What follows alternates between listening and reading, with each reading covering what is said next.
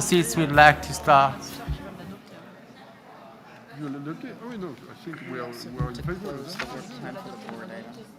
It's not on the agenda. No, we have to put it on the agenda. On est d'accord ici? I mean, it's on the C'est agenda. noted. Yeah. Yeah, it's not on.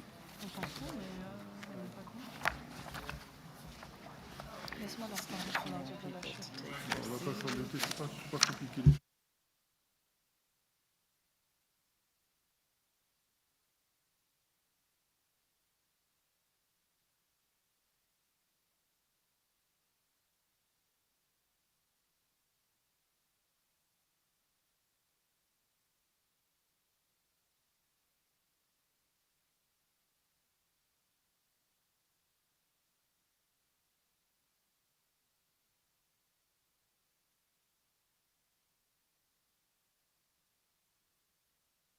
How you want to do this?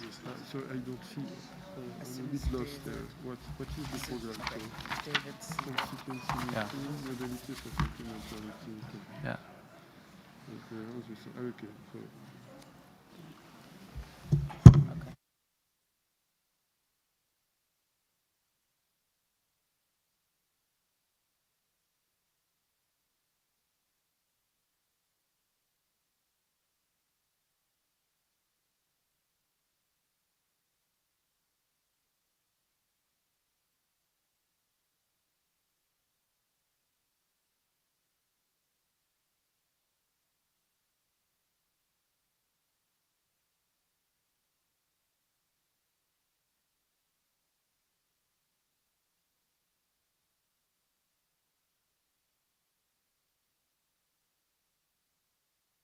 Okay, thank you, colleagues. We have a quorum, so we're going to start the day. We've presented you an agenda just to make sure that we've left something out of the agenda, which is the work plan, so we'll sequence it in, so don't raise comments about why it's not there. That's an oversight function. So we're going to start with the modalities for complementarity and coherence, and then move into the work, the BIM work, the resource mobilization. Then we'll close and go into an executive session around the performance management. And then the rest of the afternoon, we'll play by ear in terms of how quickly we go through those issues. Dates and venues is for 2027. So we have dates and venues for next year, right? So this is for 2027. If we're unable, just for whatever reasons, time-wise, we'll find a way to deal with that. So let me start with the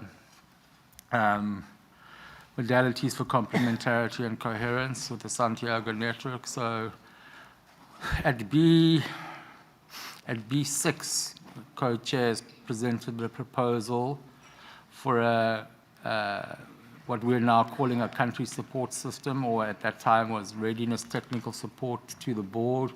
The board was not ready to reflect on our proposal at the time and asked for further clarification about what it is that we do, and I think there were quite strong requests from the board members to make sure that if we went down this path, that we were having a very fund-specific support to countries, and that we would clearly delineate between what we did versus what other bodies did, and we would ensure no duplication. We asked then the Secretariat to have a conversation with the Santiago network to make sure that we're clear what they're doing versus what we may end up doing. And so you have two things. You have a paper, which is the Secretariat's paper on the Santiago network and what they've been doing, and we're not asking for a decision on that. We simply want to take note on that. Co-chairs have then submitted a separate decision text on a one-pager, which is entitled, let me just get it, which is the co-chair's proposal on a country support system. So let me be very clear that we've already agreed to do this in the governing instrument. There are at least 4 paragraphs, probably even more, that talk about the importance of providing support to developing countries for issues that we're just loosely calling country support system or program, right?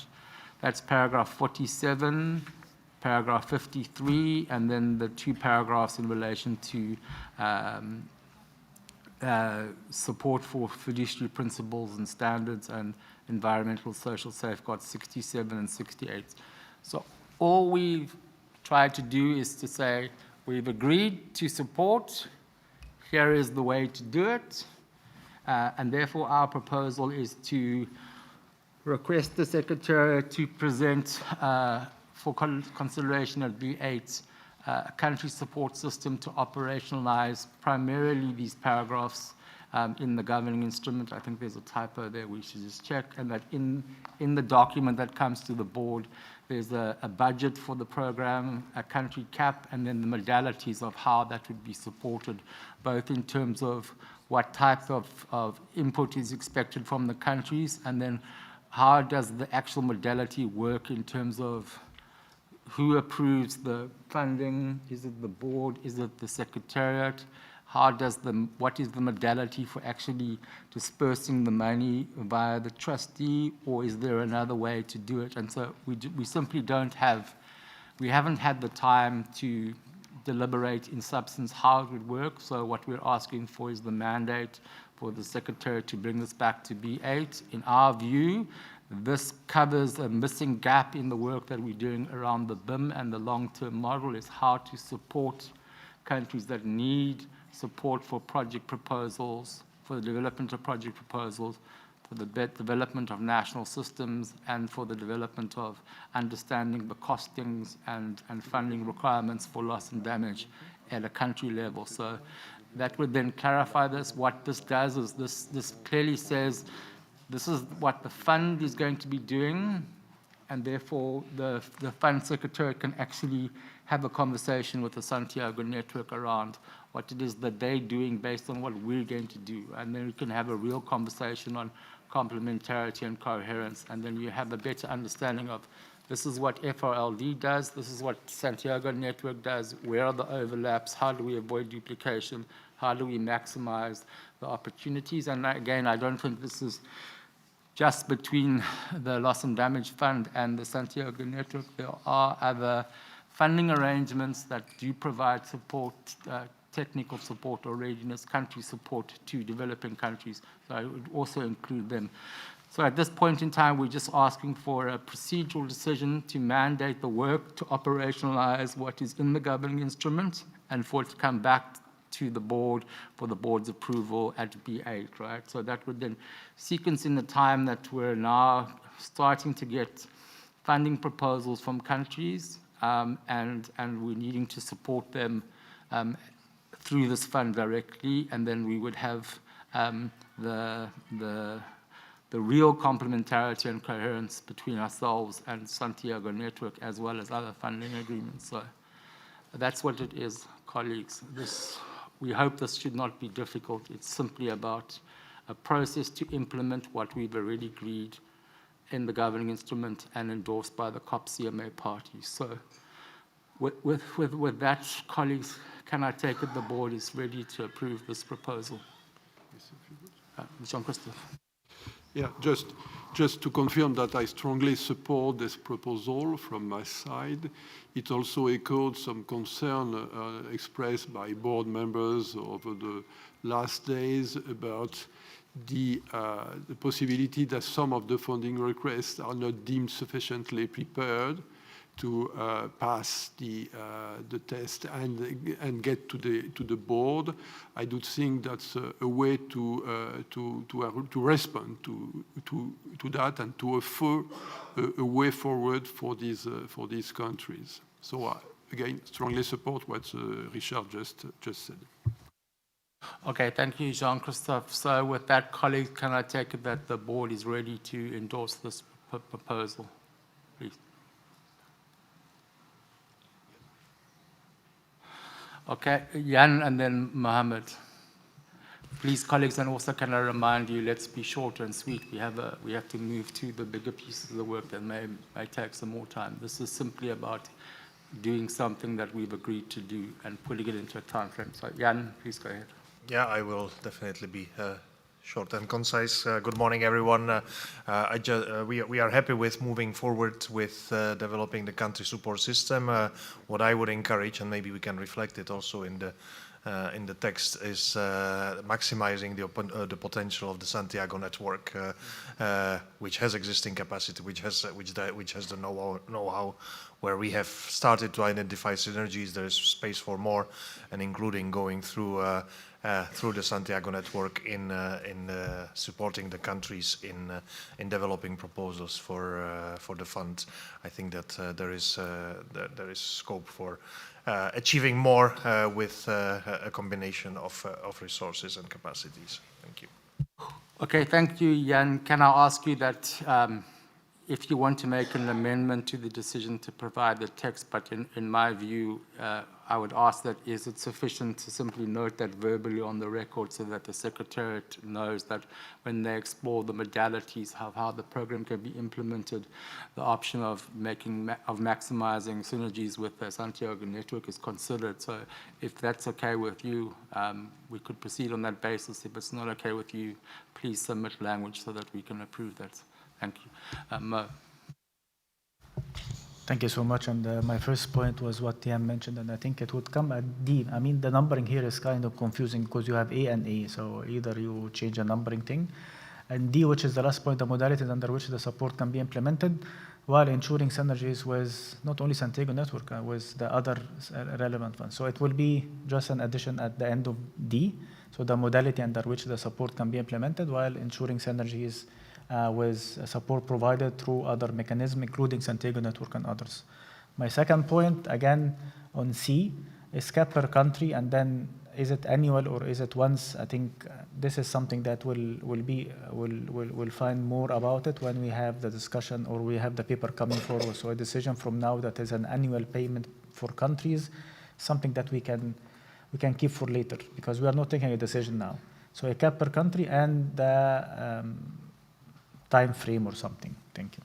Okay, thank you, Mo. I'm afraid that we have a PDF version online, so it's not possible to do the edits. But yes, we'll just a cap per country, and then we delete per annual year, and we can ask the Secretariat then to add in paragraph D, can be implemented including via existing or maximizing the Santiago network and or others. So we will put that in. I'm seeing more and more hands, colleagues. If this is necessary, we can entertain the comments, but if we should not be spending so much time on something that we've already agreed to do. So,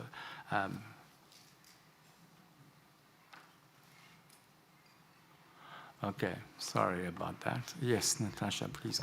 Yeah, I want to be very brief. I support what has been said on the Santiago network, but we don't need to see it in the decision text, but we would really like to work the Secretariat on that and also to initiate next steps as suggested in the draft we have seen on the Santiago network to operationalize the needed modalities for closer cooperation and better coherence. Thank you. Okay, thank you very much, Jose. Thanks, Richard. Support from my side, only a minor thing in subpara B. It shouldn't be an annual budget. It should be like an envelope. So that would be, I would welcome a technical correction here.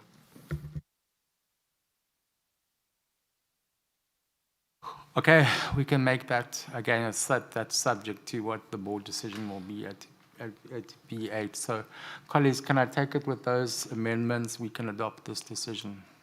And we'll share a final version for you to just confirm, but can we proceed on that basis?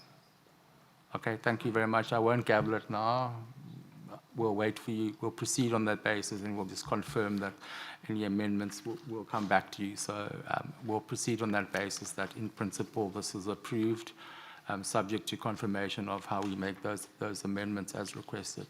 So thank you very much. We're now going to move to the next agenda item, which is the set of issues related to operationalizing the Barbados implementation modalities. So just give me a second, please.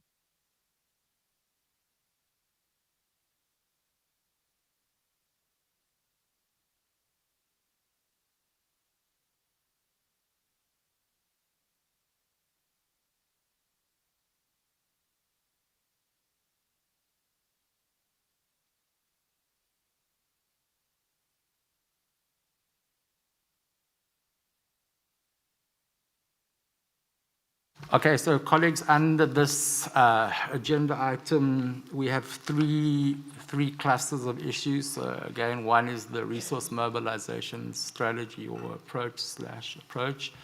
That's one. The second one is the more specific issues related to the funding criteria and the project cycle. And then the third one is the issues related to paragraph 49 on access modalities related to direct budget support and to access in general. So let's do those in three, 1, 2, 3. So maybe let's just make some comments from our side. I'll ask Jean-Christophe to also add his reflections. We're going to share this agenda item. So we attempted a working modality over the last 2 days, which was essentially a precursor to the decision-making mode of the board, right? And this was to necessitate the fact that this plenary session is not really conducive to anything but listening to colleagues, whereas we wanted a working mode that was you talking to each other and not trying to replicate UNFCCC-style negotiations, but in fact allowing for some back and forth around specific proposals. We can reflect at the next meeting on whether that actually worked and what is the preference. But I think from co-chairs, we kind of feel that when we're always in the plenary session, it's very hard to sense where the outcome is going to be, and that we do like it when colleagues get very specific into language, although drafting is not always a preferred silver bullet, but it is so we don't have to reflect on that now. It was a lesson learned. It's the first time that in this board we've gone into a working group modality. We know that our friends and the observers are unhappy with us because that working modality doesn't really allow for the opportunity for the observers to engage in the process. And because we didn't have a plenary discussion that allowed the observers to input into the process, we run the risk that we're proceeding with really important issues that are not even taking into consideration the voice of the people that we're meant to serve, although, I mean, Mayor Jean-Christophe and I have discussed this, and we believe that before we get into the more specifics of the decision process itself, we should hear from civil society so that they can express their views to us and the board. So I hope that's okay. Just hang on a second.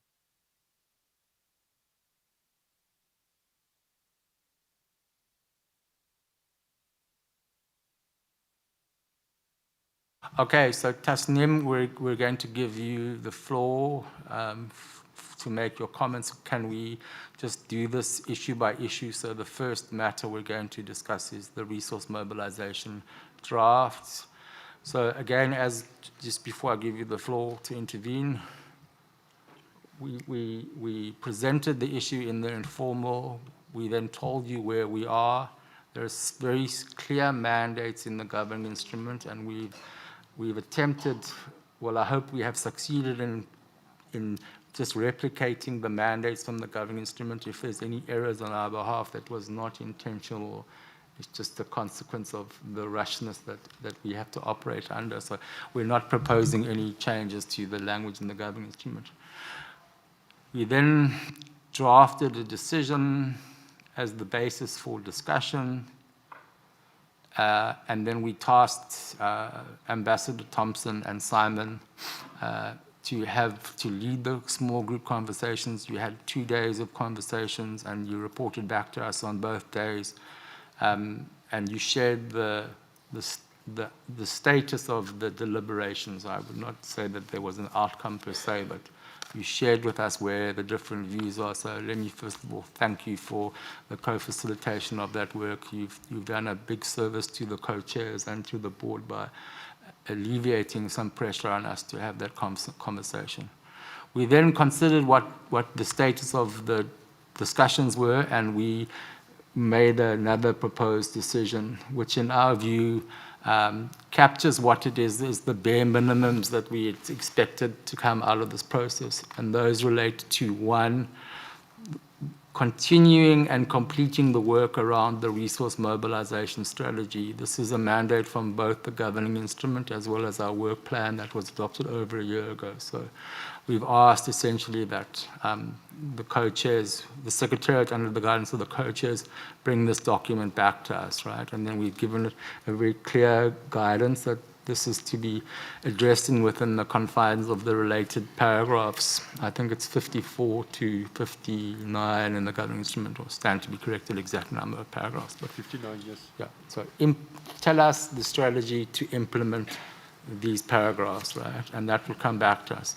The second thing that we did was the important signal to the international community that we intend to replenish this fund, right? Noting that the intention is to start the process and the outcome will be the outcome as to be negotiated. And in order to do that, we've set when that process is expected to start. That doesn't mean that we're agreeing now what the replenishment period is, i.e. when the money would be available to spend. We believe that's a decision that has to be made next year when we actually formally launch the exact process, right? And in order to get there, what we've suggested is we give a mandate to the Secretariat to present a document. I think it says to B9 right now, which is mid-year. That gives us time to do that before 2027 on exactly what type of process we should follow. And this is really where the heart of this decision is. We have experiences from many other funds that do this. This is not a science process. It's not new. You do this on a regular basis all the time, but we just have to decide how we want to do it for this fund, right? That doesn't mean that we have to create something new or innovative. We could just use what others use, right, if that's what the decision is. So essentially, that document would come to us with B9 and it would talk to us about what are the inputs to the replenishment process itself. So what information do we want to provide? What is the status of the Secretariat, et cetera, et cetera? What is the capacities, et cetera? How many entities we have, blah, blah, blah. What is the expectation of this board around the scenarios, potential scenarios, but also then confirm what the outputs are, such as a pledging conference, policy fund contributions, the time frame for execution, and the percentage of which we need to have executed in order to actually launch the period of replenishment, so the period we would spend money. So that's what that's envisaged. So with that, let me close our comments and give the floor to the colleagues from civil society. I'm sorry, I'm picking on you, Tasneem, because I'm not quite sure who's going to lead the work, so I'll just hand over to your colleagues as you need to. So please, you have the floor. Thank you very much, co-chairs, and greetings, board members. Thank you very much for giving us the opportunity to reflect on decisions that you will be making as a board. We will, of course, make submissions about our engagements as observers in the proceedings of these boards at another point. Let me focus on the resource mobilization piece. As we've been saying in our previous interventions in relation to the issue of resource mobilization, we believe, of course, that the board has a responsibility to ensure that this fund is different. One important way that this fund is different is that this fund should largely be relying on grants-based funding. And yes, there is a discussion about a recognition about the variety of sources. However, the central contributions to this fund has to be predictable, additional, and grants-based. It's going to have to be grants-based as the central core funding. The decision, of course, and understanding, Chair, that you've said this is the bare minimum that we can decide on here, does, in fact, kick this discussion, the very substantive discussions about sources of funding, further down the line. That is going to be a very important political discussion, but reflecting on the discussions in the consultation groups yesterday, it is important for us to plead with our board members to constantly keep the eye on the ball about this fund and the responsibilities of this fund. When we sit in negotiations and hard red lines are established, we are not keeping in mind the purpose of the fund and who the fund serves. We are talking about our hard lines and red lines. That is not the spirit in which we would like to see the discussion happening when it finally does happen at the board level. Which sources of funding, the replenishment processes, how do we make it easy for contributions to, in fact, for the fund to be filled by contributions, etc. So we are setting up an important basis for a strategy that will not only be applied to the short term, but to the long term as well.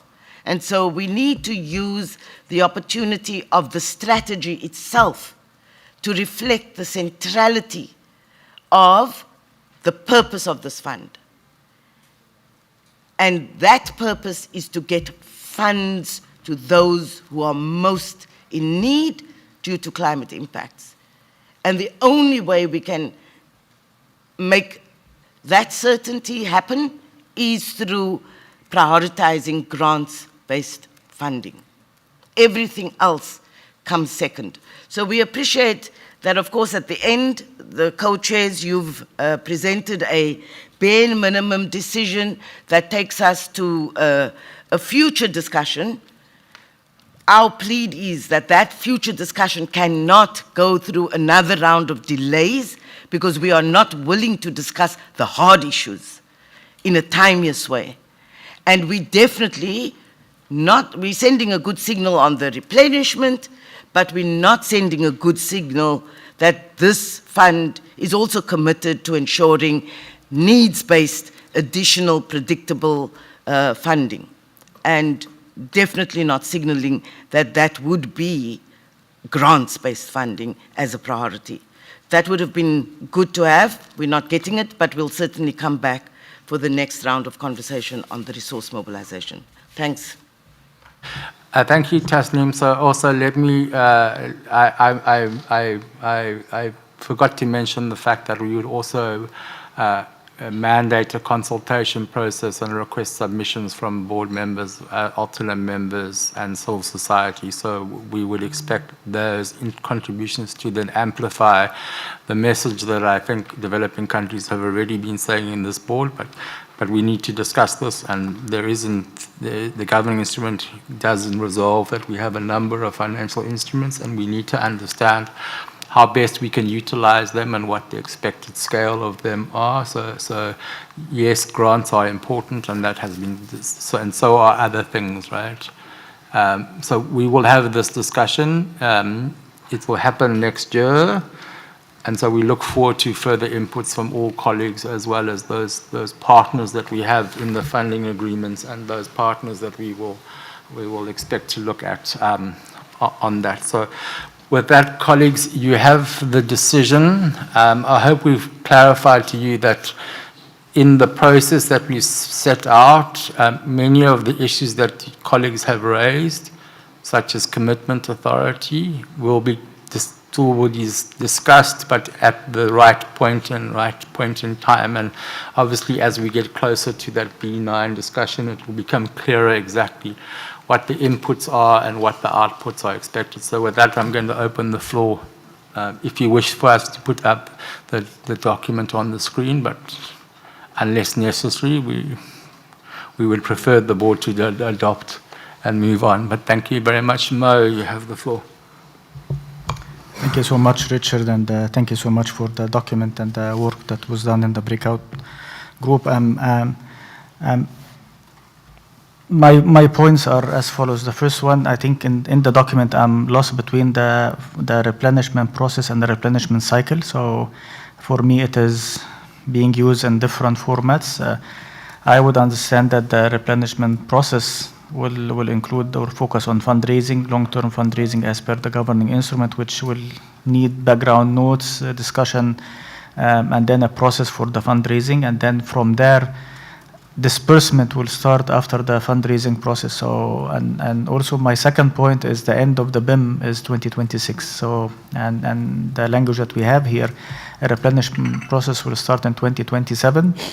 And that the replenishment cycle will be set and driven by the board. So my reading to this is that in 2026 we'll do the background work, which is the process. 2027 the disbursement will start, or by latest by end of 2027 we'll have a disbursement. So the fundraising will happen and the commitments will happen by then, and then this will continue for 4 years. This is my understanding. But there is an ambiguity in this, in the current resolution, current decision on the use of process versus replenishment process versus replenishment cycle and the replenishment period. But I understand also that through the submissions, the things will be clarified. But just to be clear that by the end of the BIM, we should have enough resources for this fund to continue and will not have a gap between 2026 and whenever the process, the first replenishment delivery will happen. And the first replenishment delivery will happen latest by January 2028, if not before that. This is my understanding and my reading. Thank you.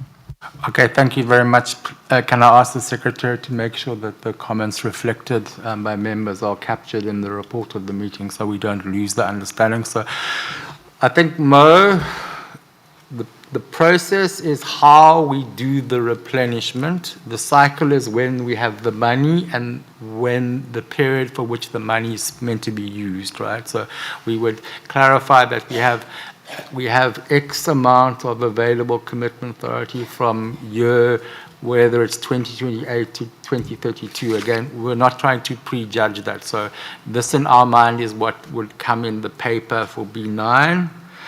On the BIM, just to clarify, colleagues, so we've allocated 250 million in Barbados, and we've decided to consider a further allocation in Zambia, right? And that's because we could only allocate towards what we have in the commitment authority at the time, and we expect by Zambia to have an additional, or I think the full amount, right, of the 700 million BIM. So that means that the BIM would actually not end in 2020.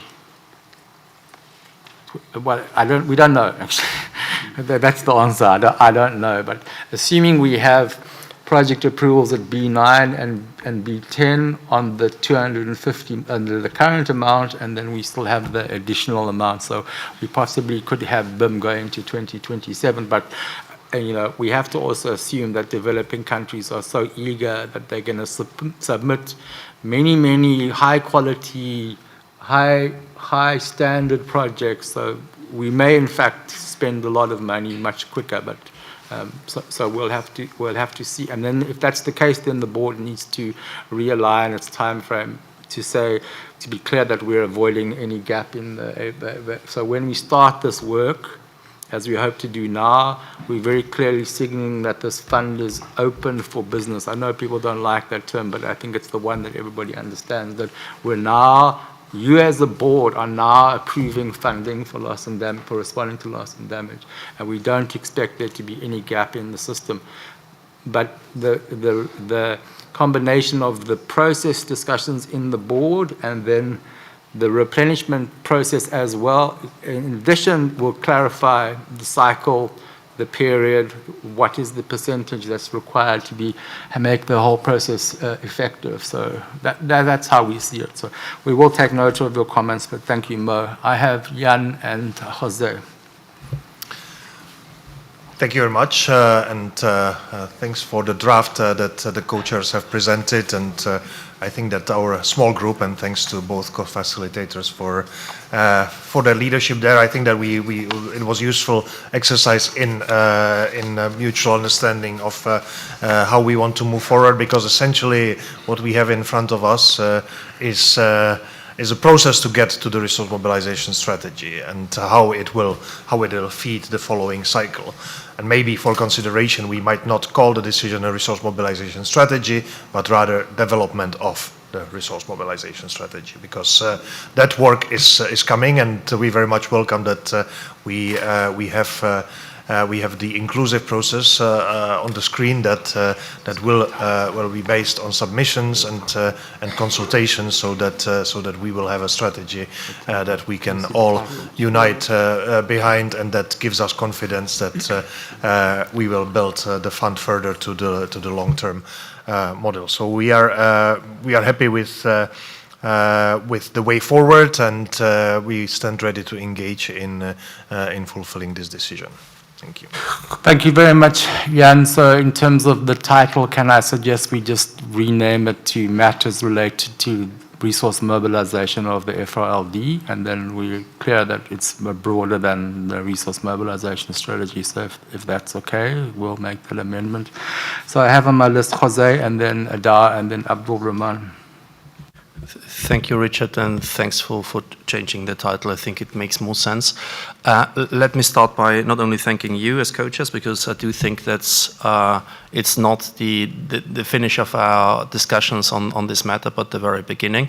And also for the working modalities and the breakout group. I think what is best practice is for CSOs to participate in those talks. So I would like to have it recorded in the meeting that at least from our seat, this is something that should happen in this fund as a standard procedure, to have CSOs also in the room on matters like important matters like this. Also for the frankness of the breakout group, because I think, as also mentioned by Tasreem, there are certain elephants in the room that must be addressed via a process. And I think that what you're doing exactly this, or via the procedural decision, to allow for voices to be heard in the right manner, including via the submissions. And I want to thank colleagues and the spirit of the breakout group, because while it was a hard conversation at some times, it really helped us understanding where possible landing zones might be in the future, and or where we might need the process to further develop a common understanding of the mandate of this institution. I'll leave it there. Support from my side and our seats on the way forward. Thank you, Jose, and thank you for your comments. They will be reflected on the record, and at least while we're sitting here till the end of the year, we'll continue to put the emphasis on the inclusivity of the process, and should we have other suggestions, we'll come back to the board around how to improve that process. I wasn't suggesting that this was perfect. I did say we should reflect, so thank you for that. Adar, and then Abdul Rahman. Adar. Thank you very much, co-chairs. Good morning, colleagues. Thanks for the small group discussions. I think this document is quite good to move forward. But I could say that long-term fundraising and also resource mobilization strategy will be quite considered in a parallel way. I think Ambassador Mo has already addressed this issue. So the missing element in this document is a fundraising issue. It's para 56 of the GI, and I do believe the text is not the end of the pipe. We need to insert this as it's needed, because replenishment will be also depending on the fundraising effort that we made starting from now, not after B7 or B8, because otherwise it will be not enough resource in place for addressing the needs of for developing countries in terms of short and also long term, but this will be for long term. So those para 56 will be together with, I think, resource mobilization and also fundraising issue. Thank you very much. Thank you, Ambassador. No, I'm not quite sure I follow you because the resource mobilization strategy is in there as 56, right? And so what we're saying is we've been guided by paragraphs 54 to 59, right? And then the assumption right now is that the fund is able to receive money on a whatever basis. And I think that we've been clear as co-chairs, and so has Ibrahima, that, and I'm pretty sure that the COP presidency is the same thing, is that if there are parties that wish to make additional pledges at COP, to make them. So I think there is ongoing efforts. Now what we're doing here is putting in place the formal process of resource mobilization, which is the strategy as agreed in the governing instrument and the replenishment as agreed in the governing instrument. So I just can't understand exactly what amendment you're proposing, so we can put it in here. Please.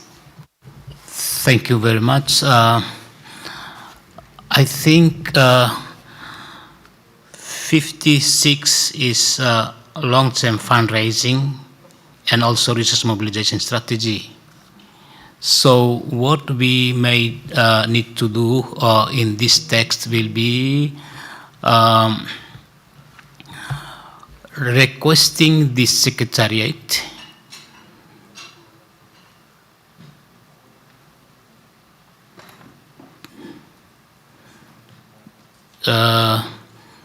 to continue its effort to ensure the timely conversion and something around fundraising strategy, fundraising issue, something somewhere after after the. Ambassador, can I help you? So can I suggest Yeah, that please. where we say, we've just used the paraphrase of resource mobilization strategy to include the language which is long-term fundraising and resource mobilization strategy. So if we can use the exact language in the governing instrument to reflect That will be to good, both, yeah. does that work? So That will be please good. just add that. Does that help you, Ambassador? That will be good, yeah. Okay, thank you very much. Long-term So I have, fundraising strategy. yeah. Yeah. And then we'll use, every time we use resource That's mobilization, good. it's for Yeah. long-term and, okay. Thank you. Okay, thank you, Ambassador. Abdul Rahman. Thank you, Co-Chair. So on this specific matter, I would like first to thank the Co-Chair on presenting the draft decision before us, and we agree on what is presented in us. We would like to move forward with that. And also would like to thank Ambassador Thompson and Simon for their great facilitation that has been taking place in the past 2 days. In the working group, we have engaged constructively with our colleagues. Different views were shared, different point of views were shared, different opinions, and we've also explored different areas of convergence and landing zone that we could also continue to explore that during the development of the strategy next year. And this also would include exploring how we're going to land the elephant in the room. And yes, but it's not only one elephant, there are multiple elephants in the room with this regard, Jose. But yet, we could go ahead next year and engage and explore how we can land this as well. And with regards with the text that we have before us, and we are not in the support of changing the title of the decision. We would like to retain it as decision, draft decision on the resource mobilization strategy, as it has been decided in the resource mobilization plan, in the work plan of this fund. So we would like to retain the title of the decision. Thank you.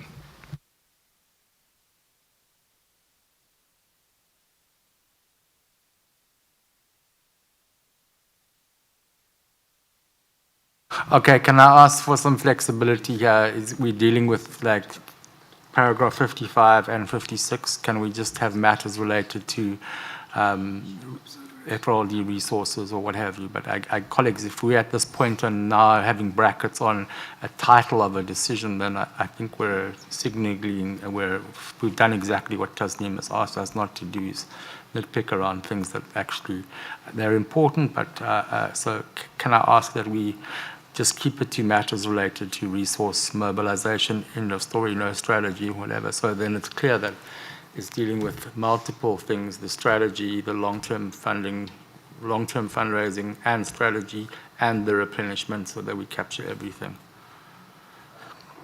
We have lots of work to do, so please, colleagues, in the spirit of just moving forward and doing what we need to do, can we accept that, please?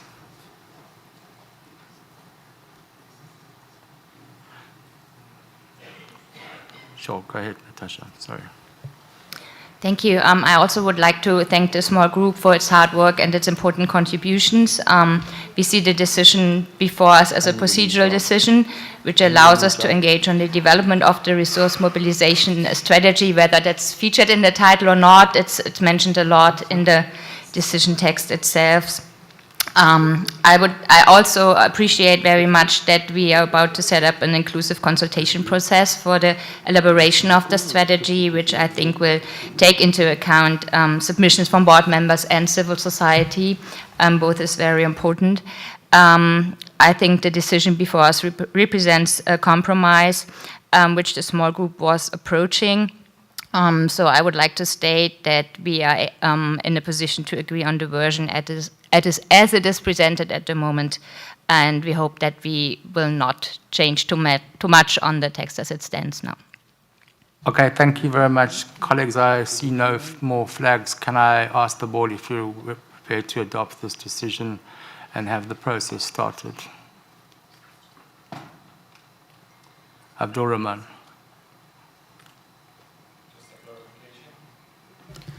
Sure. Just a clarification. So to draft this decision with the textual additions here, is that your question? Yes, to adopt the decision as on the screen with the additions from Ambassador Dar and the substance, and then the clarification on the heading that it's not about the strategy, it's about the strategy plus the replenishment. And if you have another suggestion on how to capture that in the, well, that's fine, but can we not end up discussing the, so yes, that's, so we would propose matters related to resource mobilization, full stop. I would like to return resource mobilization. We would like to keep the title as it was shared in the provisional agenda. Okay, colleagues, so we have no agreement on this decision.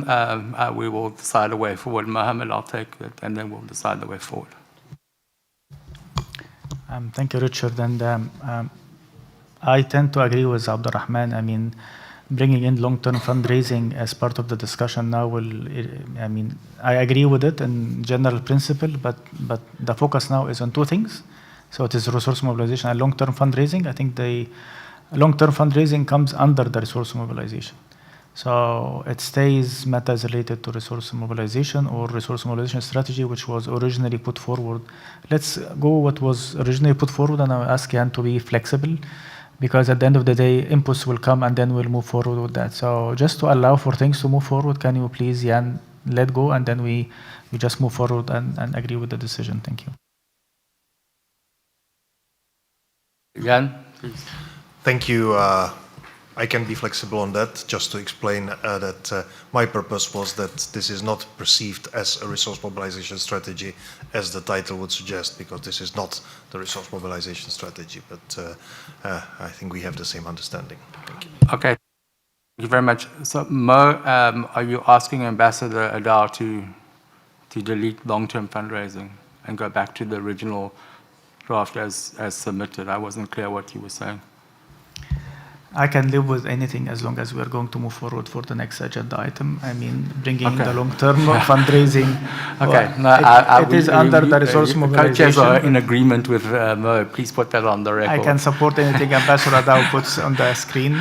Okay. But I think the understanding is that we will have inputs, and this inputs yeah. will allow for this, and so it stays, it goes. For me, I don't, I can support Professor Rooda on that. Okay, thank you, Mo. So colleagues, can I take that the board is ready to adopt the decision as presented in front of you? Seeing no objections, the decision is so decided. Thank you very much, colleagues. Does this mean the COP presidency is going to organize me a nice hotel room? No benefits. Okay, thank you very much. We're going to move now to the next agenda item. Just to note, particularly for developing countries, the amended list of entities is probably on its way to your email box. So as suggested, we've amended that list, and then the board can decide how to deal with it. So we've done that just to let you know. I'm going to hand over to Jean-Christophe to go through the next issue, but again, I just want to take a minute to explain how the co-chairs approached what inputs we got from the co-facilitators. So, and so any mistakes that are in this decision that do not reflect what was presented to us are purely mistakes from the co-chairs or errors on our behalf. They're not reflecting some kind of secret agreement that we made. There were some things that we simply did not understand, and so we proceeded on that basis. If it wasn't clear, we didn't pursue it. But that doesn't mean that we didn't agree with the notion or intent. So there may be things that colleagues discussed at length that were really important that you may not see reflected. That should not be seen as anything but our lack of understanding of what you discussed because we were not in the room. So please, if there are things that you felt that we left out, it was not by intention. It was simply our error that we didn't understand what it is that you had wanted to convey. So let me hand over to Jean-Christophe to go through this agenda item. Thank you.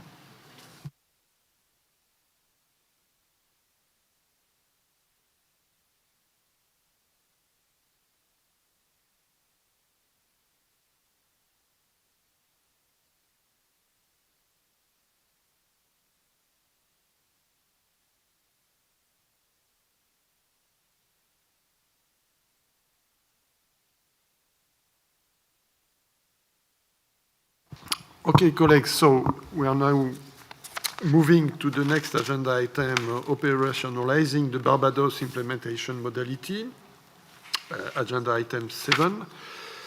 And let me say a few words about the comments made by Richard about how this board meeting went.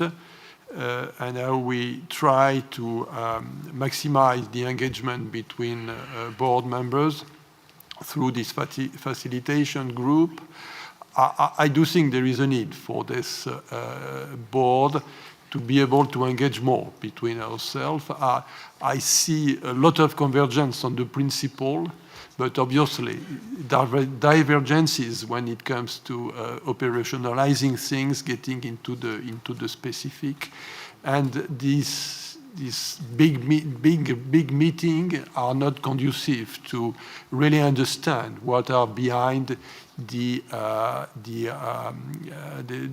position expressed sometimes on principle from every one of us. So these facilitating groups are certainly not the only way to make board members to engage with their colleagues. But I do think this is a possibility. It proved to be very useful over the last three days. I would also say, like Richard mentioned right before, that the other side of the coin is that some of the recommendations from this group are not necessarily possible to take on board from a global perspective for the reasons of coherence, compliance with other decisions of the board. We are, as you know, a little bit of the keeper of the memories of what the board decided previously, keeper also of the governing instrument. So from that perspective, it could happen that all the recommendations from these facilitation groups are not able to be taken into consideration. So this is the work we have been doing overnight, taking on board most possible recommendation from this facilitation group, having to dismiss or try to formulate them a little bit differently. And we have been able to come up with Richard to this proposal before you. The two document FRLD/B7/7 funding cycle for the Barbados implementation modalities and FRLD/B7/8 initial funding criteria for the Barbados implementation modalities. I think these are good papers that reflects pretty well the conversation we have had over the last few months, starting at B6, including the consultation session held virtually, and then the last days of our board meeting. I will now open the floor for comment, encouraging you to remain brief, to state really where you think there is maybe some tweaks that could be made. And I will start like we did for the previous item with a reflection from the observers. So I don't know who won't take the floor. Okay, you have the floor. Thank you, Co-Chair. Brandon Wu speaking for ENGO. Although this is a coordinated intervention.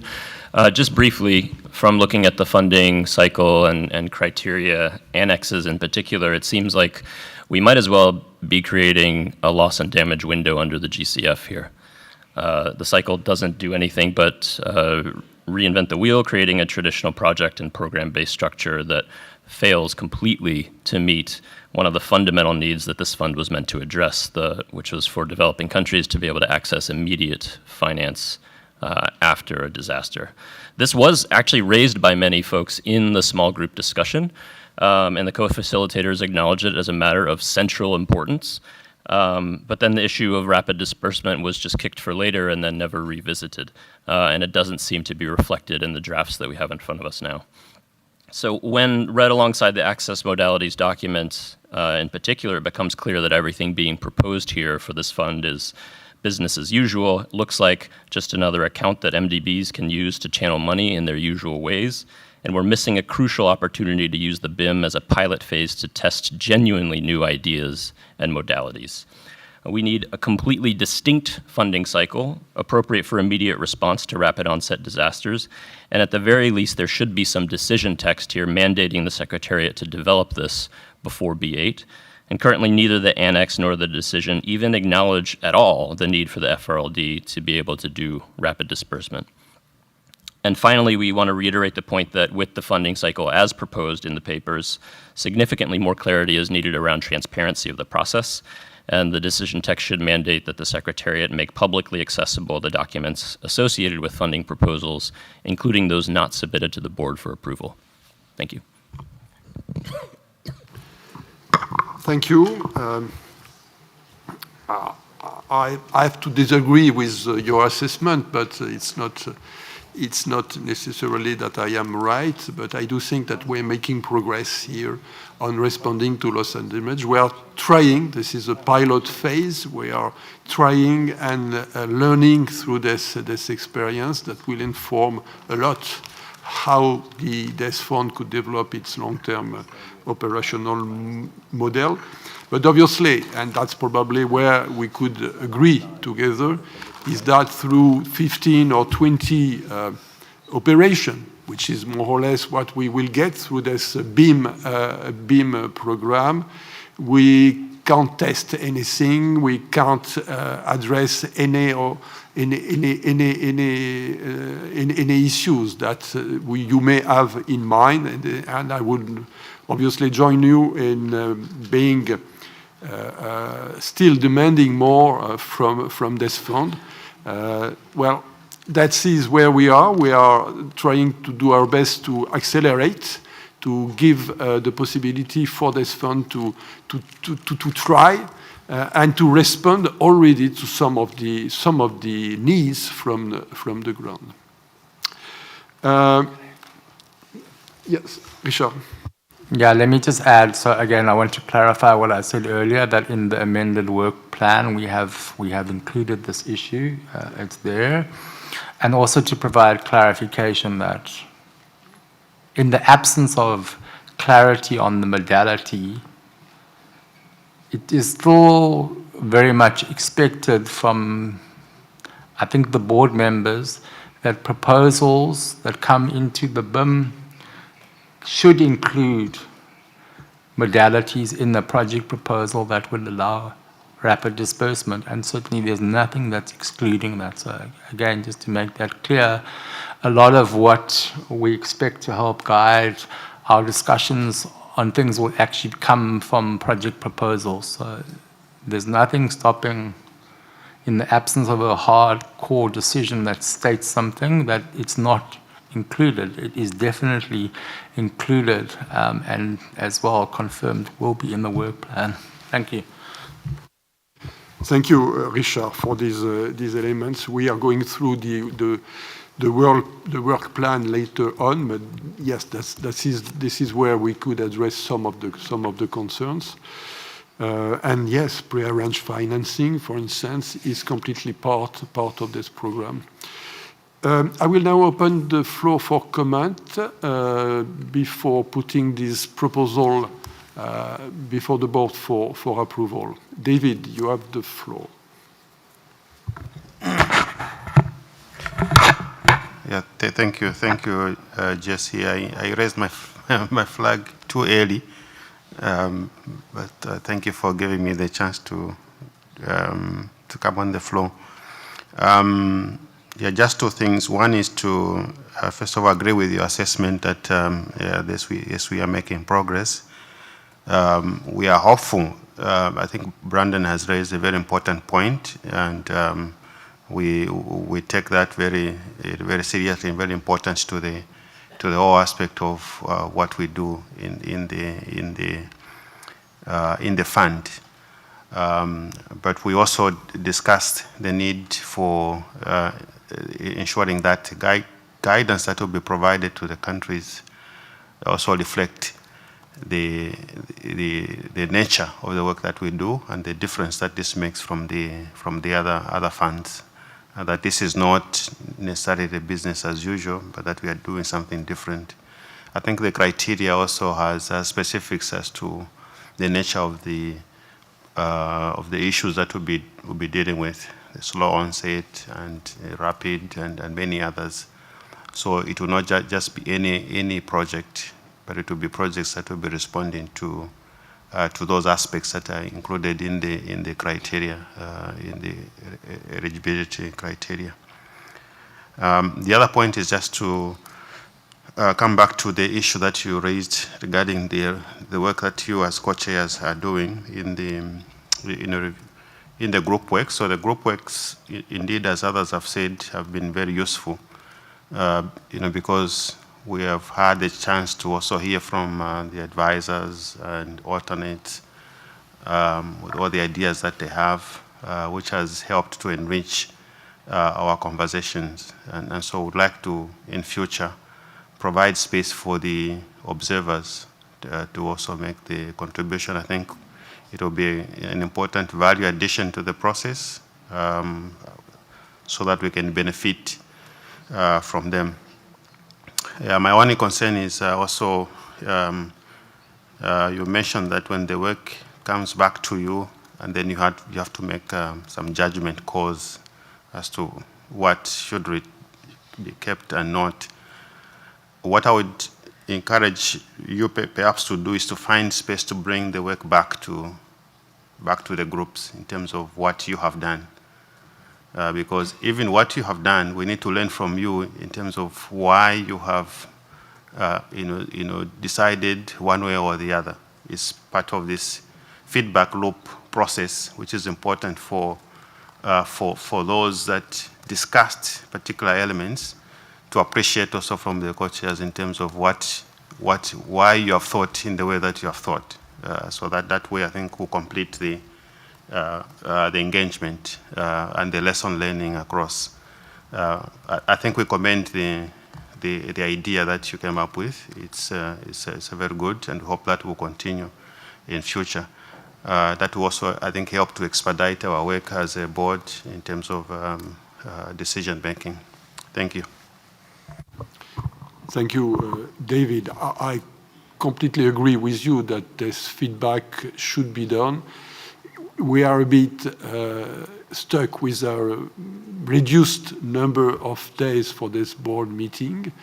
Yeah, that is something that, yeah, we probably are not doing enough because we are rushing over the last days of this meeting with decision without being able to explaining sufficiently what are these constraints of global coherence or compliance, and that would certainly help the board members to make their judgment in a more appropriate way.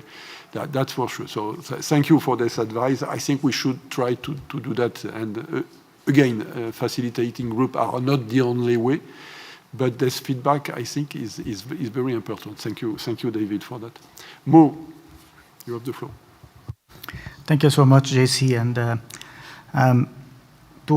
3 generic points and then specific points to the proposal that we have. The generic points, and I echo Jose and David and others who said CSOs would also be granted the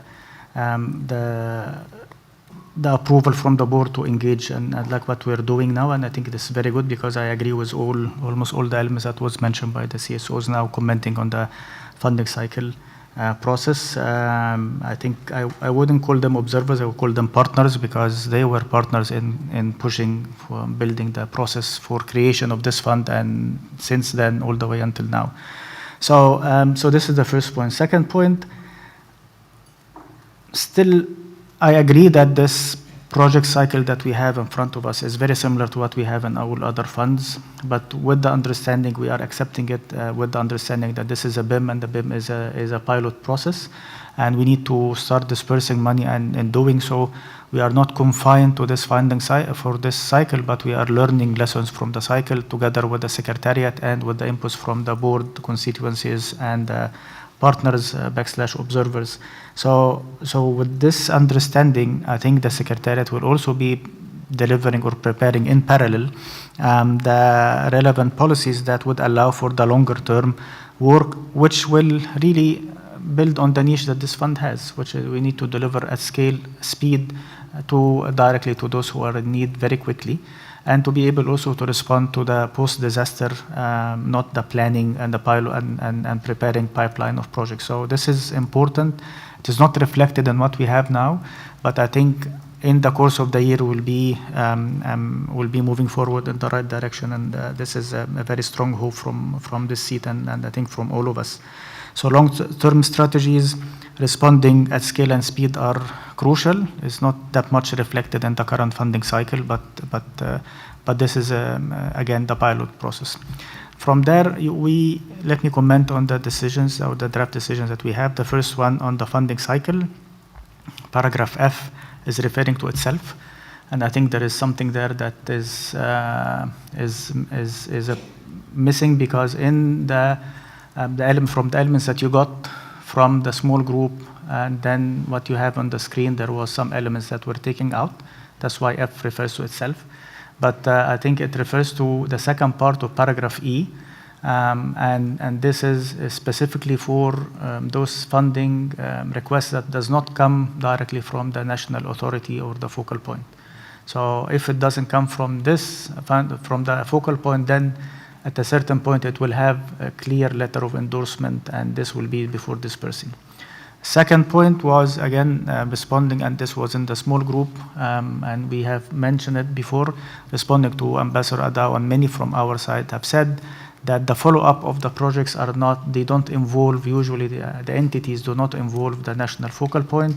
So what we propose, and I think it was captured in what was proposed by the group, is that the reporting, the regular reporting on the project will happen through the focal point. So the ones who are going to upload the reports to the Secretariat will be the focal point. This ensures the continuation of engagement between the focal point and the implementing entity if it's not the national entity. So this is another element, and I think it was sent, it is in the submission, it's paragraph, I think L something, and this is a simple, I think, addition, and it confirms what many of us on this side have mentioned in terms of the ownership and the engagement. On the second draft, which is the funding criteria, I take note again that in paragraph E of the funding criteria, there is a request for an outreach by the Secretariat to the focal points, national authorities, and so on, through webinars, trainings, among others.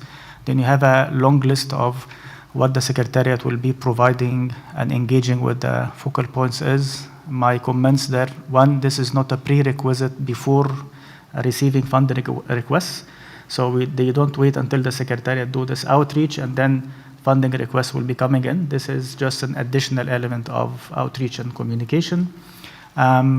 Two, again, the webinars and the trainings is something that is good, I think, and I hope the budget discussion have included in there. And as we said yesterday, it's not about traveling, it's about maybe looking at the innovative virtual ways of making sure that all the focal points are engaging without like traveling around, because if you go anywhere, you need to bring everybody to the place that you are in. You're not going to travel to 134 countries. Last point, and this is very important, in the template, the guidelines, the methodology, yes, the Secretariat can prepare them and can engage on them and can circulate them, but we as a board have a responsibility to also have some inputs to them. So this template, the methodology of reviewing and so on, the board needs to be informed about it and comments from the board to, if needed, because we represent constituencies also that might have concerns or challenges that they face, and we are our representatives there of those constituencies here to reflect on those challenges. So I'm not saying that we have to endorse the template and the methodology and so on, but we have to be informed, so it will be information document with the space for board members to provide comments to enhance those policies. We are not micromanaging, but we are reflecting the voices of the beneficiaries and the stakeholders of the fund. So this is another element that has to be reflected there somewhere in this decision. So the board will be informed of the template, the guidelines, the methodology, and for comments of the board if needed or as appropriate, something like that. With those comments, I thank you. Thank you, Mo. So be ready to have some written translation for that. I will suspend the session for 5 minutes in order to adjust the text, taking into consideration the different requests that could be expressed during this session, and then we come back immediately to you in order to propose to the board to adopt the text. So be ready to provide me with these written addition or changes.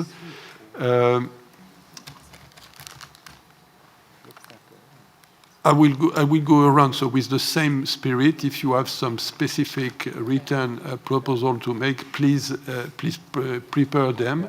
Express your concern or your proposition, but also please react to the proposal of Mo, for instance, to see if there is some objection to change the text in that direction, in order for me to understand where is the consensus in this regard.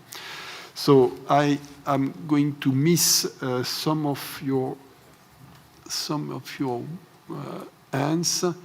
I will now give the floor to Gérard, but then I am probably not taken the hands in the good order. I see Georg, that was here, Elena, Johan, Adao, and Abdul Rahman.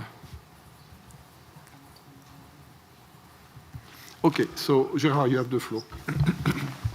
Thanks, JC. I want to start with some comments on the process and thank my co-facilitator for working through the process and those that came along. It was really useful, actually. I think I'd associate with others on it feeling slightly uncomfortable operating under the co-chair's guidance as we did in terms of having observers in the room but unable to engage as it was considered decision-making. I also, they were small groups, but they weren't that small. And I think there's also a choice potentially for us to think about whether that should be BMs and ABMs and not advisors and others. But I don't want to be discriminatory about that, but it's just thinking about the size of that. One of the objectives of the groups also is building trust and confidence and clarity between us as a board. Being slightly smaller helps that, but I think it also reinforces, forgive me, the point I made yesterday about there being real value in the board coming together as a board in some form of retreat at B8, even for half a day, taking half of the days that we sometimes ascribe to other things. I think that builds the trust and builds on the positive momentum we see through this process. So thank you very much for putting that into place, and thank you for your continued efforts on that. Just as the co-facilitator, I mean, we did hear strong need from the small group for there to be clarity on process and need for support to countries, and I think that's well reflected in this draft. And I think what we've got here is a really good balance of being practical so we can start delivering at speed, but then think about how we move forward towards the longer term operational model. And I think the point that we do need to think about the inclusion of rapid response in that longer term operational model, and I would also argue small grants as we get there is going to be really important. On that note, I think it is really important that we spend some time as a board understanding what we mean by rapid response, because I think there's a difference between moving money quickly and trying to duplicate ongoing humanitarian actions, which I don't think is where the value for this board sits, given there's $17 billion in humanitarian finance already out there. So I think there is a really valuable, content-rich debate for this board to have about how to meet Ambassador Adel, the things that you're aiming for, and how to distinguish between modalities and speed. And I really look forward to that. And on that light, as Richard, you said, I think the small group did acknowledge that it is possible within the BIM to test modalities for preparing for rapid response through pre-arranged finance. And that's why we put into the text this language about ensuring that it responds to the full scope of the BIM. And that is why it's also important the support that those potentially submitting funding requests recognize that it is possible to do that under the BIM, and there is a full range of choice. So getting that support right feels really important for us. And I agree with Mo on paragraph E in that respect. And I also see that there's that strong interlinkage between the support program that we just took a decision on and the text here about the outreach from the Secretariat and the role of the Santiago Network. So making that right is important. Just to react, Mo, to your point on your earlier point, I think some of that is captured in D on the funding. Let me just make sure I'm in the right one, on the funding criteria, paragraph D, where we do ask for that, some of that to come back to the board for board consideration, but you may not feel that's going far enough. We talked about the range of speed and making sure that the Secretariat can get on with assessing requests as they come in, but also that people, I think this was Ambassador Tosi's point, ensuring that there was a sort of two-step process on that. So I think that we can still live with that. And I agree with you also, yes, sorry, Mo, that the decisions on the funding cycle, we've lost the right sequence that Elena and I set out. So just in the editing, we need to fix that to make sure we've got the flow. But overall, I would just like to say I think this is a really solid proposal. It gives us the direction to go forward. And then my last point, if I may, as we task the Secretariat for work, for example, towards the longer term operational model, I would like to stress the importance of us as a board being really clear on what we're asking the Secretariat to do, because I think it's rather vague commissioning to the Secretariat is extremely difficult for the Secretariat, and it makes it very difficult for us. And it may well be there's value in almost like a two-step process in really defining through the terms of reference of some of that commissioning, and so that we are confident in what we're asking for and therefore more confident in the product we receive back. Thank you very much indeed, JC. Thank you, Gérard. Georg, you are next, followed by Elena, Johan, Adao, Abdulrahman, and Antonella. Thank you, JC. And yeah, I would also like to just first some brief comments on the process, because I think the breakout groups that we had, in my view, and participating in one of them, I think this worked very well, and thanks to the facilitators for all the three groups that work for what they did. I mean, clearly, we are not able to, as a full board, to go into the depth of discussion and enhance our understanding in the plenary. And I think we did really well in these breakout groups, and thank to everyone who participated in the discussions. And we keep on learning in how we work, and I think this is definitely a model that we should, one of the models that we should use when it's needed. I think on the, and of course, any type of work will always be brought back to this board for decision making, as we're doing now. I understand what David is saying as far as your understanding when necessary, when the co-chairs in the reporting back from these groups have to make some assessment and align what comes out of groups in a way where it all makes sense in the end.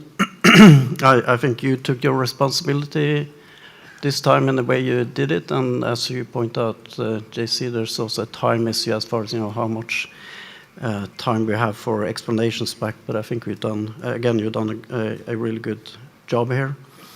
So having said that, from this seat on this decision, we can support it as it is. I think we can always continue discussions on details, but it's important that we also not let the perfect be the enemy of the good. And I think we have to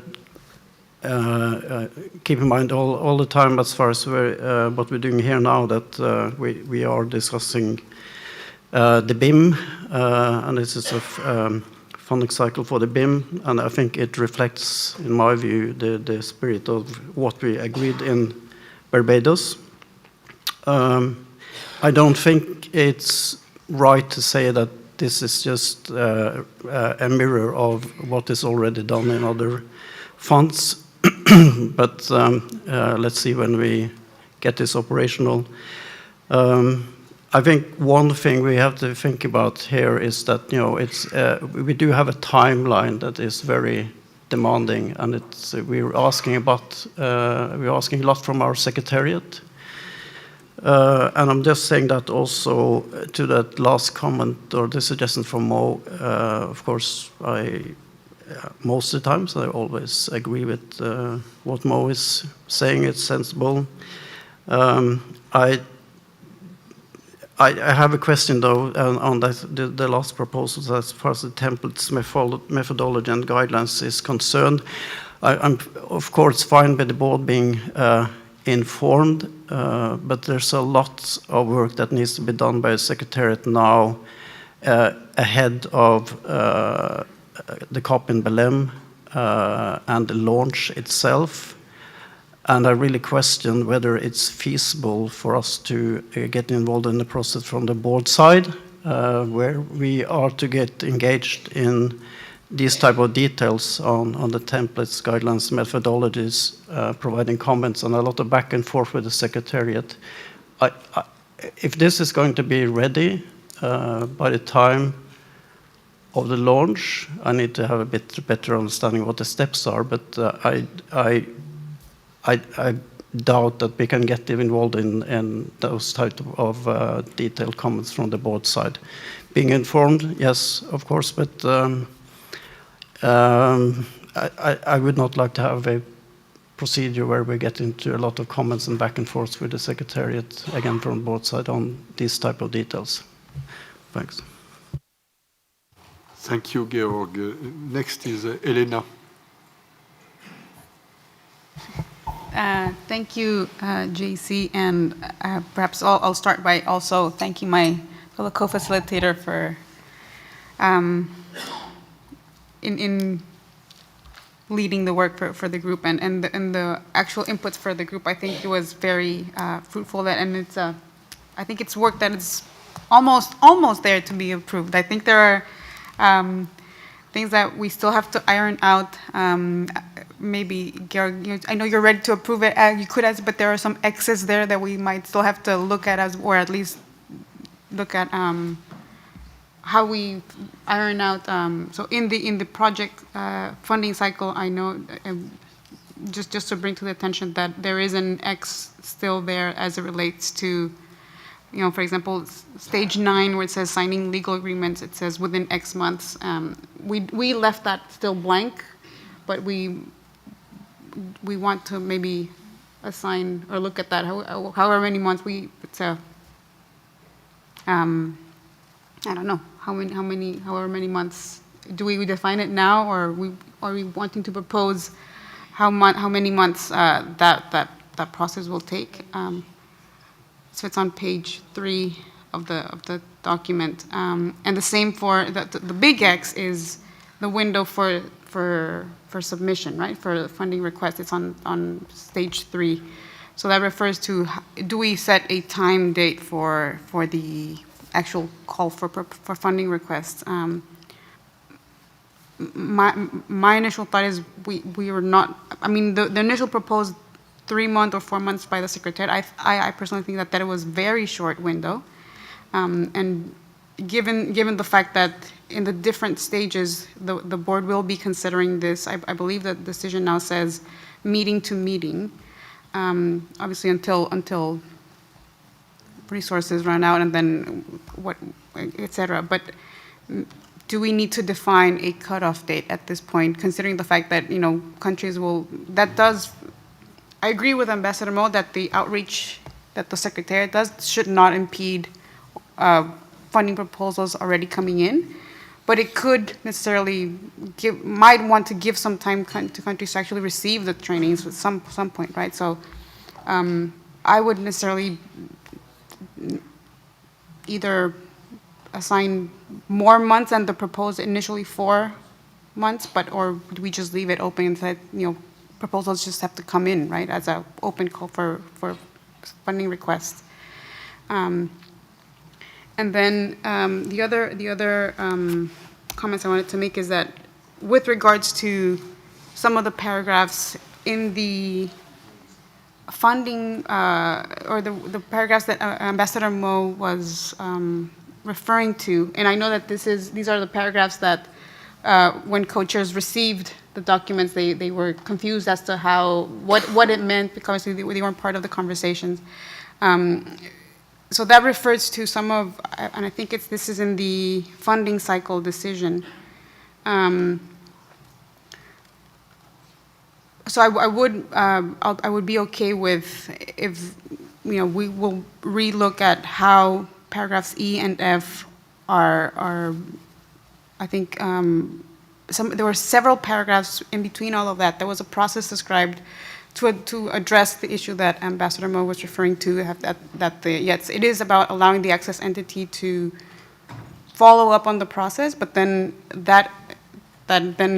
as Ambassador Adao said, that you have to come back to follow-up process to the entity, to the NDA as well. So some of those paragraphs were maybe not adequately, or I guess the text was confusing because it wasn't part of the discussions within the group, but I would be okay with somehow going back to those paragraphs that we sent co-chairs and maybe figuring out how that makes sense process-wise to address that issue, so we can work with co-chairs later or with the Secretariat on what those paragraphs actually meant.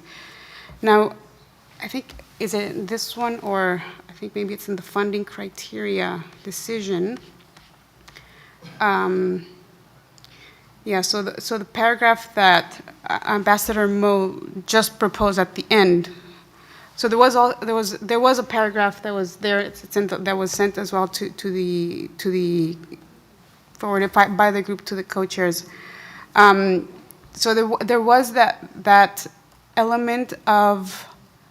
It's not that I know, Georg. This is you were just mentioning this paragraph, and it's not necessarily about. So the way the paragraph was phrased, it's yes, I think it was like tasking the Secretariat, yes, develop the assessment methodology, use that to use it to assess funding requests. It's not that we're asking the Secretariat. I think the paragraph wasn't asking the Secretariat to come back to the board before the call for proposals was launched. It was more of when you develop it, yes, use it, and then by BA come back to the board and tell us how it's been working, so that then the board can sort of give inputs or provide comments to that. It was more of a, I think it would say consider, but I think the word could be changed as to provide comments or guidance by the board. But it wasn't something that the board had to approve.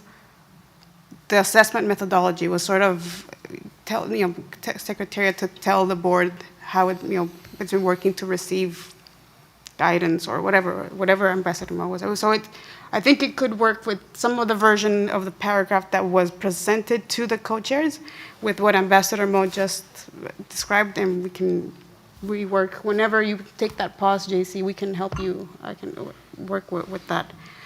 I think those were the, I think those were the, now process, I just wanted to make a comment process-wise. I do appreciate the co-chairs having us work in small groups. I think that did work well, at least our group. I think it was very, very fruitful, and we got to this stage.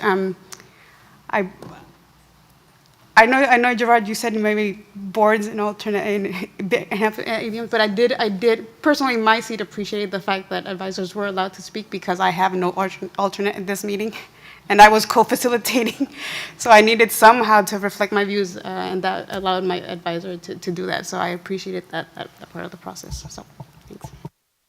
Thank you, Elena. Let me take this opportunity to thank you and Gerard for your time and your dedication to that. We appreciated to receive almost on time your contribution yesterday evening. On the question of the numbers, actually, I think we have to decide.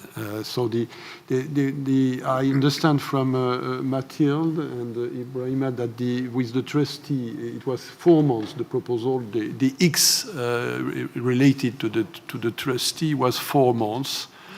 No, that's for the secretary, the submission of funding requests. No, I mean for the trustee precisely. For the legal. Yeah.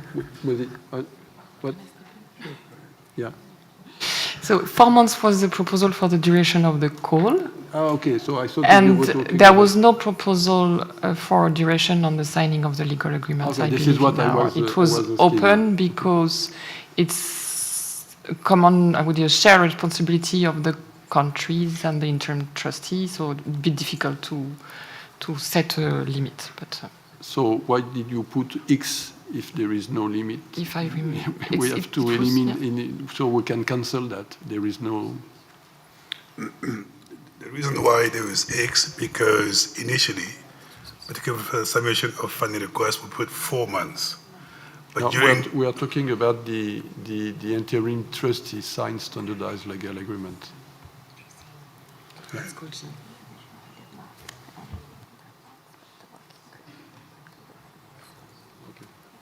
Okay.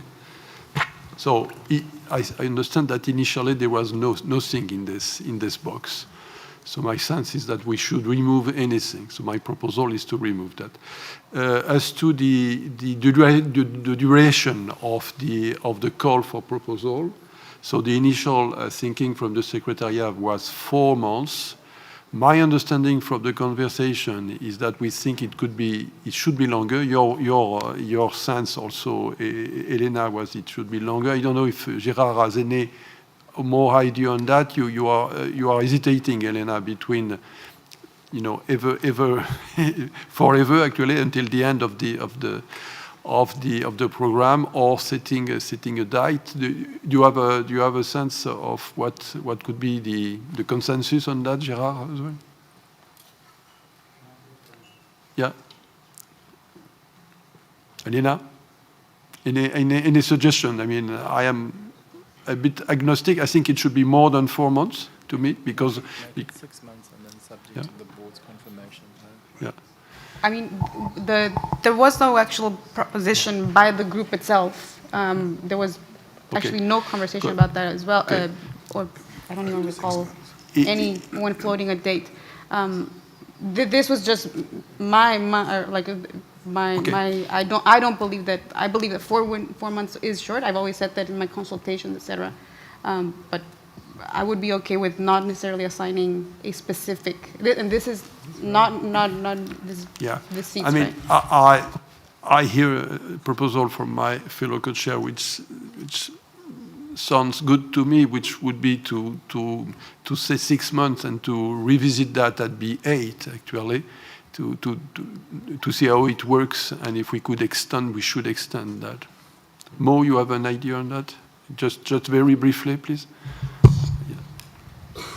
Okay, so I try not to prolong, but I mean, if you look at this specific paragraph and then you look at the funding criteria, where in paragraph E, the Secretariat is going to do an outreach and engagement, I think we have to be consistent when we are putting different messages. Because if I say 4 months here, and then the Secretariat doesn't have the methodology, doesn't have the guidelines, the template now, then they start engaging in 2 months' time or after the COP, then we are not really making sense. No, I mean 6 months. 6 months.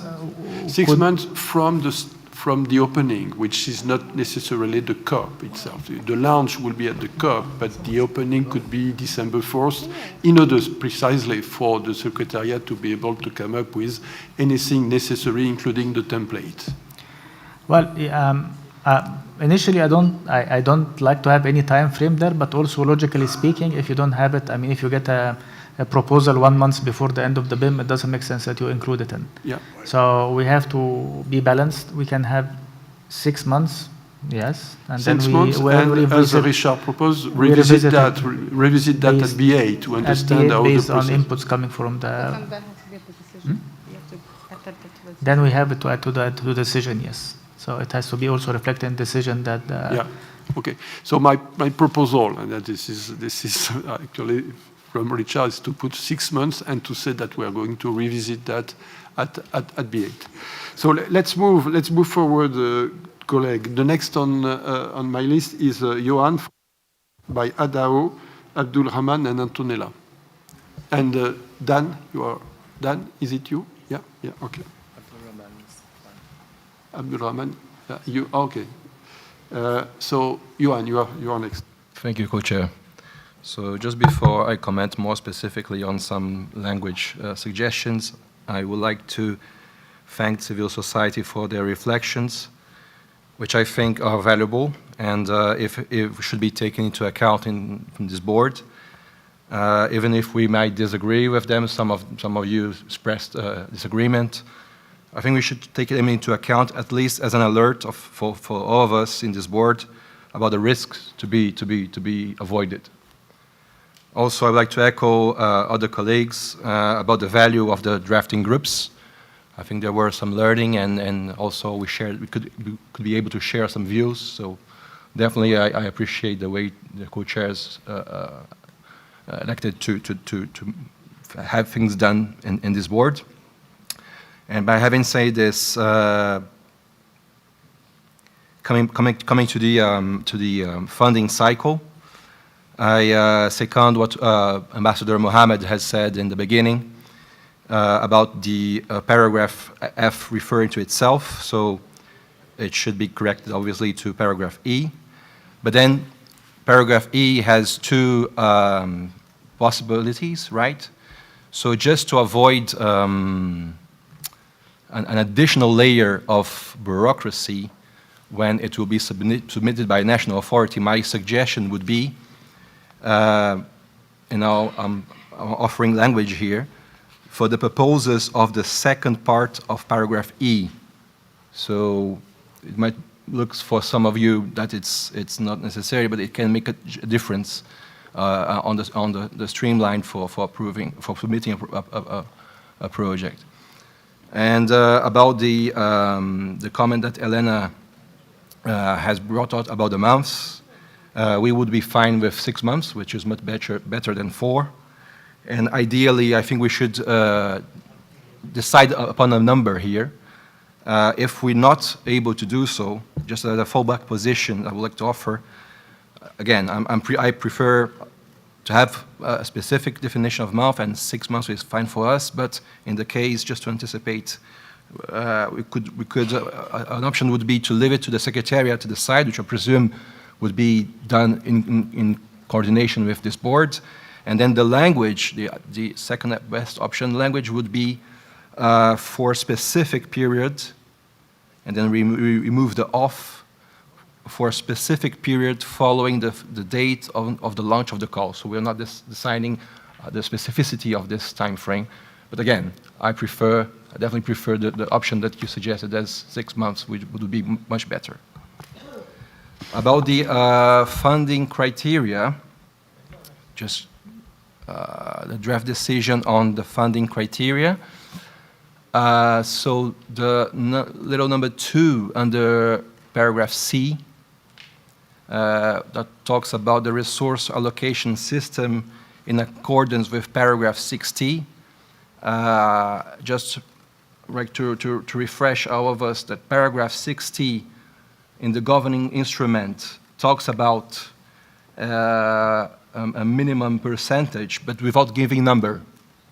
So just to be more accurate, we definitely would recommend here language on this. So it will be paragraph 60 of the governing instrument and decision B5/D4, which is where this board decided about the 50%. On the access modalities, okay, so I'll keep it for that. Thank you. Thank you, Johan. Well taken, and seems to me reasonable to be a little bit more specific on where that 50% is coming from. Next online is Adao, followed by Antonella and Dan. Thank you very much, Co-Chair. Let me express my sincere thanks to the small group members for their dedication and hard work in coming up with these draft decisions for 2 very important elements. First one is funding cycle, and then, of course, second one is a funding criteria. Please allow me to make a general statement on behalf of the LDCs with regard to this BIM package documents. We have had a chance to consider the package of decisions on the table for the BIM, and we must express our deep reservation with this package of decisions. As LDCs, we have been clear that we expect to be building a fund that is new and innovative, but we do see that we are recreating all the unnatural process that we face under the other climate funds, such as AF, DCF, and GF. We have been clear that simplified access, direct budget support, and rapid disbursement are key components for BIM and essential for the LDCs to be able to access and benefit from this fund. On funding criteria and cycle, the LDCs had tried through our inputs to decrease the burdens that we see in the funding criteria and funding cycle process. However, we have in front of us is anything but quite simple. We are concerned with the indicative description of monitoring, evaluation, and learning and reporting mechanism under the expected results and impacts criteria. This belong in the result management framework and not in the assessment methodology. Such onerous burden from the every start with disqualify many LDCs from applying and prevent those that apply from qualifying issues.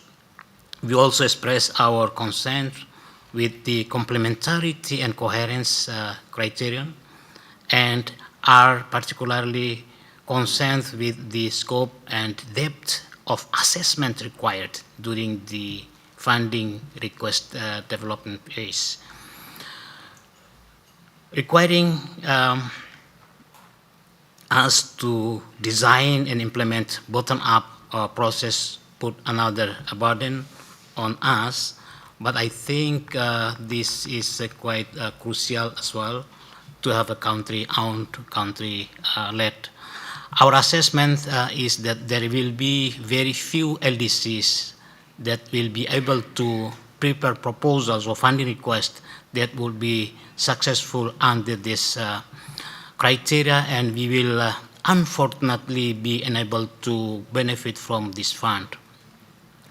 We echo other board members and colleagues from the CSOs that the funding cycle we see here is very traditional and does not reflect the uniqueness of this fund that was mandated by the Conference of Parties. For example, we had called for a dedicated rapid disbursement cycle for the BIM, which we were not able to achieve. As part of this funding cycle, a support process is required to ensure that countries can develop proposals or funding requests that would be successful to get fund. We want to emphasize that we see this funding criteria and overall design of the process as burdensome, and without support throughout the proposal development process, we do not see many members of our group able to put forward a successful proposal or funding request. We will, I am trying to go back to the text before us with regard to funding criteria, funding cycle. On the table before us, I think there will be a template of the fund to be basis for selection the process. So we really don't know. It's on the table actually, reading the table. We really don't know who is going to develop the template. It's not clear in the decision, but in the table itself, there will be a template. But the template should be part of the criteria, or it should be developed by the board, or developed by secretariat but consult with the board, because this fund is belonging to the board, governed by the board. So we may put some language in the decision text to support the template is that we put in the table. So I have no exact language before me, but we can say request the secretariat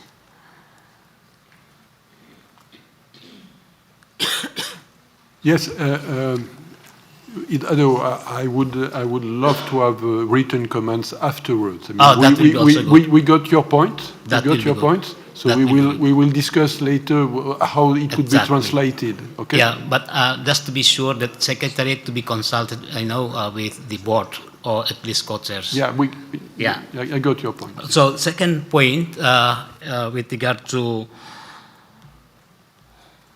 50% for LDCs and seats, let me provide you very simple thing.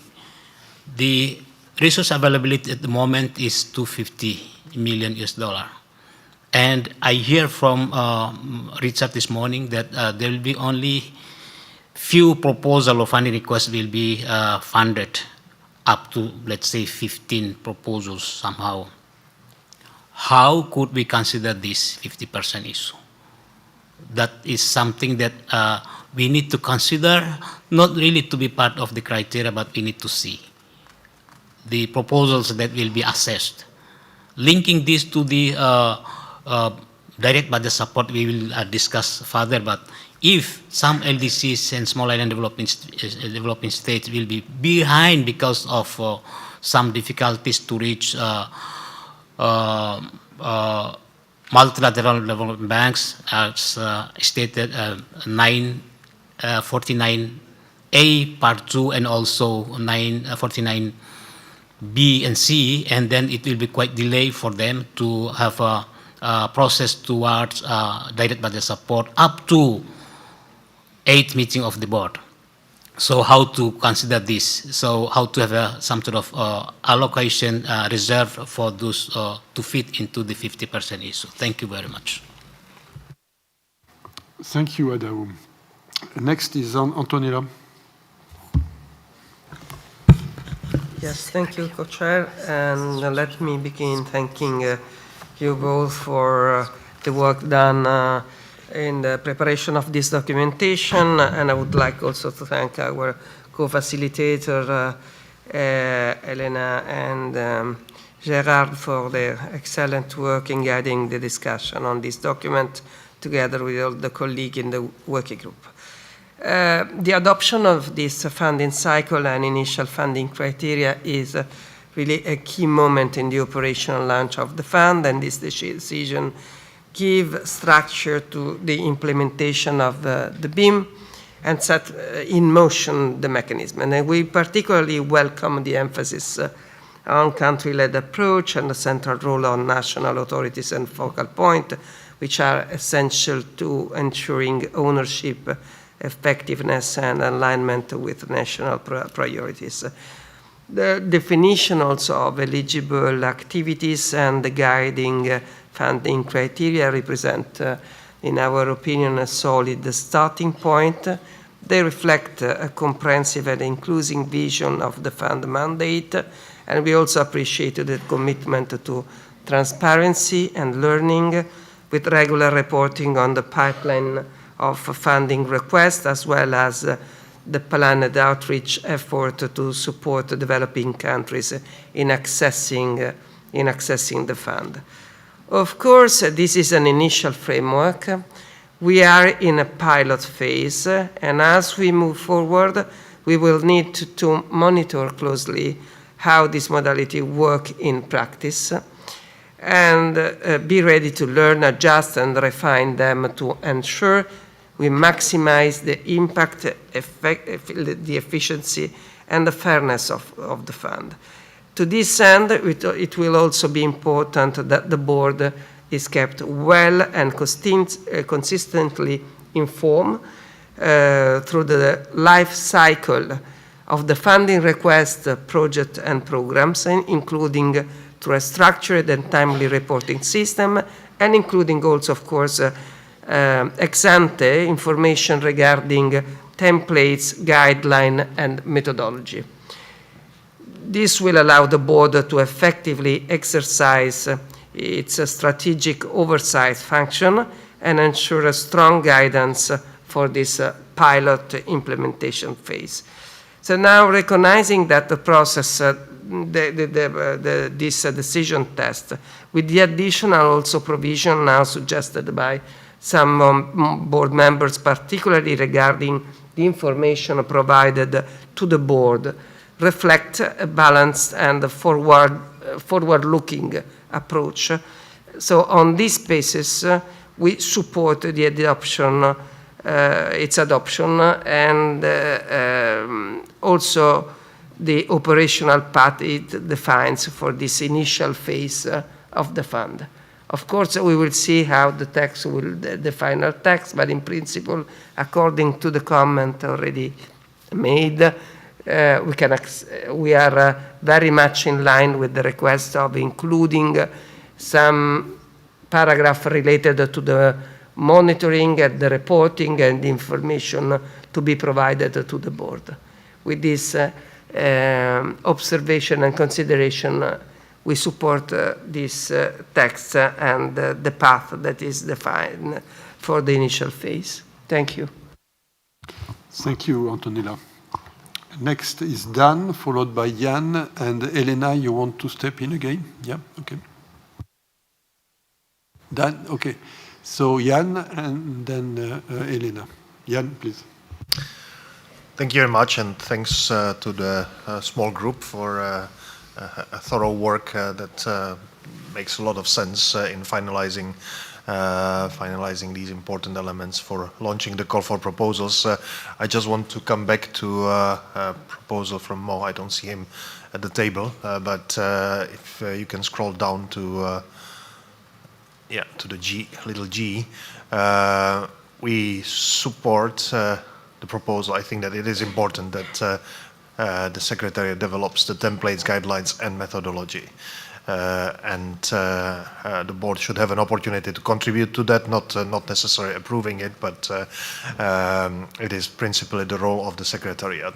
What we think is important is that this is part of the full picture for submitting the proposals. So before the deadline elapses for the proposals, and ideally before we complete our work in the next meeting in B8 with the elements of the BIM, we should have this set of templates and guidelines and methodology provided to us. So I would propose to formulate it that this should be developed before B8, and therefore all the applicants will have the full information how the proposals will be evaluated after.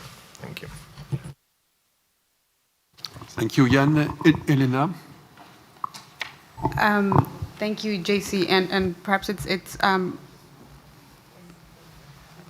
was very useful within the group because to sort of understand how the call for proposals, the funding criteria, the template, all of it works together, which is we were all trying to really comprehend what goes where and at what time.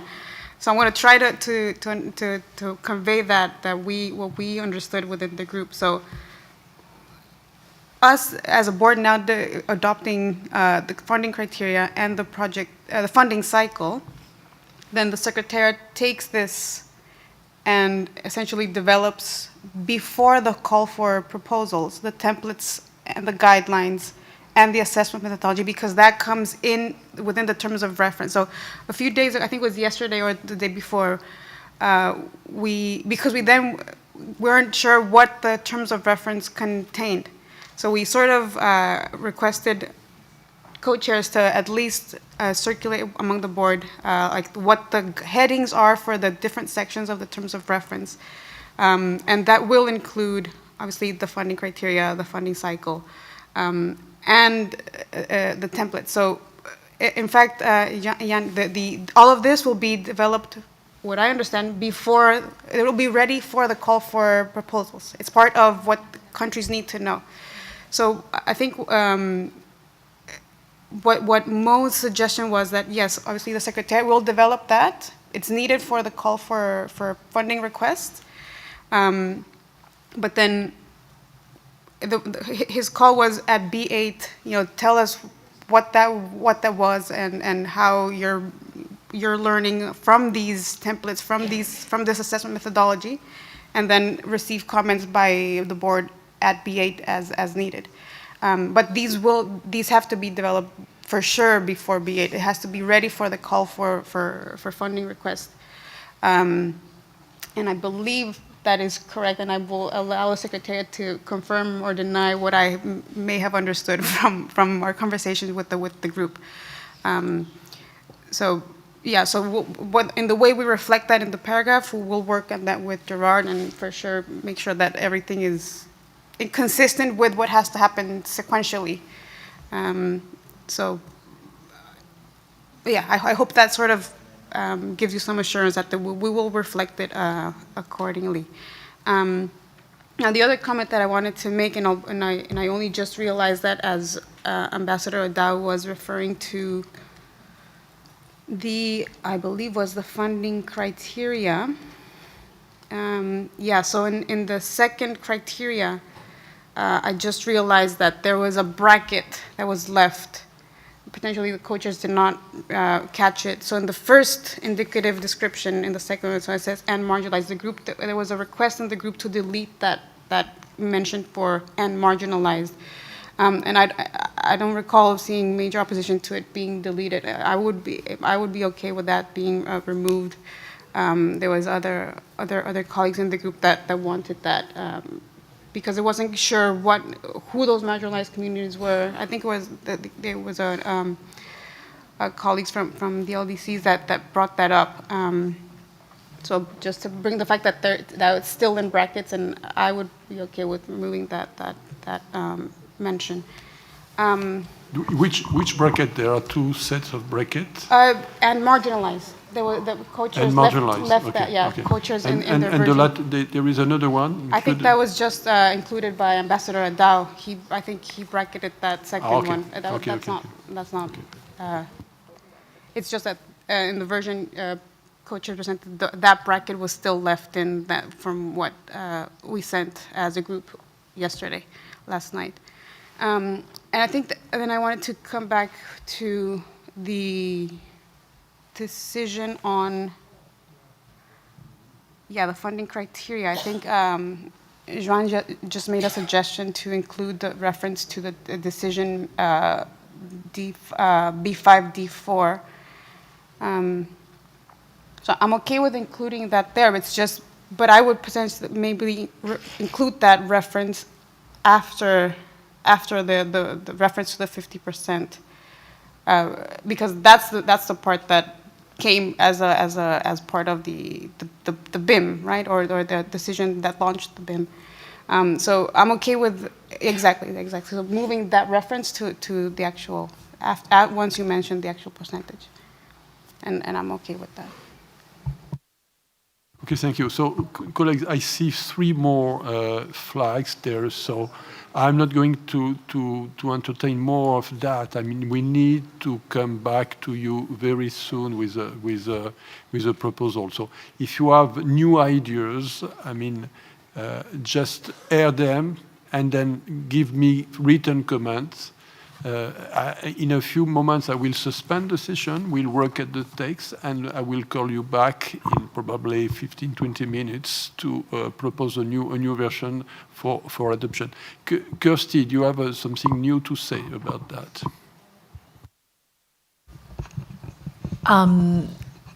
JC, thanks very much. I just wanted to say that based on our current reading, we're happy to support the funding cycle and criteria, just to have that on the record.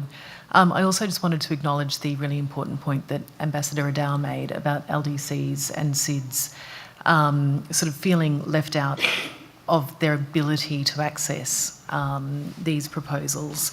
You know, I think really what we're talking about here is what we were talking about a little bit earlier around the coherence agenda, and the Santiago network obviously being an important part of that, and sort of us acknowledging where this fund sits within the broader loss and damage architecture globally.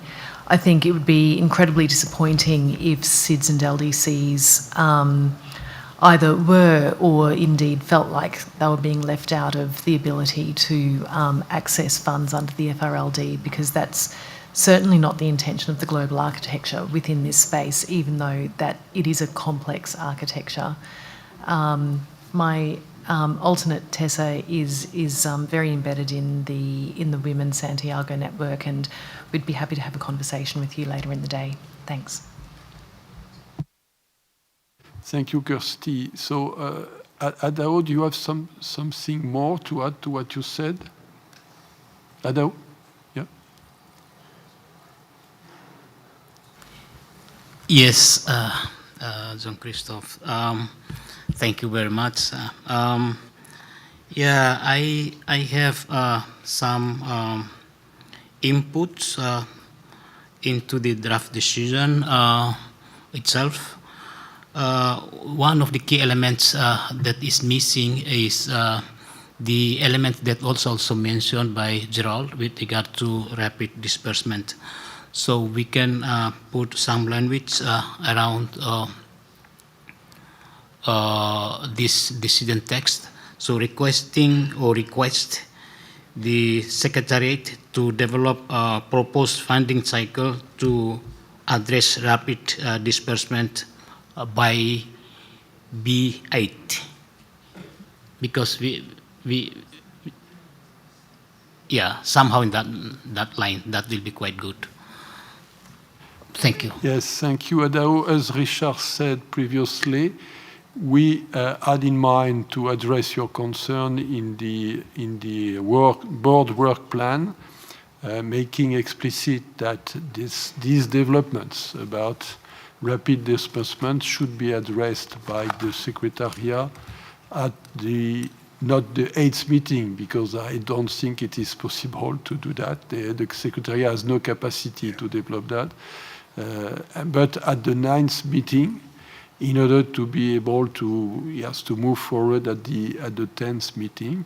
So I'll see with you whether the proposal on the work plan could satisfy you or not. But that's what we had in mind. So maybe no necessity. I don't say that I don't want it, but I will exchange with you in order to see whether the alternative proposal could be agreeable to you.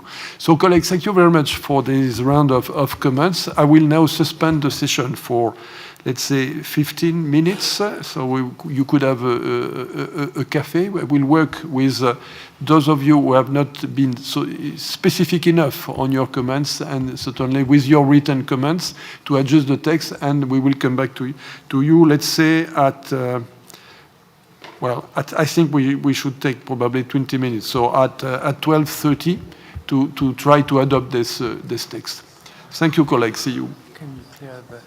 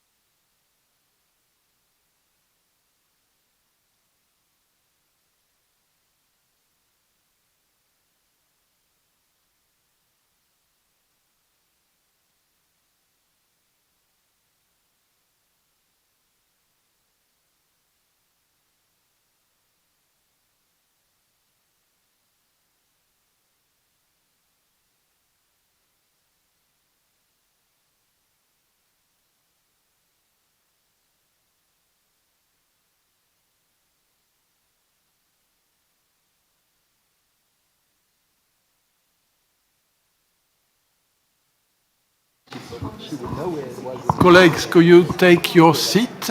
We are going to resume our session.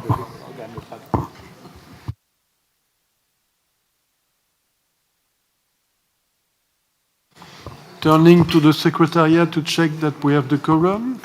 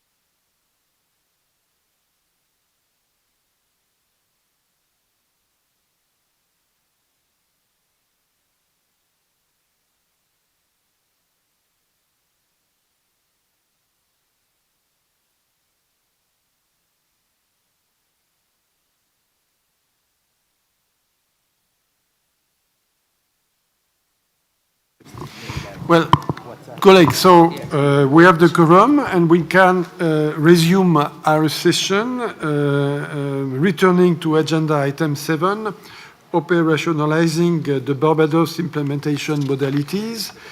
And we discussed this morning before lunch the two-paper funding cycle and funding criteria, FRLD/B7/7, FRLD/B7/8, and you suggested a few modifications. So if you allow me to take you through this modification and how I was able to take them into consideration, I will ask Jay to scroll down now, paper, knowing that this paper has been sent to you, and you should find it in your mailbox right now. So you could have also a look on your computer. So, well, and there is a mistake here. We forgot to change the X in 6 months. So, yeah, okay. So that's the first modification. I still suggest the 6 months periods, and you will see in the next provision D that we could the board decide to review the submission timeframe at its 8th meeting, as discussed earlier. Let's scroll down. Paragraph G, and this is where there's been some change.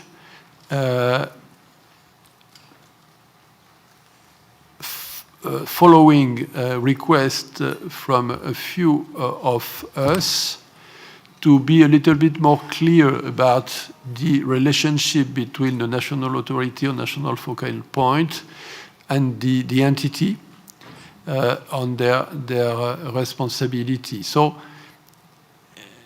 yeah, the clarification is a bit different from the proposal made by the facilitation group, and it seems to us discussing with some of you that there was a lack of clarity in the timeline of the process which was suggested, and the responsibility, the respective responsibility. So here, as it is proposed now, paragraph G states that also decides that the national authority or national focal point shall indicate whether an access entity of the FRLD will access the resources for the funding request, thereby engage with the Secretariat through some of all stages of the funding cycle.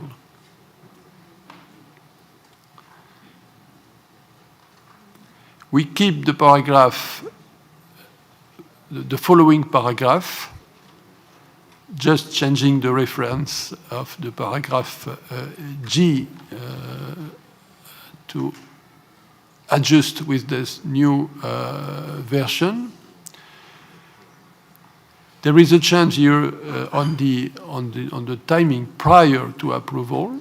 So paragraph H reads, decides that for the purposes of paragraph G just above, and prior to approval of a funding request by the board, a letter of endorsement signed by the national authority or focal point will be required prior to the board's consideration of the funding request. Let me go through all these different paragraphs. The next paragraph, paragraph H, so that's the same, apart from what I said. Paragraph I, decide that countries will engage access entities in line with paragraph 46 of the governing instruments. This is a reference of country ownership. It should be in.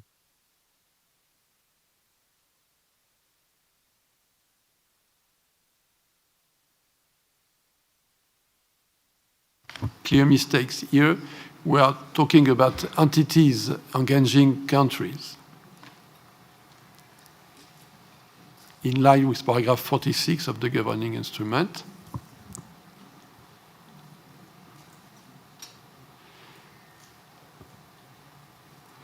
We clarify in paragraph J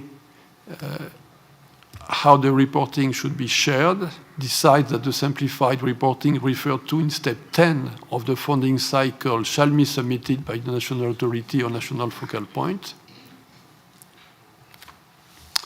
Paragraph K reads, request the Secretariat to update the guidance for the FRLD focal points to reflect this decision as necessary. Remove the S.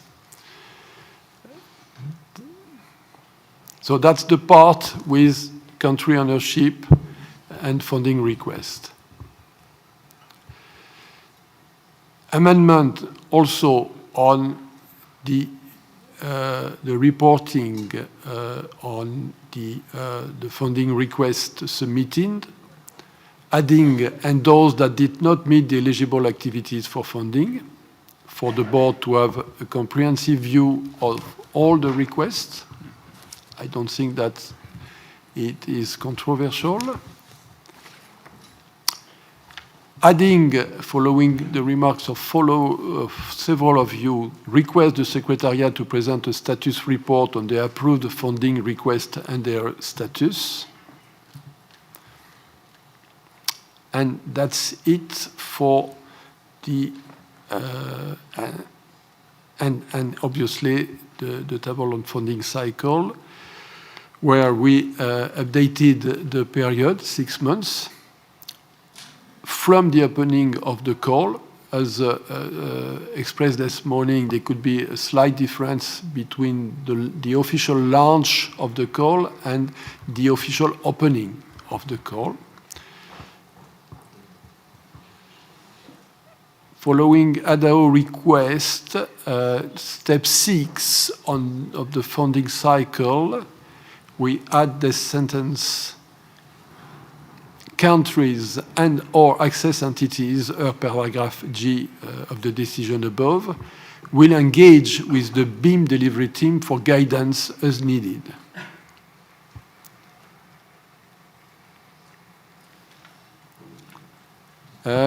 Sorry, we missed X here. So we said that we're going to remove that, so you remove. Okay. And that's it for the funding cycle. Then let's go to the funding criteria. The proposal from Johan, adjusted by Elena, for reference to the minimum allocation floor.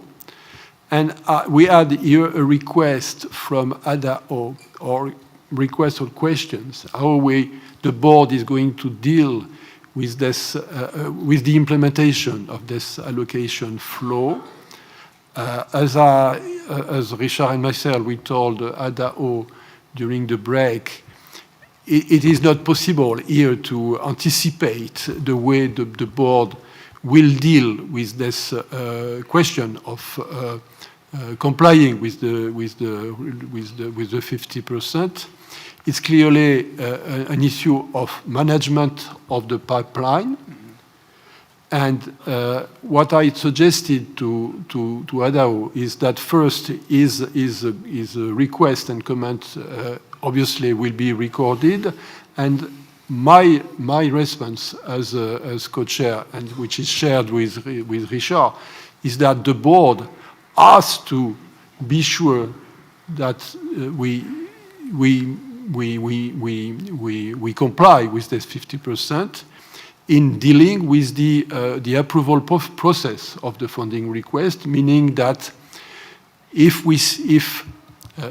following the report from the Secretariat on where we stand with this allocation, the board has to consider how it will manage the flow of funding requests in order to ensure that the board will comply with this for 50%, meaning that there are many ways of doing that, and this is why we can't tell you, ADAO, how that could be managed, but it is clearly a need for the board to take into consideration and to take decision in order to ensure that this flow will be met. So all that will be recorded in this conversation, in the reporting of this conversation, and to ensure that our successor will make sure that when we start the process of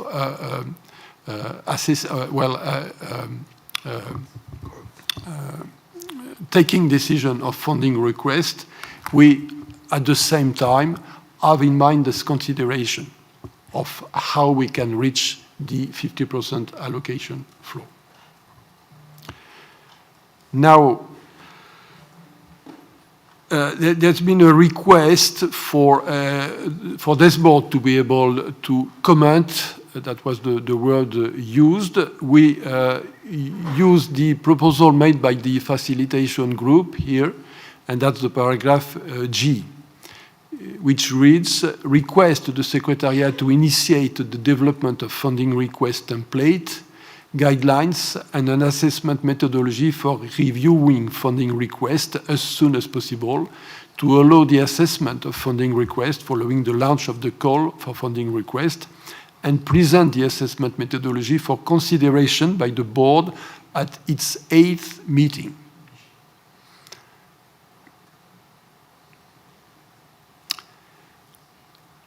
It seemed to reflect correctly the request which were expressed this morning. Then on the funding criteria itself, there was a demand from request from ADAO on the first criteria to add this as appropriate, which is used a lot in our text. I don't see any major problem to use that here. Then Elena's proposed to suppress the two words "and marginalized" in the paragraph on the third column. Then there is this question whether or not we should include a monitoring, evaluation, and learning and reporting mechanism. Discussing with the Secretariat, it seems that this part could be better reflected in the results management framework. The objective for this board to be able to have a clear vision, evaluation, and learning from the funding request implementation. So my proposal is to suppress this bullet point. A clarification at the last bullet point, including through rapid disbursement. And then a last proposal from ADAO, which is to change ensure for indicate, which is a little bit weaker. But, you know, we are not talking about, you know, yes or no, as we discussed many times. So I think this is agreeable. Now, here is the text. So we have the text before you also in your mailbox. I do think we have reached there a correct compromise between all of us. So I will urge you to look at it for a few moments, and then I will present these two documents for approval to the board. Let's wait a couple of minutes and I will give you the floor. Elena.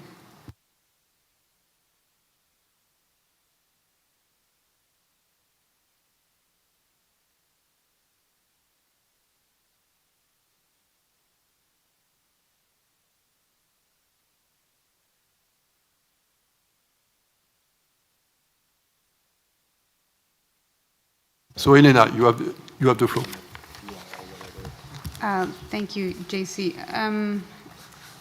Perhaps it's only a comment on the new paragraph M of the decision. So we're requesting the Secretariat to present the status report on the approved funding request under status. It's a bit repetitive, but I think we also have to indicate that this should come at every board meeting, right? So we have to tell them when we want this report. So they should present this at every board meeting, or whatever, to give a status update.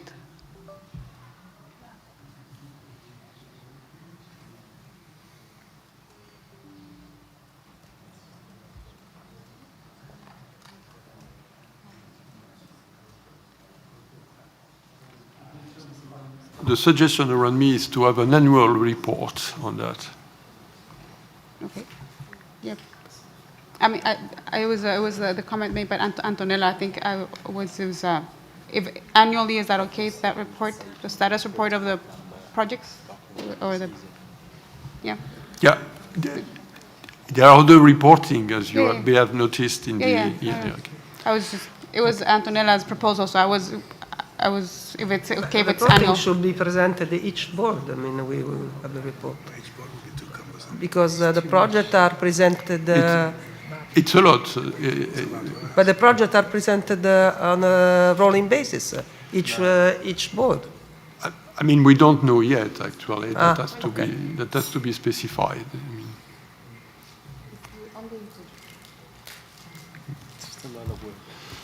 So I suggest an annual report at this stage. ADAO. Thank you very much. Thanks for revising the text. In terms of 50% issues, I do agree with you that we need to have a very good record system in place.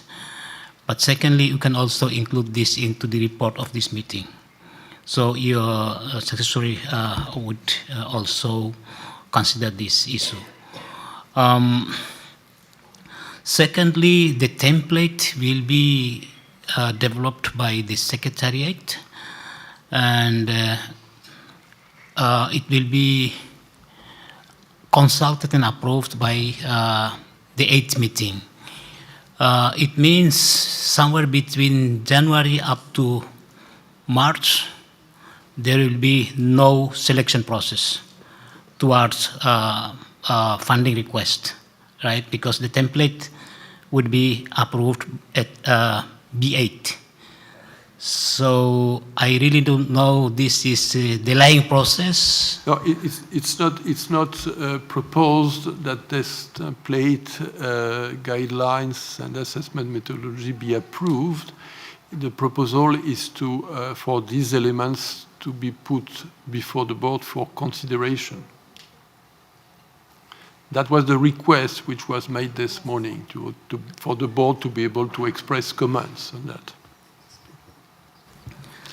So yes, the assessment will start before B8. And this is precisely for that very reason, actually.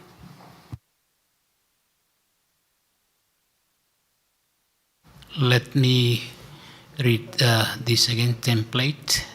So it means the assessment starts after the launching of this.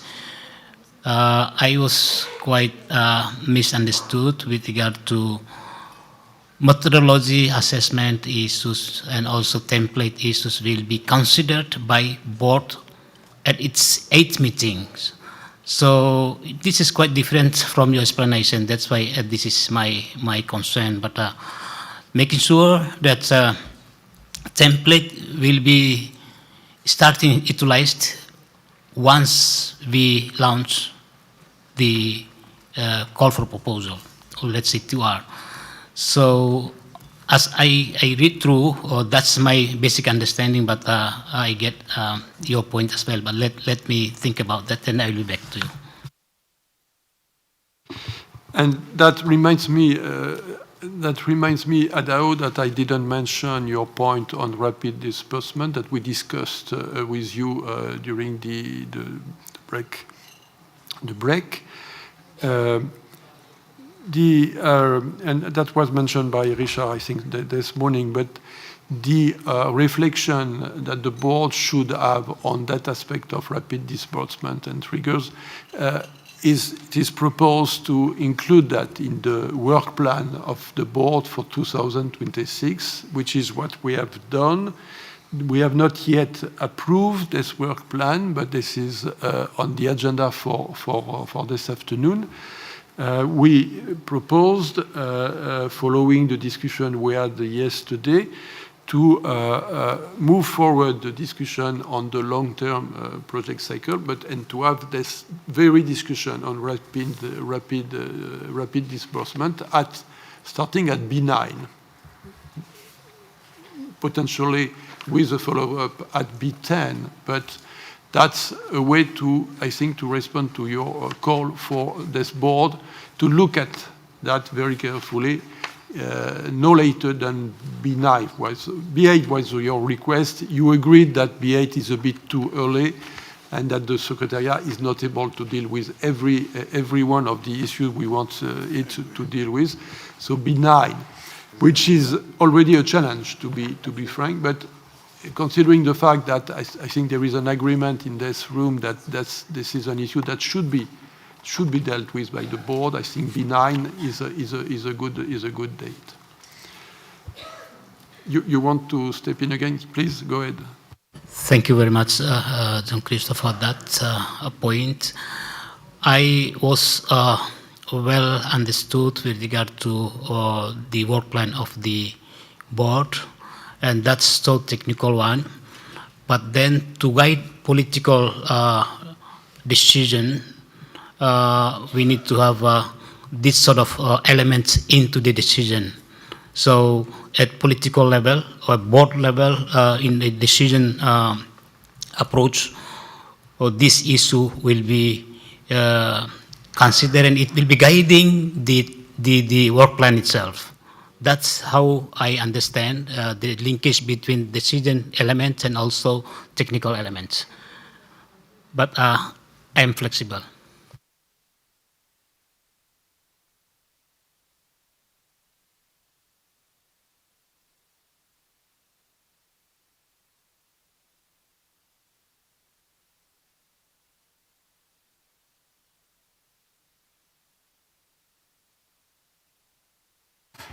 Yeah, our appreciation here at AO is that the work plan is really the good location for that. This is what the board decides to do,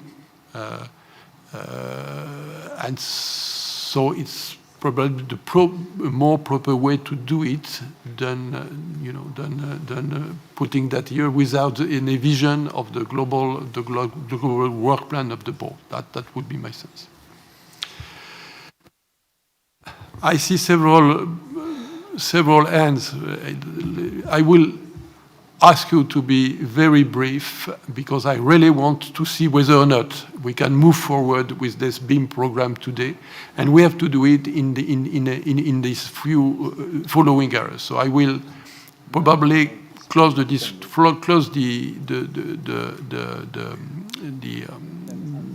intervention very shortly to put this proposal for approval to the board. So be brief and let me see whether or not you could agree with that and under which condition you could agree to it. Next online is Antonella, followed by Georg and Jibril and Anna. Yes, I will be very quick. Just to come back to this reporting, because it's the only thing I would like to stress here, that I understand very well that we can have on an annual basis the report on the overall performance and the financial status of the fund. This is on the annual basis, okay. At the same time, it's crucial to have an updated overview of the pipeline of funding requests, as already was outlined in the draft decision, which is to be presented at every board meeting for the board to take informed decision and proceed with timely commitment on proposals submitted. It must have a full visibility of the evolving pipeline. It is especially important during this first phase. It is a regular functioning of a fund that if you have to commit on new requests, you have to know what is the pipeline. Then the annual report is something different, but at least having the pipeline of the evolving pipeline, I think, is the minimum in order to have informed decision on the new approvals. Thank you. Yeah, could you scroll up? There is already, as I mentioned earlier, paragraph E, F, E, F, paragraph L, sorry. L. For each board meeting, a status report that provides an overview of the pipeline of all funding requests submitted, including. So I think it's what you are requesting. Okay.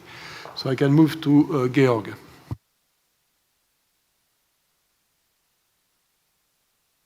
Bon, Jibril, please. Okay. Thank you, Co-Chair. Good afternoon, everyone. No, I don't have too much to say. I want to be brief. Firstly, to thank you very much. I notice really you take on board LDC party concern, specifically on the gratuit disbursement and also the project cycle. I appreciate very much this way. And secondly, really I appreciate very much how our discussions are ongoing. I'm seeing really a good approach, really, to adopt this delicate issue. I want to finish by expressing my sincere thanks to Gerard and Elena, really, to have this ability to take all our concern, because I work on this working group. And I know how it was difficult to accommodate various issues raised during this working group. And I saw with satisfaction how really this report is online with our discussion we had. Thank you very much. And really, I appreciate also the flexibility, what you show you as co-chair to take on board our concern. Yesterday, I told the good process is this process which take on board the various ideas, and I saw it here. Thank you very much. Thank you, Jibril. At this stage of the process, I like this kind of intervention, I can tell you. Anna, you have the floor. Don't want to press too much of you, but you can even do better than Jibril, I guess. So. I'll be quick. It's not ideal, and I think some of the text that has been added is actually adding additional bureaucratic layers, but I can live with that. I just have a small suggestion to make, which is in the annex of the criteria in part 2, where we've now taken out the kind of the monitoring, evaluation, learning. We've taken that out. We think the learning element is a really important one, so I would suggest we can keep that out, but then say pilot, test, and learn from the utilization of new approaches. So not a new bullet, but where it has the third bullet there, which now says pilot and test the utilization of new approaches. If we could say pilot, test, and learn from the utilization of new approaches, then we don't lose that learning element, which we have kind of underlined elsewhere in the text. Thanks. Thank you, and I think it's agreeable. Don't see anyone objecting to that. Okay, so thank you, colleagues, for this second round of comments. I will now put this decision for decision. So this decision for approval by the board. Shall I take this board is ready to approve these two decisions? Adao, you have the floor. Thank you very much, and my apology for coming back.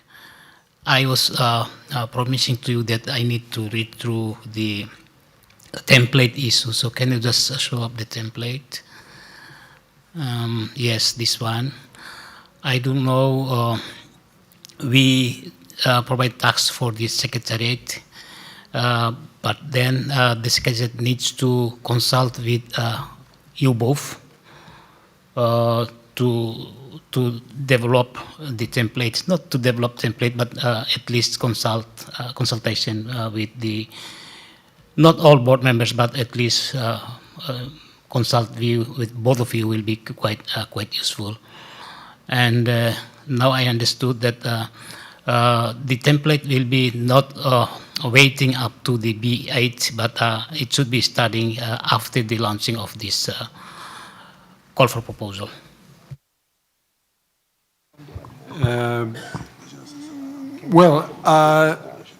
So do we really want to launch this call for proposal at COP? If we want to do so, it means we have to develop. I mean, right now, actually, we need these elements in order for the first funding request to be able to be assessed. So, to me, I don't see any way the Secretariat can deliver exactly on what you want, to be frank, Adao. Obviously, as soon as these elements have been developed, I would urge the Secretariat to inform the board and send these elements to the board to prepare for comments that could be made during B8. But I don't think we should slow down more the process than that, actually.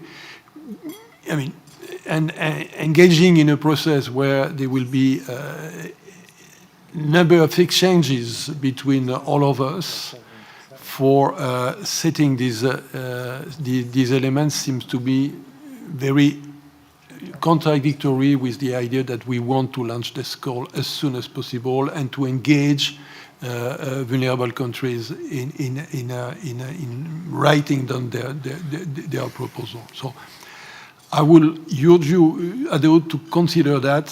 We need to go ahead with this call for proposal. So you want to react? No. So I will go to Johan first and back to you, Adeo, after. Johan, you have the floor. If Ambassador will let, well, okay. Well, thank you, co-chair. And while taking the floor, I would like to congratulate for all the efforts been put to develop this draft, and this seat is ready to adopt it and to have a beautiful launch of COPRA proposals in Belém. Just if you may allow, I would like to suggest a quick addition after paragraph G that we request for templates. Just a matter of ensuring access to these templates to be translated into all UN languages. I will provide the language now, which I'm not necessarily saying that we should accept funding proposals in all languages, but have the template translated so that we can have at least equal access. Otherwise, I will provide the language, Secretary. I will provide the language, okay? But otherwise, entities will have a short time to apply, and they will have to translate. So the language I would suggest is further requests that the final version of the funding request template be translated into all official United Nations languages and made available to parties in advance of the launch of the call for funding requests.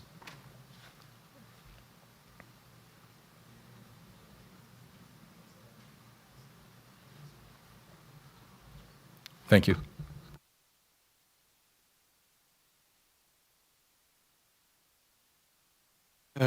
Let's move back to Adeo before coming back to your point, to your request, Johan. Adeo, you want to step in again? Yeah, I appreciate your effort with regard to this. So I could say that the Secretariat, in consultation with co-chairs, something that will be fine for me. Thank you very much, and my apology for coming back. Always happy to take on some more responsibility, as you know. Well, up to the board to decide. I am okay with that. I mean, anyway, I think we will have a look. We will have a look. That's the regular way of we are working with the Secretariat. You want to step in? I just wanted to at least alert the board that the suggestion on the translation of the languages, as much as I understand, it provides access to countries for those who are not speaking English. The only challenge, we have not actually estimated the cost implication of doing so. So I just want to caution the board that it may actually delay the call for proposal if we are asking to get all the languages. It could be an aspiration, over time, but at this stage, I think it's a bit challenging. We've all just started, for example, in our website, and translating into French and English, so we're getting there. But I would say maybe a little bit too challenging. And I think just for clarification, under G, to initiate the development of funding request template and guidelines, I assume the template and the guideline is just for information, it's not for consideration by the board.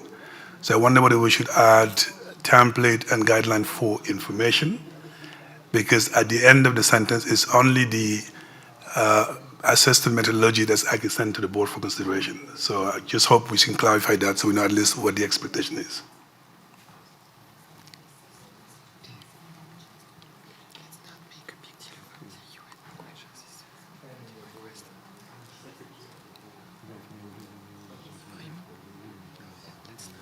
So template and guideline for information. It's not saying that it's presented at BA. It can be presented for information at BA. So what do you think? I think the translation is fine, but can we ask for an additional budget to cover it at B8? And also, can we clarify that even if it's translated into 5 languages, the submission should be in English? Right. I can say that if you want me to. Johan, please. Thank you. So just to come back from what we suggested and take into account what the executive director just mentioned, we do not want to delay the call for, just to make it clear. So perhaps what we could say is that not in this call for proposal, but the next ones, we will ensure that the template is translated into all official languages. And thank you, Director, for flagging this out.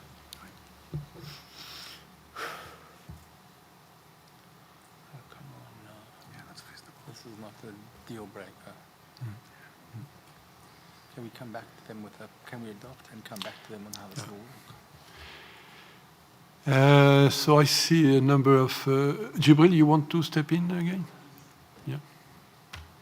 No, thank you, Coach. No, really, I would like to support Brazil proposal regarding translation in UN language.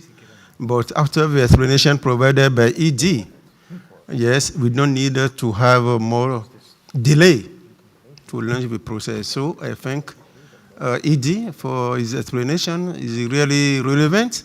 And I thank Brazil. We are in the same page. We can continue, but now we want to go ahead without delay. Thank you very much. Thank you, Jibril. Mo, Thank you so much. And I think the idea of future calls, this is a different story. I mean, like I would understand and I fully support that the initial call would be in English. But then in the course of the year, this could be translated by the Secretariat, but not link it to future calls. So it can happen when the Secretariat have the capacity, and if this is feasible, if they have the resources to do that, then they will do it. I think we have agreed into the multilingualism, and I think this is something that has to be considered. As you consider it in the website, you're going in the direction of having like different languages. So this will be the same thing. So the language there is like further confirming the importance of having like the template and the rest of the information in as appropriate or when appropriate, something like that. So it doesn't become like a part of the launching thing. And I think we have agreed on something in the rules of procedure, para 41 of the rules, I think, on the multilingualism. And this, of course, has to not only be confined for English, French, and Spanish, but Arabic is also very important. If you want to bring Russian, this is a different story. But up to you. it seems reasonable. I think we should cancel in future calls for funding requests then.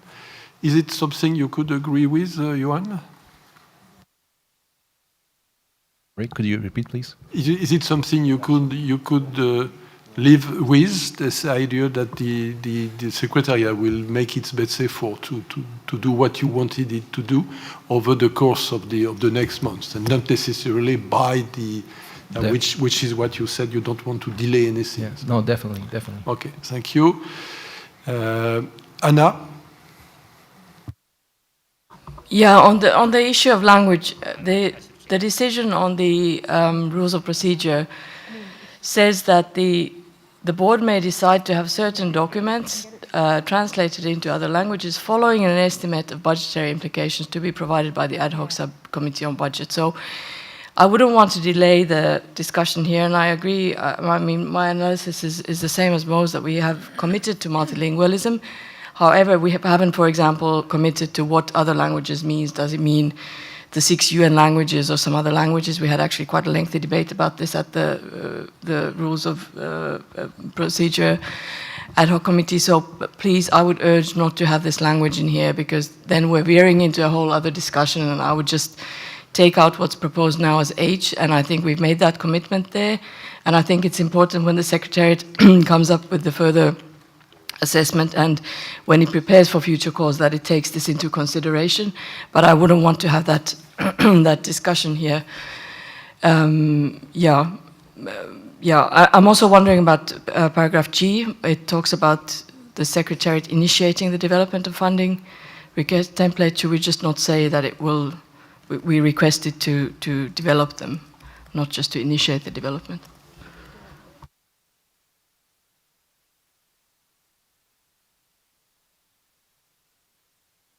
it is fair, I think, that we want more than initiation. We want development to be ready for the launch of the call. So you can live with paragraph H, Anna, if I understand. Stressing the importance of language seems to me quite relevant, or you, no? I can say that it could say further confirming the importance of translating the final version of the funding request template into other languages. We haven't agreed what the other languages would be.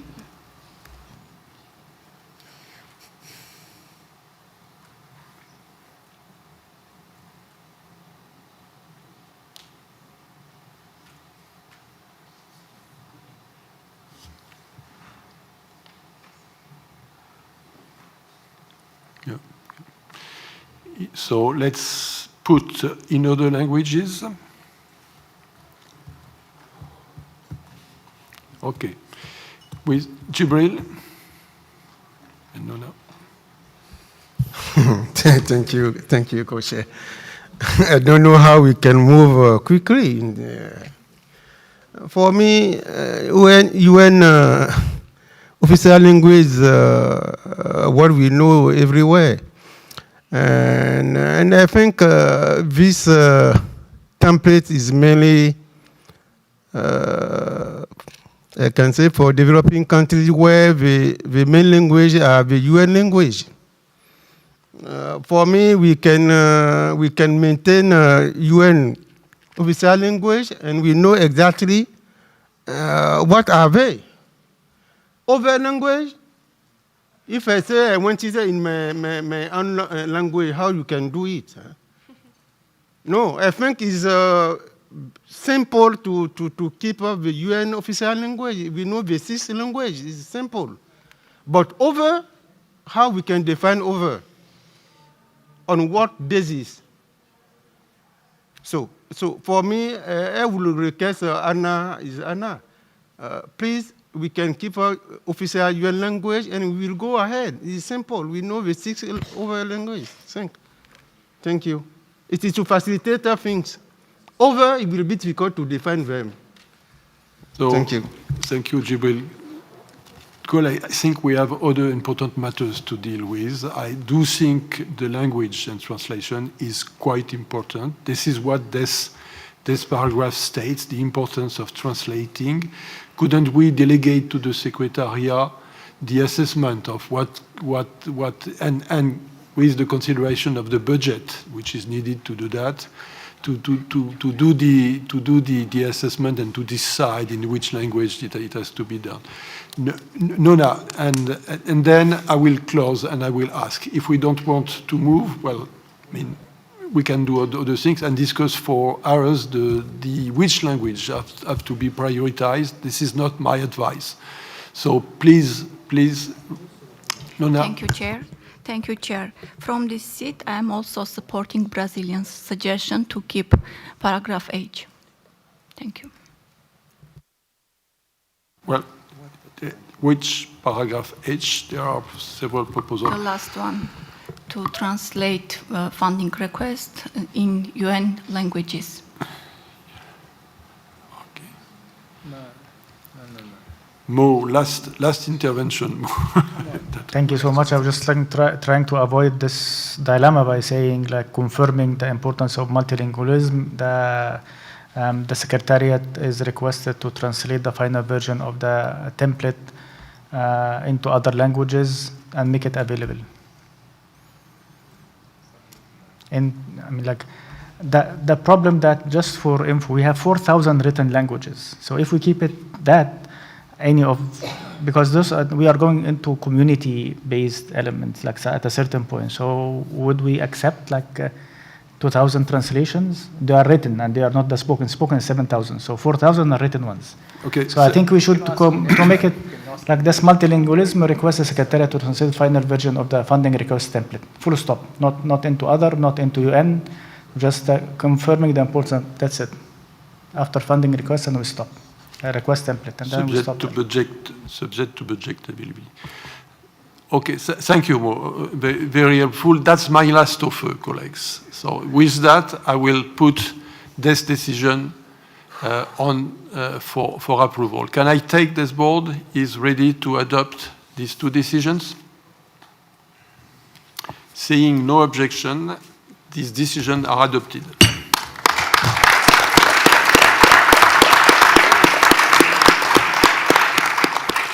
Thank you, colleagues. We are moving ahead. Let me turn to my fellow co-chair, Richard, to chair the next session on a report from the co-chair.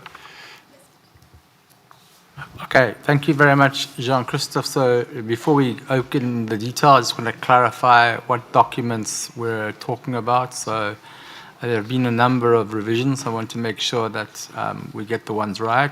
I have spoken to the Secretariat, so from the next board meeting, we'll have a proper documentation numbering system, so we would know exactly what document we're talking about. So that I have resolved that issue. So we're talking about a document called Draft Decision Barbados Implementation Modalities, and then access modalities. It's in track changes, this one. Okay? It has a decision text that's been slightly amended from the one that was sent to you late last night. So this was sent this morning. It has a decision text, and then it has Annex 1, which is the process issue, and then it has a listing which has been redacted or it's been withdrawn, and then there's Annex 2. So has everybody got that document? It was emailed to you. What time was it emailed? 1 p.m., right? So that's the document we're talking about. The issue here is the Annex 2 currently, which is the list of entities. We've striken it out, and a separate document was emailed to you with a long list, and that's the list that we're talking about, and that was sent to you also by email this afternoon, and that has, just so you know, oh no, there's no number, but it's like 5 or 6 pages of entities as per GCF adaptation and the GEF, right? So that's the list that we're talking about. So as long as we understand that we're on the...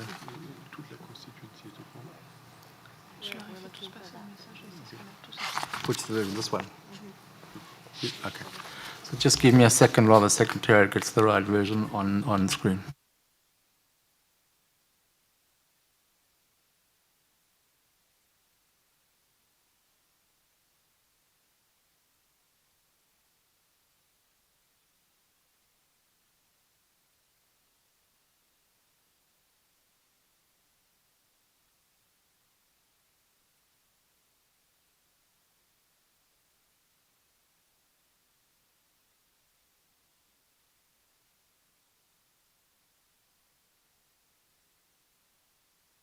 Okay, colleagues, I'm going to start while the Secretariat gets the document. So I'm going to take you through the co-chair's logic of this. So we had the report from the small group, Dan and Kirsty, and thank you very much. And so in parallel, we were working on this issue in accordance with what we understood was our report, as well as what's in the governing instrument, what's in the host agreement with the World Bank, and the trustee agreement. So that's really where, our reports, the need to implement the governing instrument, the need to abide and implement the host country agreement, and the trustee agreement.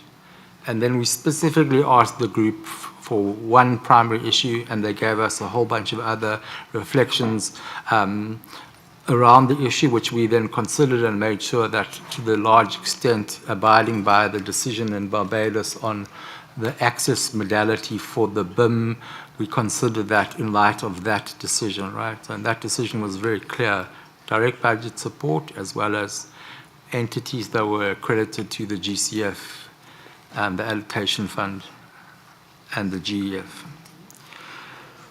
So what we focused on, one is the decision which we want you to, the action we want you to take.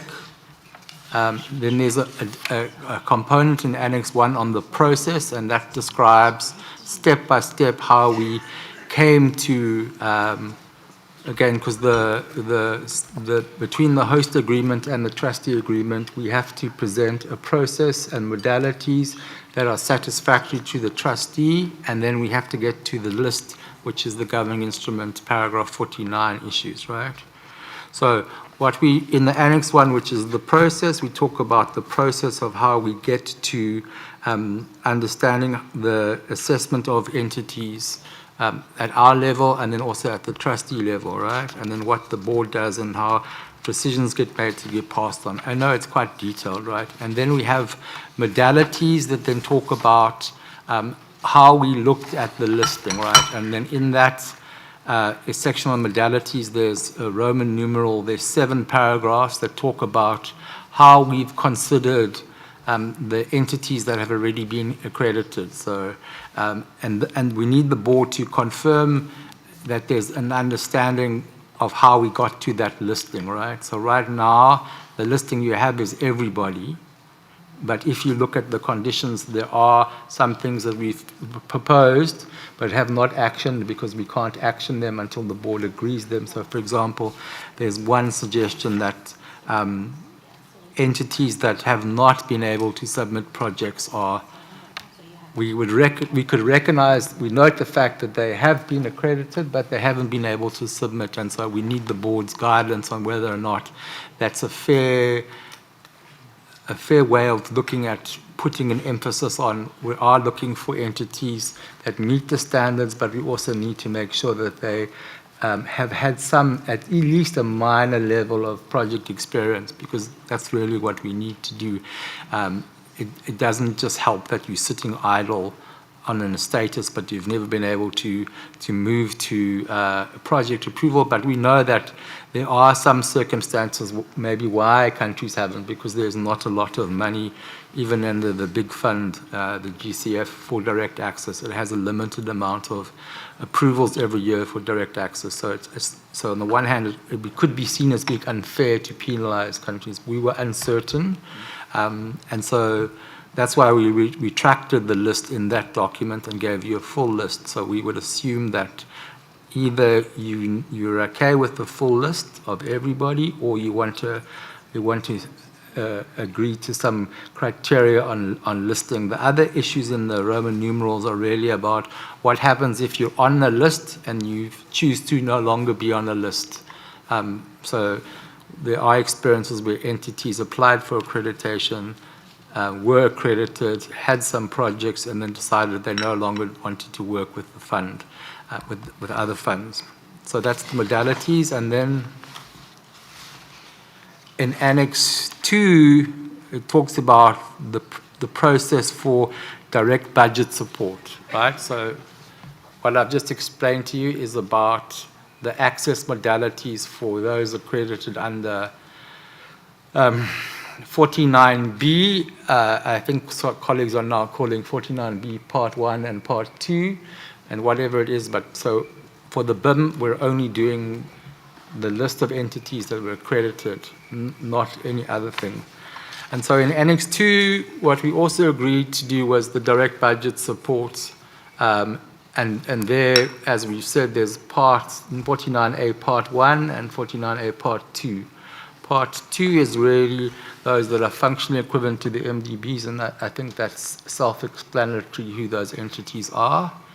But then following what you mandated us to do from Cebu was to meet with the World Bank and the trustee to talk about exactly how direct budget support would happen. And here we've outlined the process. That was exactly how we've presented to you in our report and how I described it to colleagues the other day in this meeting, that we would have a knowledge-based process that would start off with understanding whether or not a country has already accessed money through the World Bank or IMF, stage 1. Stage 2, if there wasn't, we would then seek to find if there's data available, if the country is accessing money through any other bilateral agency or any other recognized international agency, and you know there are a number of those. And then stage 3, that in the absence of any information in stage 1 or stage 2, the Secretariat would commission an external consultancy to do a quick, rapid assessment of the country's fiduciary and ESS standards, right? And as we said, this takes a bit of time. And then what we said, what we need to do to enable to take decisions on direct budget support funding directly to national governments, we need to have in place a risk management framework that allows us to assess the risk based on the assessment of the capacity of the countries, right? And so therefore we've asked for your approval of an ad hoc or interim risk management committee that would be set up now with a very specific purpose to provide guidance to the Secretariat when this work is being done. It's not for the committee to do the work. The committee is there as a platform for the Secretariat to consult and seek views, and then we would ask for the Secretariat to bring to B8 the full risk management framework, and the expectation is that in that full framework, that ad hoc committee would transition to a full-time standing committee with more detailed terms of reference, right? So we just wouldn't have time. The fourth component of this piece of work that would happen between now and B8 is understanding what is the content of the technical assessment that would be undertaken in the case of the need to hire a third-party agency where there's no available data on where the country has been taking direct budget support. And we just don't have that information. So the aim is to set out the process of how we would determine that. So from B9 or B10, wherever it is, when the proposals come, we would be able to assess the same way we would assess entities that the country has the fiduciary capability and capacities to manage the fund's money in an appropriate manner, as well as that the country would have the systems in place to meet the ESS criteria.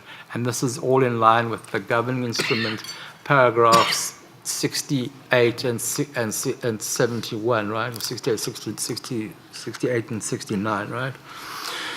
And we've described this to you. So what we're proposing right now, which was the real sort of, I think the issue that we were unresolved on, is that we are proposing to you that if you adopt this decision, which we would like you to do, we would set in stone that process for the risk management process and what technical assessment would be done. That would obviously have to go back to the budget committee because the Secretariat is going to have to request an additional budget for that. And then what we're asking for you is to adopt the process and modality of how we came to the decision to do direct budget support, as well as the process and modalities that are interlinked on how we came to the list of entities from the GCF Adaptation Fund and the GEF, right? And then we would ask you finally to be clear that when we issue the funding call at COP, the funding call would be open to all entities under 49 and 48 Part 2, except 49 would be subject, we would not be able to take any decisions on funding proposals until this process that we outlined with the 3 stages and the risk management framework has been approved. So we would technically allow proposals to be submitted for direct budget support, but they would be subject to the board's approval of the system and the process and modality as being implemented. It's a lot to digest, and then we would, just finally, then the last thing we would do is we would ask you to confirm the list of entities accredited under the GCF and Adaptation Fund and the GEF, either as we presented or as we amended based on criteria, if you so wish to do that. And then if you so wish to do that, then we present you another truncated list, which we have ready if that's what you decide. If you don't decide to accept that assessment criteria for those entities, then the list that we have in front of you, the latest one, would then apply with all those entities, right? So that's what we're asking you to do. It's extremely complicated. Let me remind you that we have spent an enormous amount of time as co-chairs with the Secretariat and the trustee to figure this all out. Is it perfect? No. Is it pretty? No. But will it work? Yes. And this is really the important thing, is we have a very limited time frame to launch the BIM. If we don't clarify the access modality, then nobody can submit proposals, right? So despite you have your funding cycle and your funding criteria, if we don't say at this point, these are the entities that can submit or the countries that can submit, then we don't have a BIM, right? And let's be clear, this is a BIM. This is for the BIM and the BIM only. This is not with any prejudice to our future long-term consideration, because the future long-term consideration is equally to be addressed under components of both 49 and 50 that we have not taken up, because the decision in Barbados said that we don't need to take it up now. So essentially, you'd be doing this quite elaborate process. We'd be testing if the assessment that we do on direct budget support works and whether it's efficient for countries. And then essentially what we would do is, once we've taken the decision at B8, we would start to figure out how we transition to the long-term model, which is another conversation on how we implement in full both paragraphs 49 and 50, and how we do that in the context of the paragraphs 60, 68, and 69, or 67, 68, 69, right? So that's the kind of package we're doing, and we would like to ask you if that is acceptable to colleagues to approve right now, with the one caveat is that the assessment criteria under the section on modalities needs your confirmation, particularly on Roman numeral 5. So with that, colleagues, I'm going to open the floor. It's 3 o'clock. We still have some other work to do.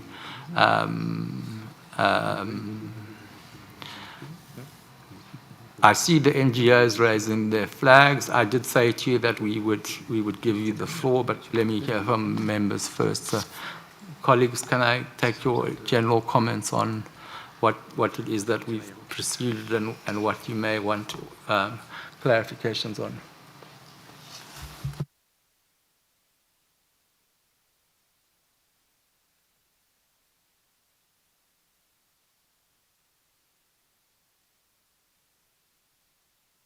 Okay, let me give the floor to the observers, and then the members can talk afterwards. So observers, please, you have the floor. I think there's 2 hands up. I can't see that far backwards. So I don't know. Leanne, that's you, and I don't know. I don't know who that is. I can't see. Sorry. Leanne, will you tell me who that is? Actually, the colleague from LGMA wants to go first, and I follow after him.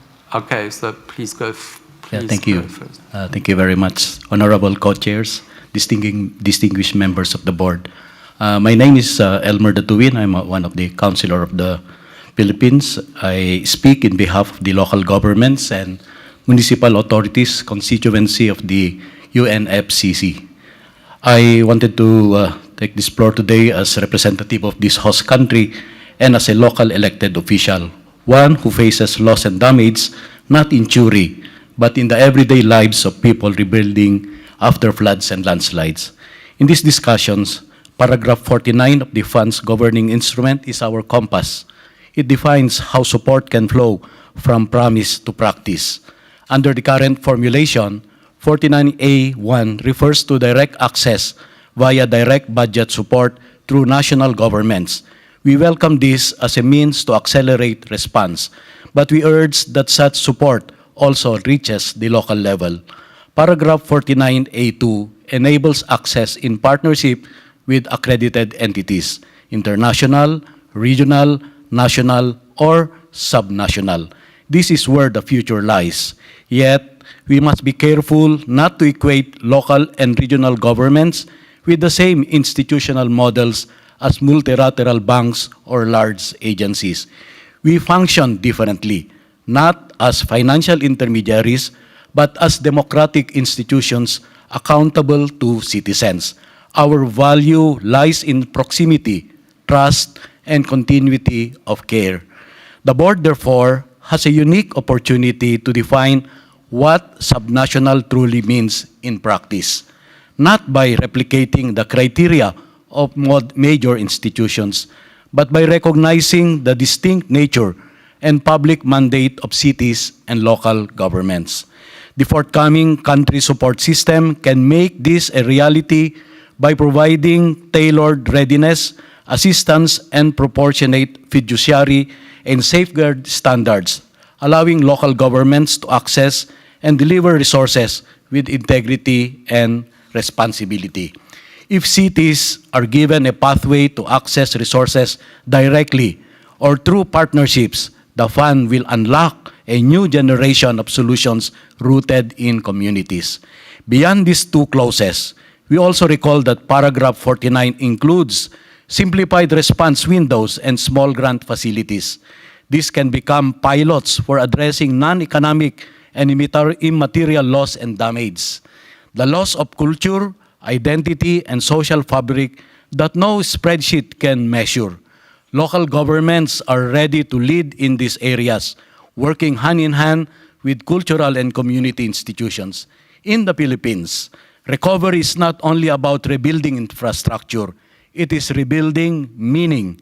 Let this fund be remembered as the one that turned access into action and recognition into responsibility for those of us who stand on the front lines.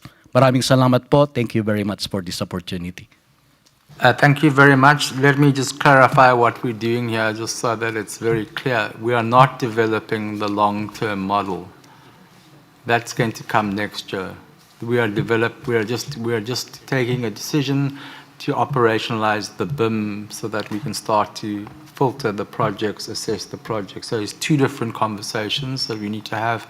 We can't lose sight of one conversation in the minutiae of the detail of the BIM conversation, but this is just for the BIM. There are some limitations on the BIM, not only what was in the decision in Barbados, but also just limitations of to what extent do we want to spend resources in a massive amount for really what would be anywhere between 15 to 25 projects, right? So, but we need to get this list up and running to give people, the countries, the choice. Do it themselves through direct budget support, or do it through partnerships for direct budget support, or with partnerships with existing entities. So it's very kind of constrictive, but let's not lose sight of the long-term vision, and we will start that next year. And of course, I'm pretty sure that I speak for the board that we're very much interested in seeing how we can support local government institutions who are in most of our countries at the front line of disaster risk financing, and therefore would also be at the front line, I would assume, respecting all government sovereignty of loss and damage financing as well. So we will take up your invitation to deeply consider how we can support those entities.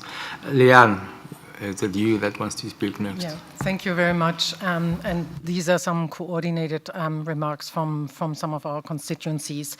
I just wanted to start out to appreciate comments by several board members this morning, encouraging our substantial input in a small group process in practice in the future. We haven't been able to do that here yet. And in particular, I also give a shout out to Ambassador Mo's remarks, who acknowledged as partners in continuing to co-design this fund.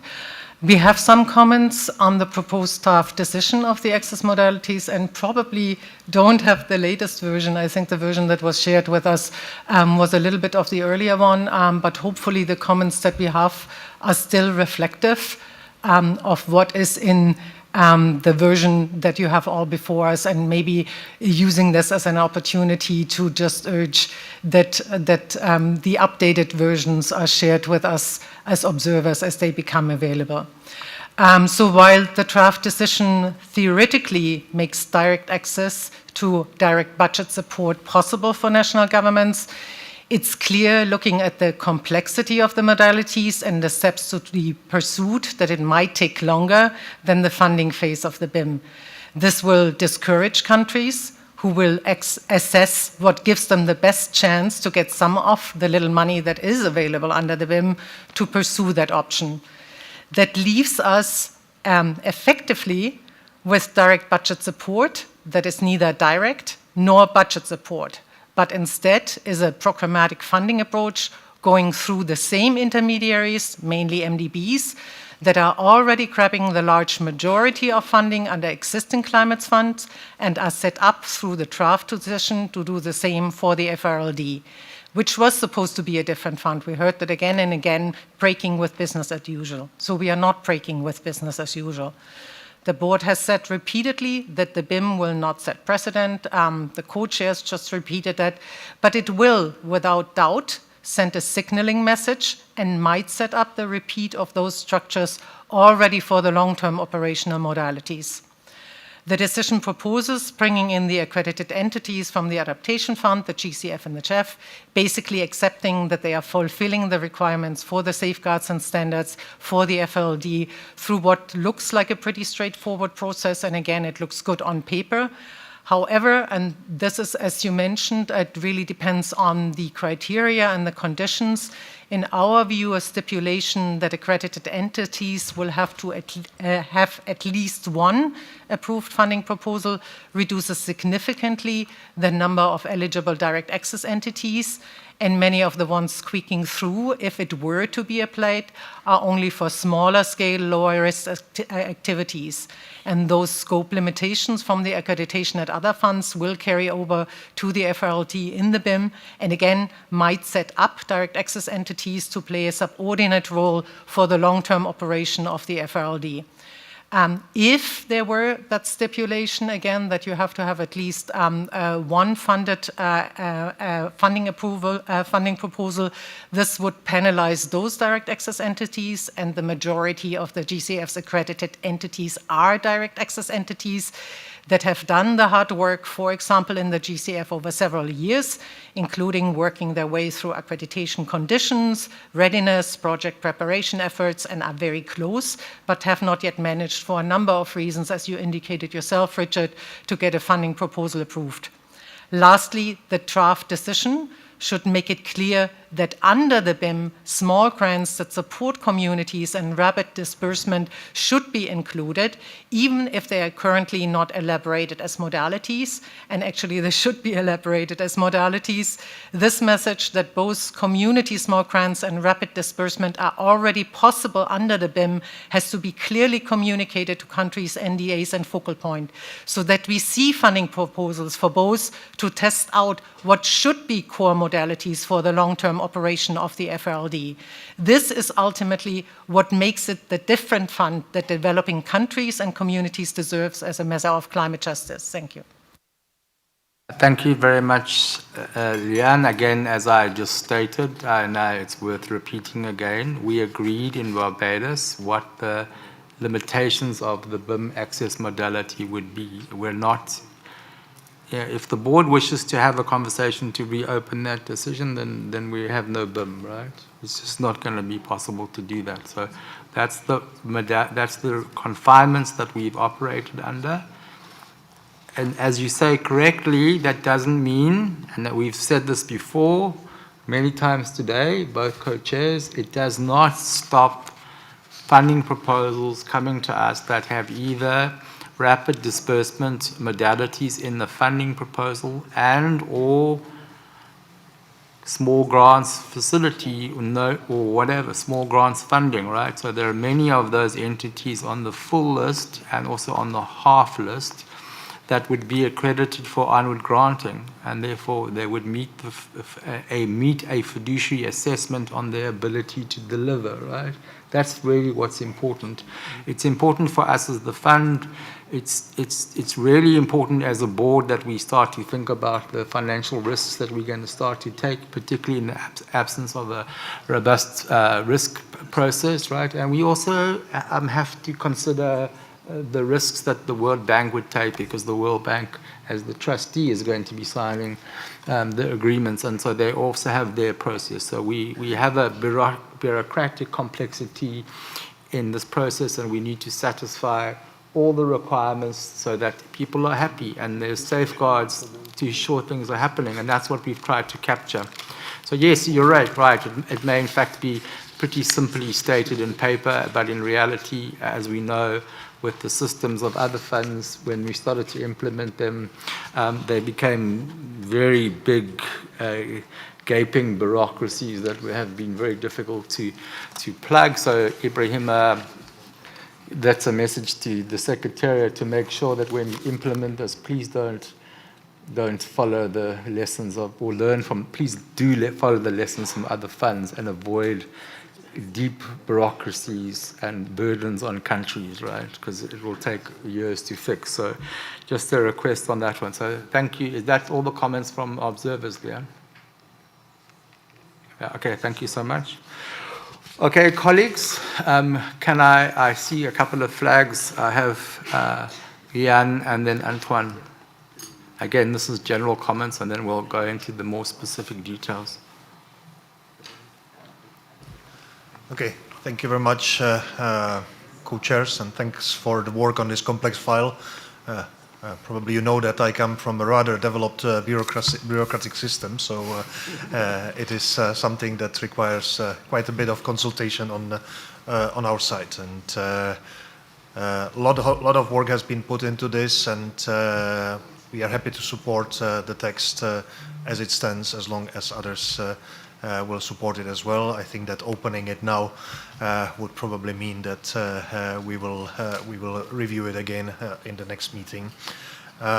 We see that this is a next step on the journey to fully operationalize the BIM, and in particular, as is stated in the text, the risk management framework needs to be developed and adopted by the board for the direct budget support, and that we should do it before we close the call for proposals. So this is important work ahead of us, together with the methodology for assessment that we just agreed that the Secretariat should start developing now, and of course without prejudice to the long-term operational model that is a discussion that is ahead of us. So with all these, we will be happy to support the agreement on this. Thank you. Thank you very much, Jan. Antoine. Thank you, Richard. Let me also thank the co-chairs, their teams, the Secretariat, the small group also, Dan and Christy, for the hard work on this very difficult issue, and for coming up with this balanced draft on access modalities for the BIM. Thank you also, Richard, for helpful clarifications, the recollection of what the BIM is about, as per the decisions that we've already made. Let me go directly to the point. So I think at the beginning of this week, coming into this meeting, I think we were very hesitant to open the call for proposals to direct budget support through national governments, not because we disagree that this should be part of the BIM, but considering the amount of technical work that still needs to be completed to make this modality operational in a robust way, and with a view to manage expectations realistically. However, I think in view of the journey we've traveled from B5 in Barbados and the launch of the BIM under the auspices of Prime Minister Motley, to now being on the cusp, I think, of launching the call for proposal at COP, considering also both the safeguards reflected in the text and the importance of the signal that the BIM is meant to send across the fund's full range of access modalities. We are ready to join the consensus on the proposed formulation.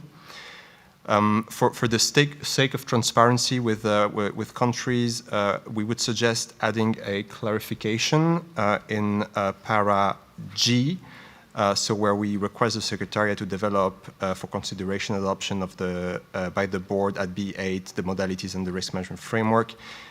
We would suggest adding, and to indicate clearly in the first call for proposals, that this access modality remains under development and will only be operational once these decisions have been adopted. This is not to dissuade anybody. It's simply to be candid with partners about where we stand at this point in time. Thank you. Okay, thank you, Antoine. Sorry, can you just repeat which paragraph? I'm a bit lost. I think like so it's new para G of the decision text. It's a totally new paragraph. No. So this is the new G on the screen.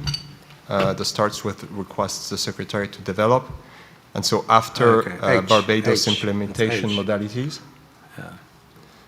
Okay. Yeah, I would add, and to indicate clearly in the first call for proposals that this access modality remains under development and will only become operational once these decisions have been adopted. That's fine. Thank you very much for that. So we're taking general comments and also speaking to the decision, which is totally fine. So let me go to Dan, and then it's Natasha, right? Yeah. Dan.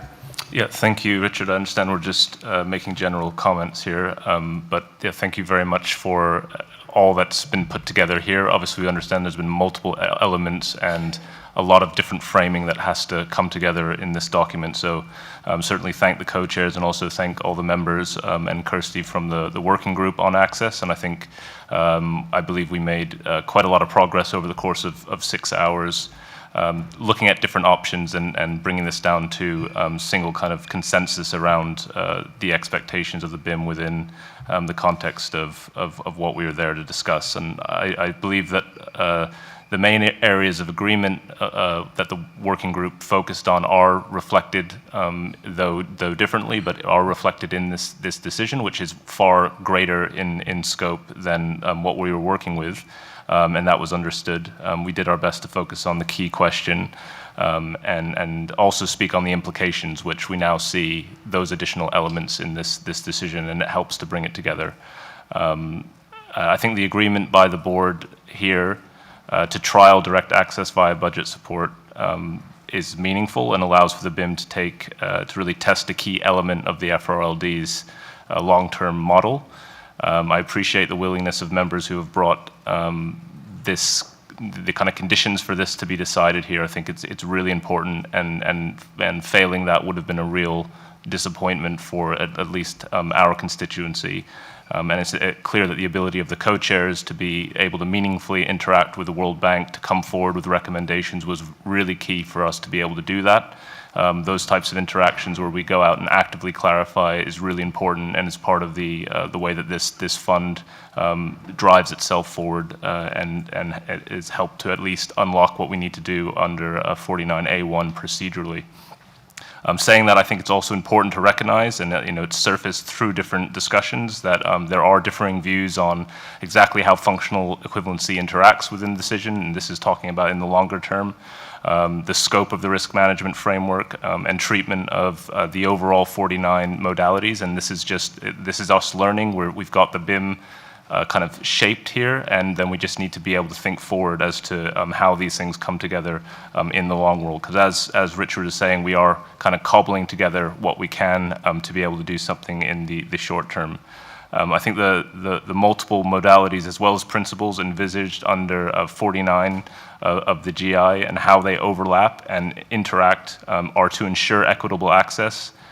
They are very much there for a reason, recommended by the Transitional Committee as the mean to serve the core mandate of the fund. And that's why there are those overlaps. That's why it is sitting in the way it is. It was very much a negotiated text, but it does, over time, open up the ability for funding to get to where it needs to be. So I also believe that the progress here has also reflected further work, as well as further understanding around what we're talking about budget support, what we mean by that, and why that's different under the FRLD. And that's substantive, and we now have an ability to test that. So it's I really welcome the fact that we can move forward on some of these things that are new under the fund, but also believe that there is more work to do to make sure that beyond the BIM, we really realize the tools that the governing instrument gives us. So thanks very much for this, and I have other comments, but I understand we're just making broad statements here.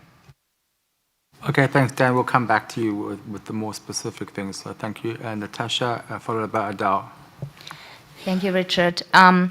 Yeah, as we all know, the decisions before us, they represent a compromise. However, they are the result of intense negotiation throughout this year, and especially throughout the last few days, to put the BIM into practice. As you have put it, Richard, they're not beautiful, but they will work. So I would clearly state that we support the adoption of the decisions on access modalities.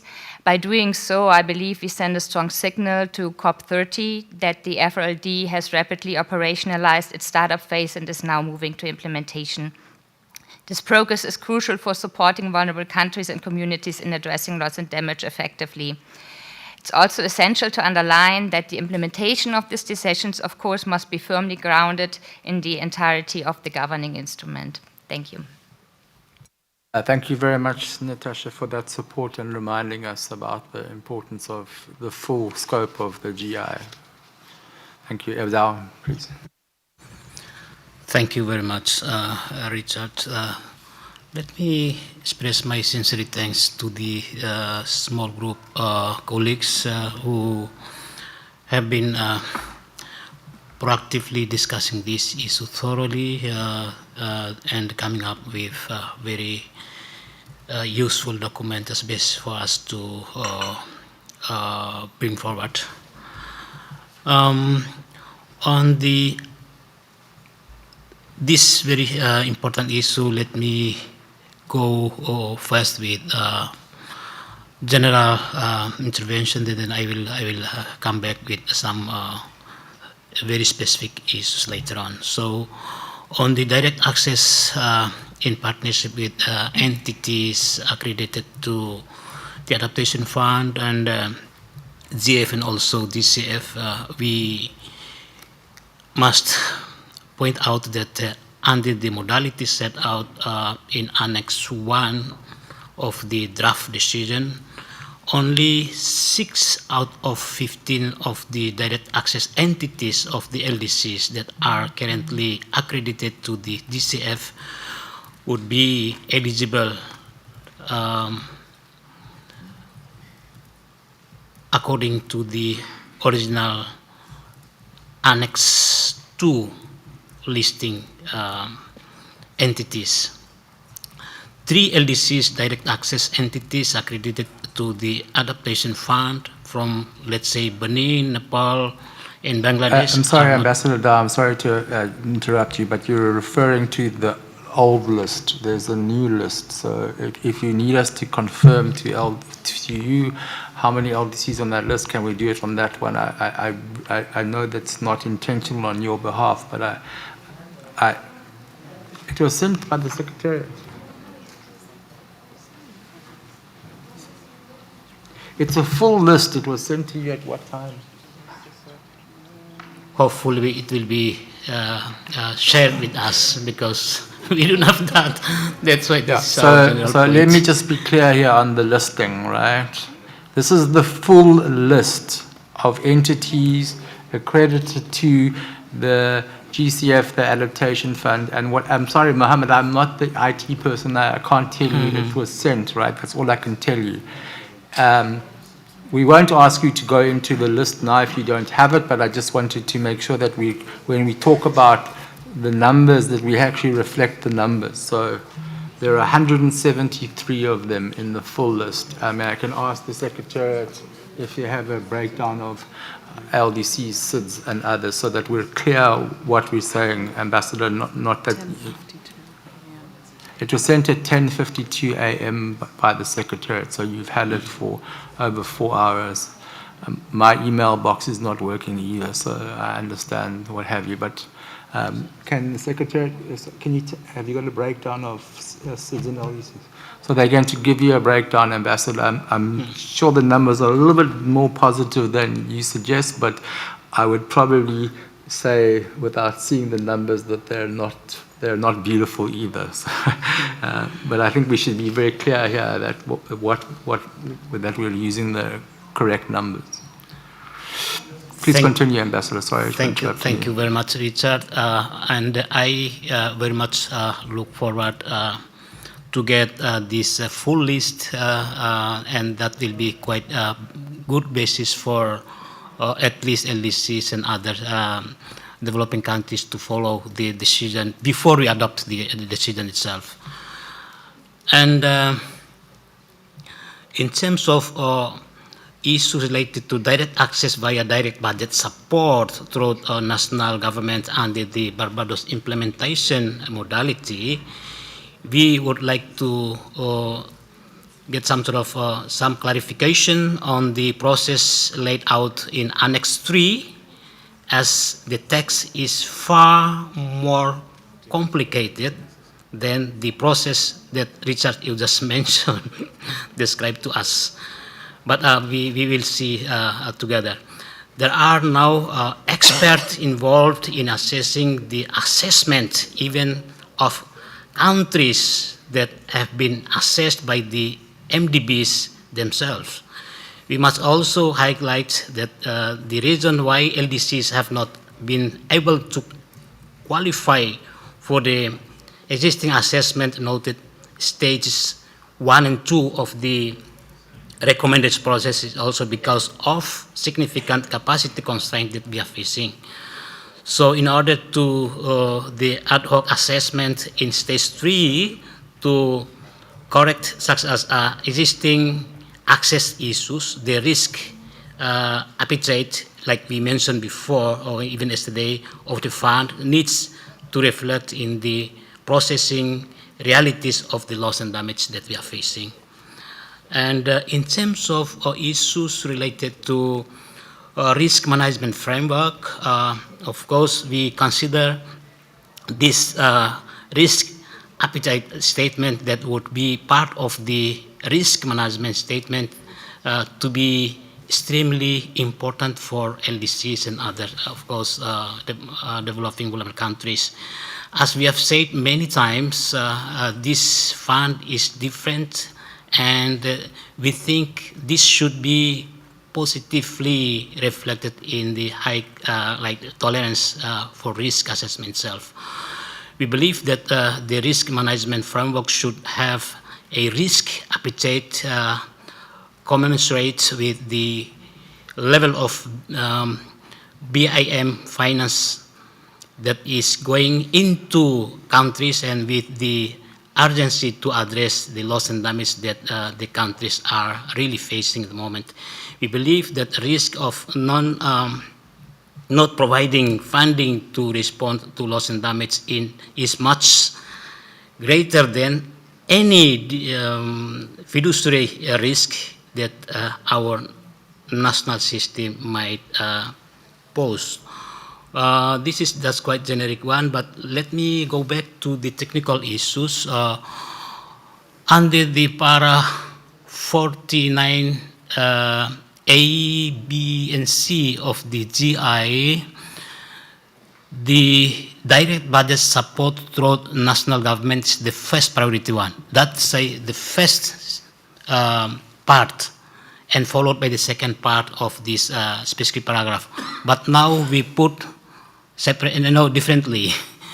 So my proposal will be putting the direct budget support through national government will be the first part, and followed by second part is second part of the 49 A part 2, and then followed by 49B. That will be quite good, but let me go back, later on. Yeah, okay, thanks, Ambassador. We can do that. That's not a problem. So under the full list, right, there would be 36 LDCs. Yeah? So for LDCs, there would be 35 in total, right? 23 of them would be national, and 12 of them would be regional. For SIDS, the total would be 23, of which 11 are national and 12 are regional. So I think that's the full list is a better indication. That would mean that in addition to the ability of the LDCs and SIDS, which I think is combined total of about 75 governments, right? Or maybe a little bit more, 82, right? Plus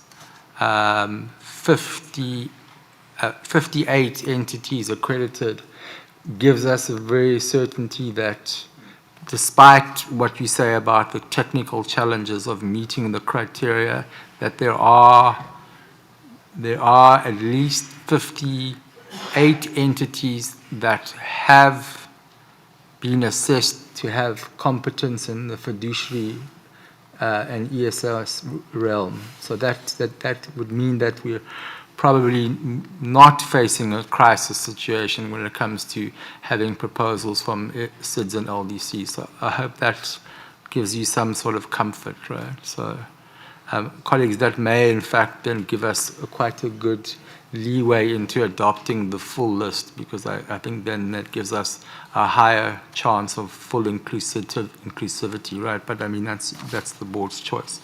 So thank you, Adal. Thank you to the Secretariat for clarifying that. So let me, just to say that the expert technical assessment is only on countries where no data exists. So we're not going to, it's not like, so if there's already data, nobody else is overseeing or reviewing the data. That's taken as an input, and that's necessary. The expert technical assessment is only for those countries that are seeking support where there is no data. So just to clarify that one. So thank you. Kirsty, please. And Thanks very much, Richard. First of all, I'd just like to say that as one of the co-chairs with Dan of this particular working group, I found it a really useful modality to have a really good open conversation amongst board members and people in this room to progress this issue. I think I've got some reflections on how to refine it for future purposes, but we will come back to that at the appropriate stage. And thanks very much to Dan and indeed everyone who engaged so constructively in that particular group over the last few days.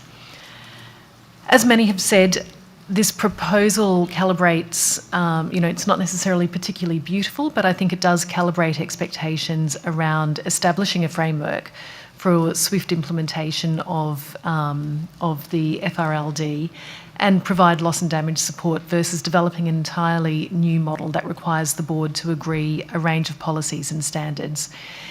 As I said, it's a compromise, but it's one that we think is worthwhile to start to demonstrate the value of the FRLD. In that context, we support the Secretariat doing relevant work to operationalise the long-term model of the fund at the appropriate time for board consideration. Some of those key decisions will be around risk management, safeguards and fiduciary standards, and we look forward to engaging constructively around all of those issues. Finally, just one point around drafting. I would like to express support for Antoine's insertion into the text on the transparency issue, just so that we're clear around timeframes for consideration of proposals under the direct access via direct budget support through national governments. Thanks.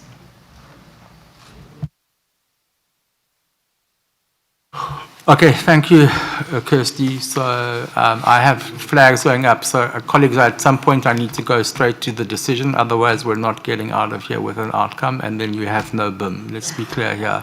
If you don't adopt this decision in whatever format that it comes, then there is no BIM. So I have 1, 2, 3, 4, 5 flags, and then I'm going to go into asking you to adopt the decision and to confirm either your understandings, and then we'll see where we are, okay? What? Oh. Clarification, you will be presenting both decisions, this one and the list one, or this one and after the list? Just for clarification. So what we have to do is agree on the modality and the process, right? Depending on what we do there defines what list we're working on, right? So that's what it is.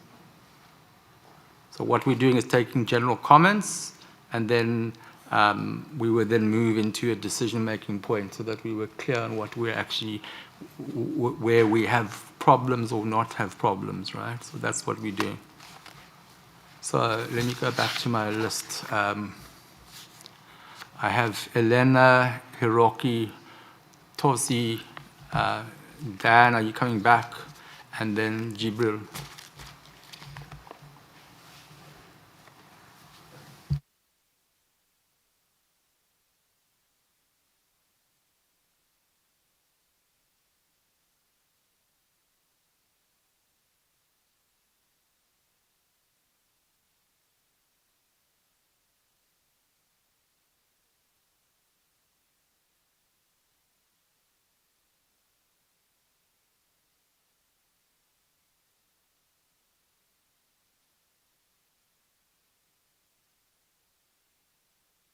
Elena, sorry.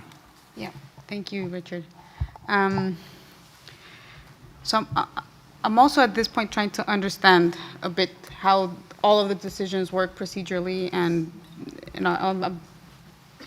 I wasn't in that group, so I'm trying to understand how to comprehend the logic, step-by-step part of this process.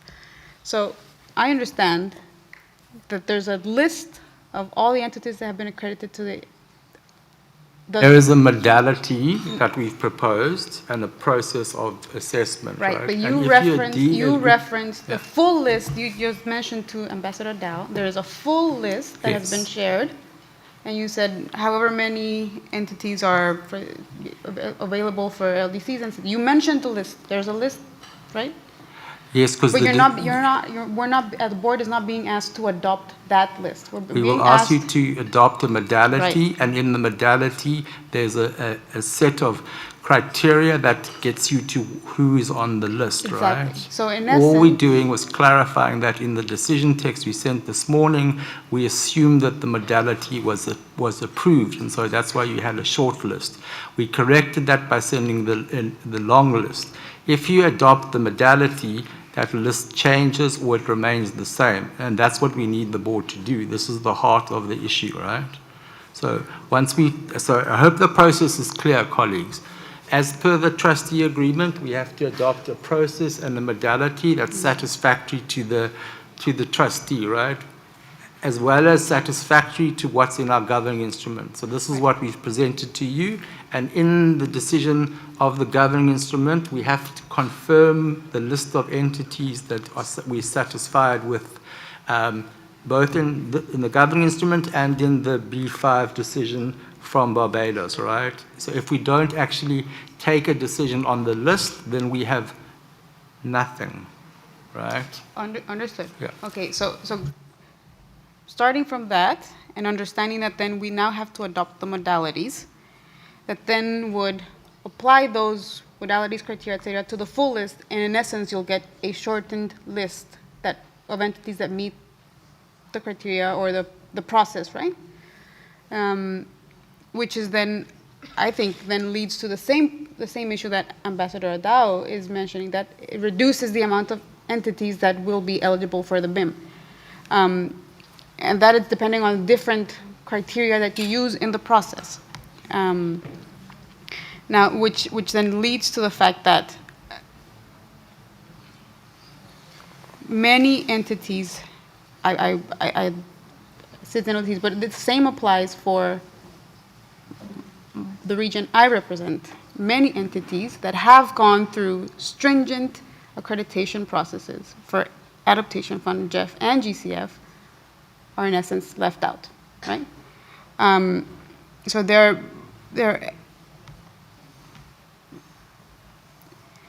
it's hard to accept the fact that many of our access entities won't be part of that list, right? So there's the criteria that leaves many of those out applies for the same for LDC SIDS and my region as well. So I think just raising this as a concern. You wanted general comments, right? So that is a general comment I am making. And yeah, so that's, I believe that does not necessarily serve many developing countries that could potentially use all other entities that have already gone through these processes. So that's a general comment. I have more specific edits that, so just one that I might want to bring out. You want to remove D, right? Yeah, I think that remove D. Sorry, remove E. Yeah, for me, criteria E is a hard one to accept.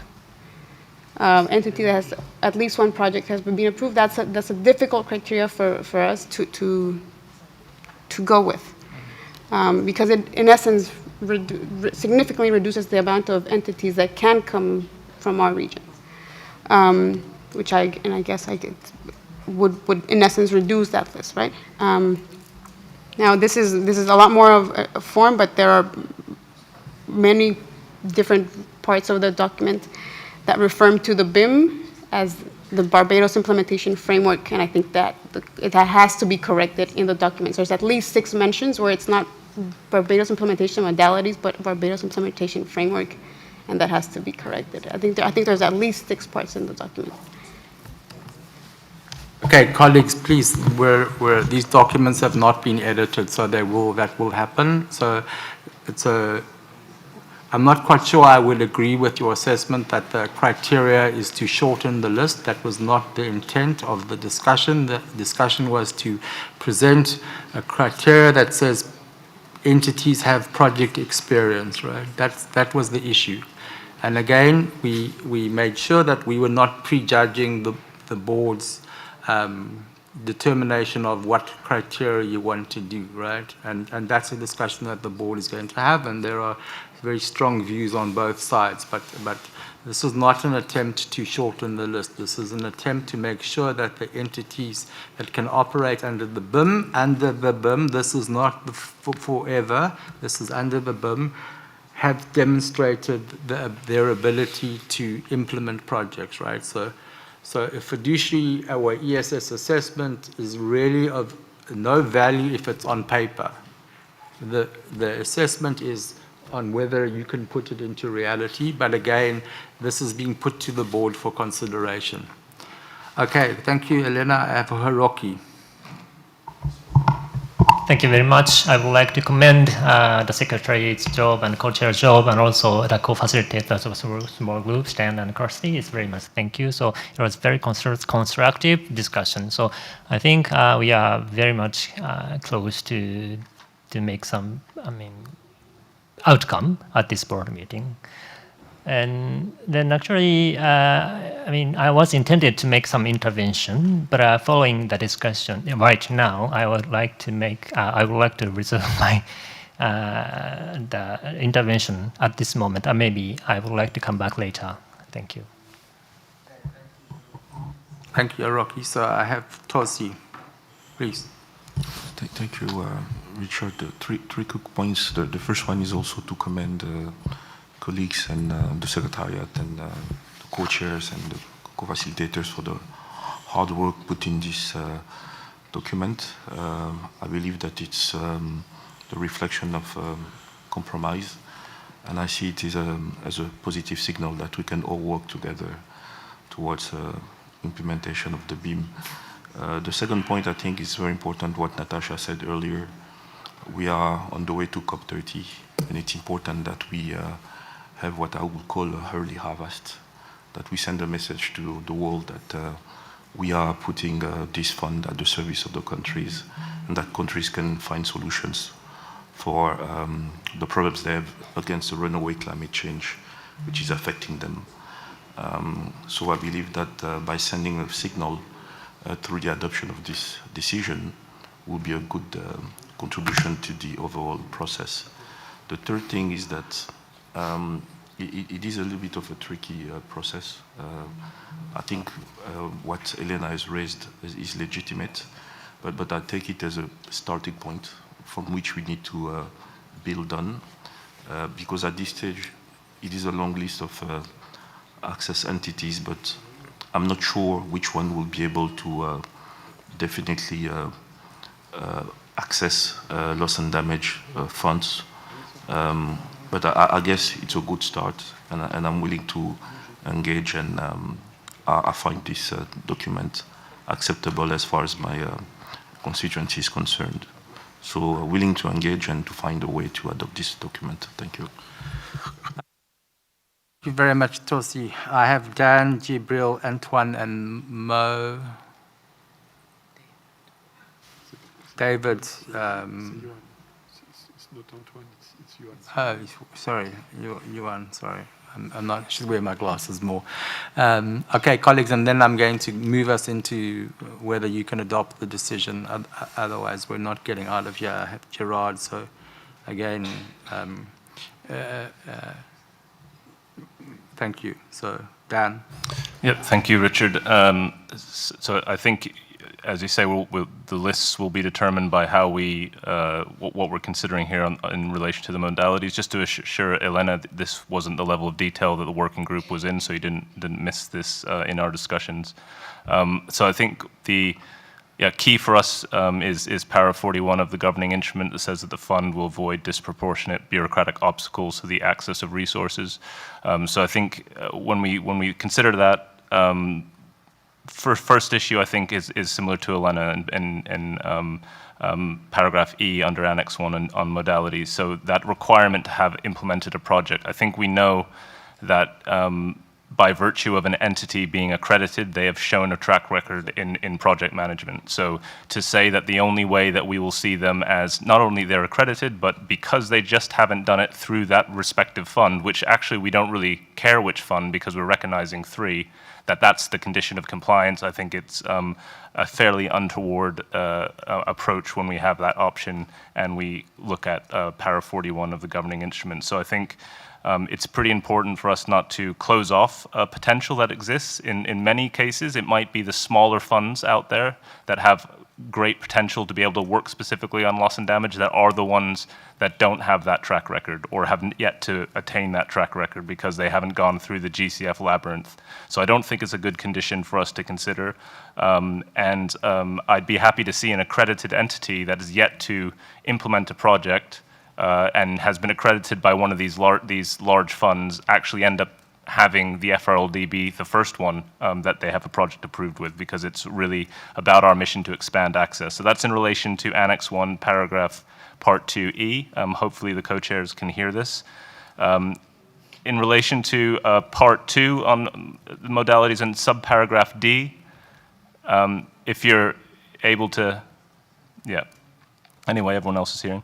The entity, the way that this is described is also cast under Part D in the negative, and the entity has not been accredited with a condition that has not been confirmed. I think, firstly, it's a little bit difficult to present it. I think if we put it into the positive, and also recognize what we're really trying to target here.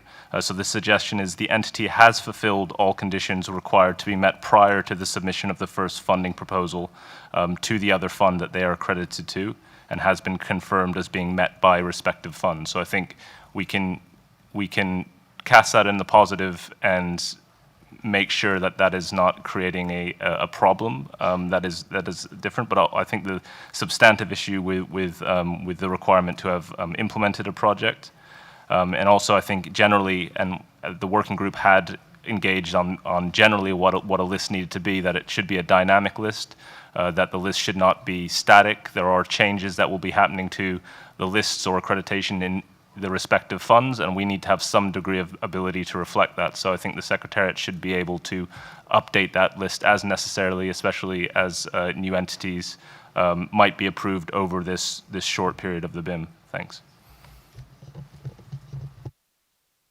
Okay, thank you, Dan, and thank you for that useful suggestion on that paragraph. We can reflect that once I get to that point. So, colleagues, can we please be brief so we can get to that point of making amendments so that we can get the sense of the appetite to adopt this decision.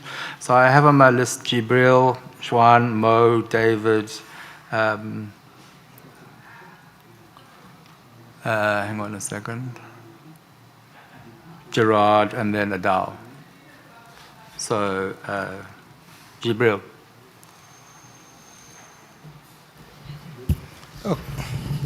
Okay, thank you, Co-Chair. My concern will be very brief, I think, because mainly it is a clarification issue. I want to have from you clear understanding of this table where we have a list of all entities accredited. I'm reading now. I will take one example on the list. African Development Bank. Okay, thank you, Jose. African Development Bank accredits, yes. condition in progress. Condition in progress. I want to know what is the consequences when we have some kind of observation. It means this bank doesn't meet all the requirements to submit requests from there. I want to know, yes, but we say condition in progress. What is the consequences of some kind of observation? Is my first observation. When we go in the draft of decision, where I think it is page 4, modalities, something is really different for me from the GI. We say all entities accredited to the Adaptation Fund, Global Environmental Facility, and Green Climate Fund can be judged to have standard and safeguard that are equivalent to standard and safeguard of a multilateral development bank provided. I think for the national accredited, it will be very difficult to have the same standard. And in the paragraph 49E, what he said, with entities whose safeguard and standards has been judged functionally equivalent. Functionally equivalent, I think, is not the same when we read here, can be judged to have standards and safeguard that are equivalent to standard. I think for me is really very problematic. It's not the same. Functionally equivalent, yes, but the same standard, I don't know if we have the same elements to say, okay, yes, they are the same or not. I think I need clarification from you. And after this, I can say, because if we will have at national level the same standard and the same safeguard as the Multilateral Development Bank or the international as Adaptation Fund or Green Climate Fund, it will be difficult for us to submit or request proof of national entities which are accredited to this fund. So I want to have your clarification and try to see if my understanding is correct or not. Thank you. Okay, let me try, Jibril. So I think you misspoke on the entity that has conditions. It's not the African Development Bank, it's something else. So anyway, that's just, I want to correct that so that there's no perception that we're saying something that's incorrect for any of the entities. I think we need to be very careful what we say about entities and other systems.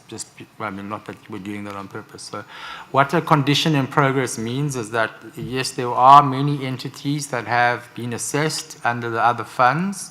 They've been accredited. So in other words, they've been assessed to meet the criteria by about, there's not easy percentage, but they're almost there. And so the boards of those funds, in their judgment, which we're not questioning, said, we can accredit you, but we have some conditions that you need to meet before you can submit a proposal, right? So if an entity doesn't meet the full standard, where you can say tick 100%, you say you're sufficiently enough on the way to meet the standard, but therefore we put a condition on your accreditation, and you have to meet that condition prior to submitting a project. What we're trying to do here is give you one way, one modality, which you need to decide. So either you can take note of that condition and carry it over. So once the fund that accredited that entity with the condition confirms that the condition has been met, then you would recognize the entity, right? So therefore, what we've done here is indicated to you as the board which are those that are fully accredited with no conditions and those that have been accredited with conditions, and then you as the board need to decide whether you keep the list as is or you do something else, right? So that's what it is. I would strongly recommend that you find a way to maintain the condition, so it's conditional accreditation. So that's one thing that we've suggested, but again, it's the board's decision to do that. So we're just presenting you the factual information. In terms of the function equivalence, we've tried to implement this in terms of the concept of the BIM, right? So to fully implement a government instrument where it talks about the function equivalence, we're going to need another process, right? Which is the long-term process. If we try and do that now and in this decision, we will make a mistake, right? And with making a mistake of that importance, not only do we put this fund at risk, we put ourselves liable for making mistakes. So we've tried not to make that outcome judgment call or to suggest that you should determine that they're a functionally equivalent, because we need a process to do that. That is the long-term model. So what we've suggested is in this assessment, and I think there's is this the document where we outline the funds? Is this document where we outline the funds? The summary of the accreditations. We sent a separate document. Yeah, so there's a separate document for information purposes where we provided information for you on all the systems and standards of the 3 funds that were listed in the governing instrument, right? And what we're suggesting is that we take a judgment call that says that those standards are, in fact, of a high quality that would give us the assurances that their decisions are robust enough for us to carry over those decisions for the purposes of the BIM, right? So rather than us having to go through that entire process and repeating the mistakes, as Dan said, to make sure that we're bureaucratic, not bureaucratic. Yeah. Yeah. Yeah. No, that. Yeah. So what we're suggesting is we have enough confidence in presenting you the assessment that we've looked at these funds, we've looked at their criteria, and in our mind, we're satisfied to move forward with using the accreditation outcomes of their funds. We would probably have to, in the long-term model, develop a system where we properly confirm the functional equivalence, but it's really difficult to do that now, not only in terms of the time process, but just the nature of that decision. So this would be something that we would want to do in terms of the long-term model.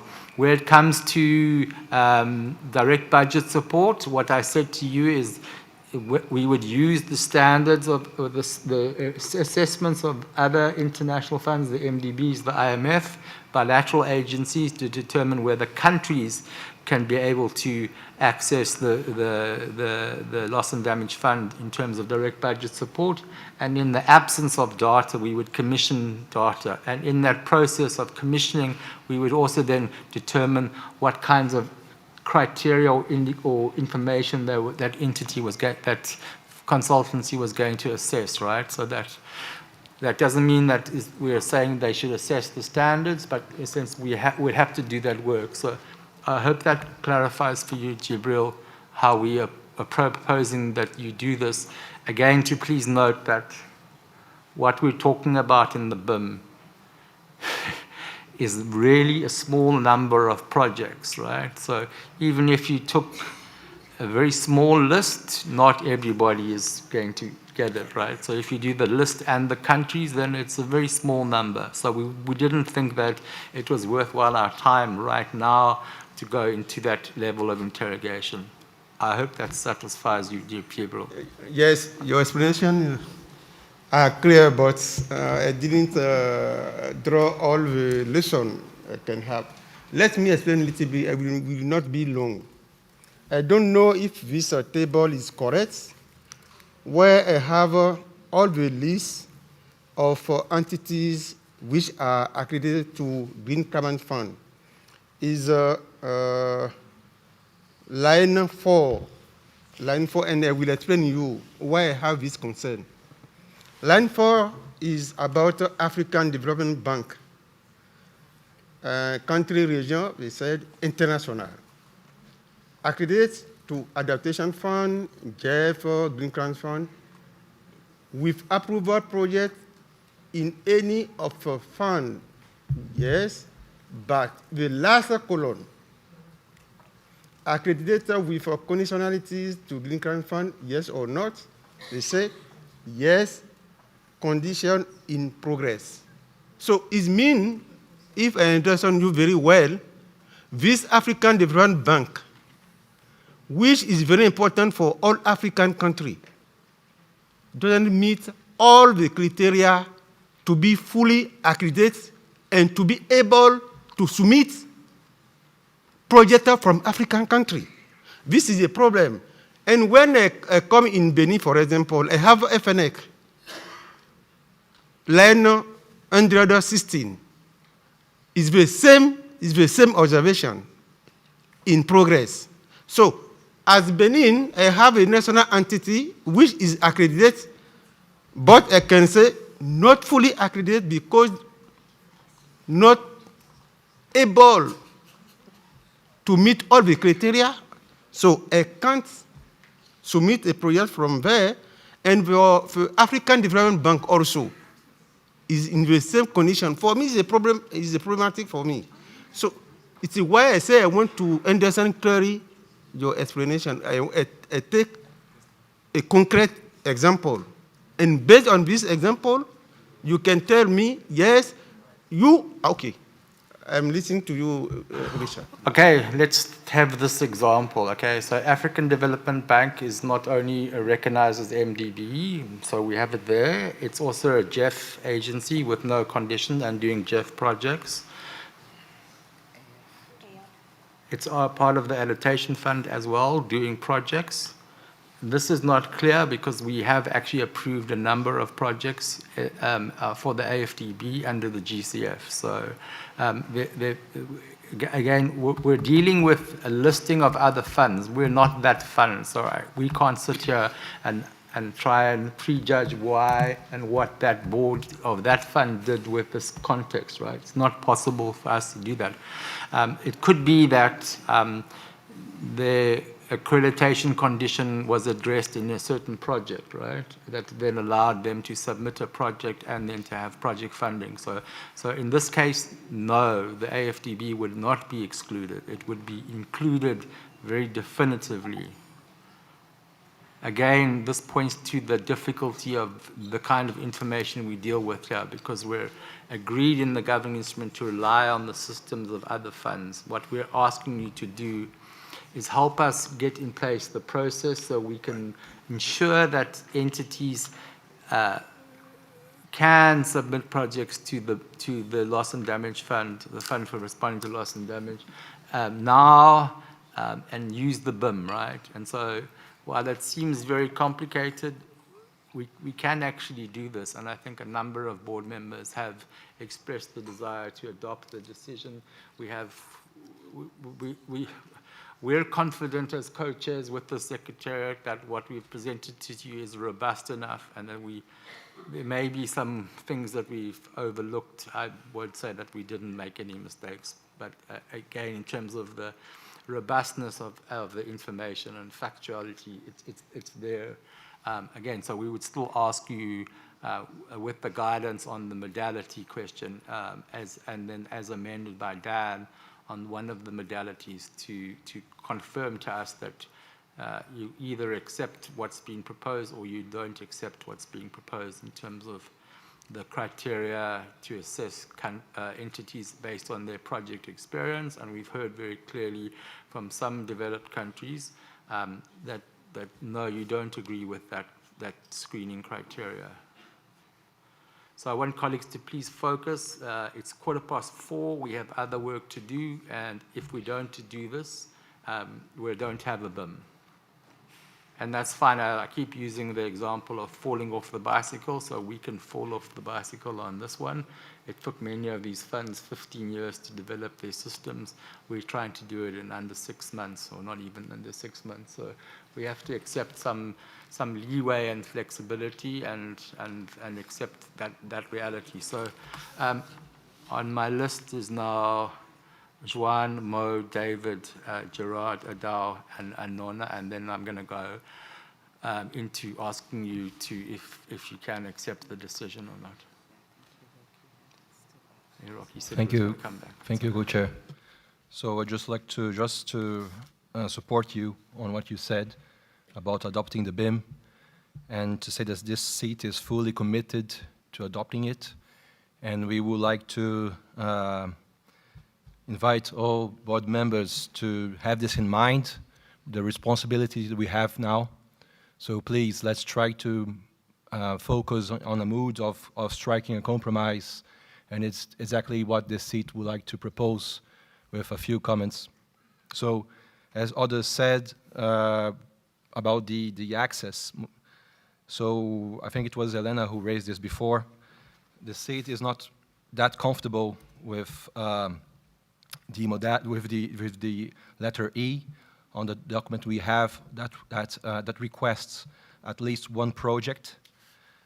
We think this is unnecessary. These entities have gone through a long process of accreditation, and just like to second what Daniel said in his intervention, recalling us on paragraph 41 of the governing instrument related to avoid disproportionate bureaucratic obstacles. Also, I think we all agree that BIM would be related to learning.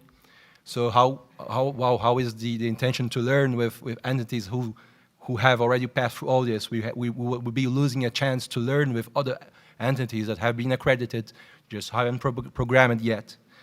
Although, in the spirit of striking a compromise, I would like to make it clear, and I hope the co-chairs are paying attention properly. We're not proposing to reopen this debate. I mean, we are keen to move forward as it is, just as a sign of compromise, of obtaining compromise to strike a deal here.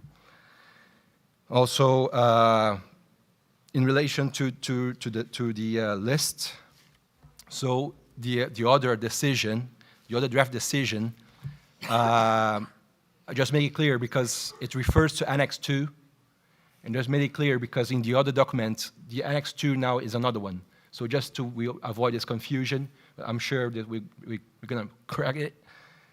But then if we were to adopt this draft decision that refers to a list, and please, apologies if this has been captured somewhere else in the document. We went through the documents this morning, we couldn't see it. So we would like to suggest a footnote on the draft decision that refers to the list, which is something that I read in the preparatory documents, but we could not see it reflected in these documents. So it's a footnote that says that the list in Annex 2 should be updated periodically as new entities are in the process of obtaining accreditation and or having projects approved. Okay, thank you. Okay, no, thank you.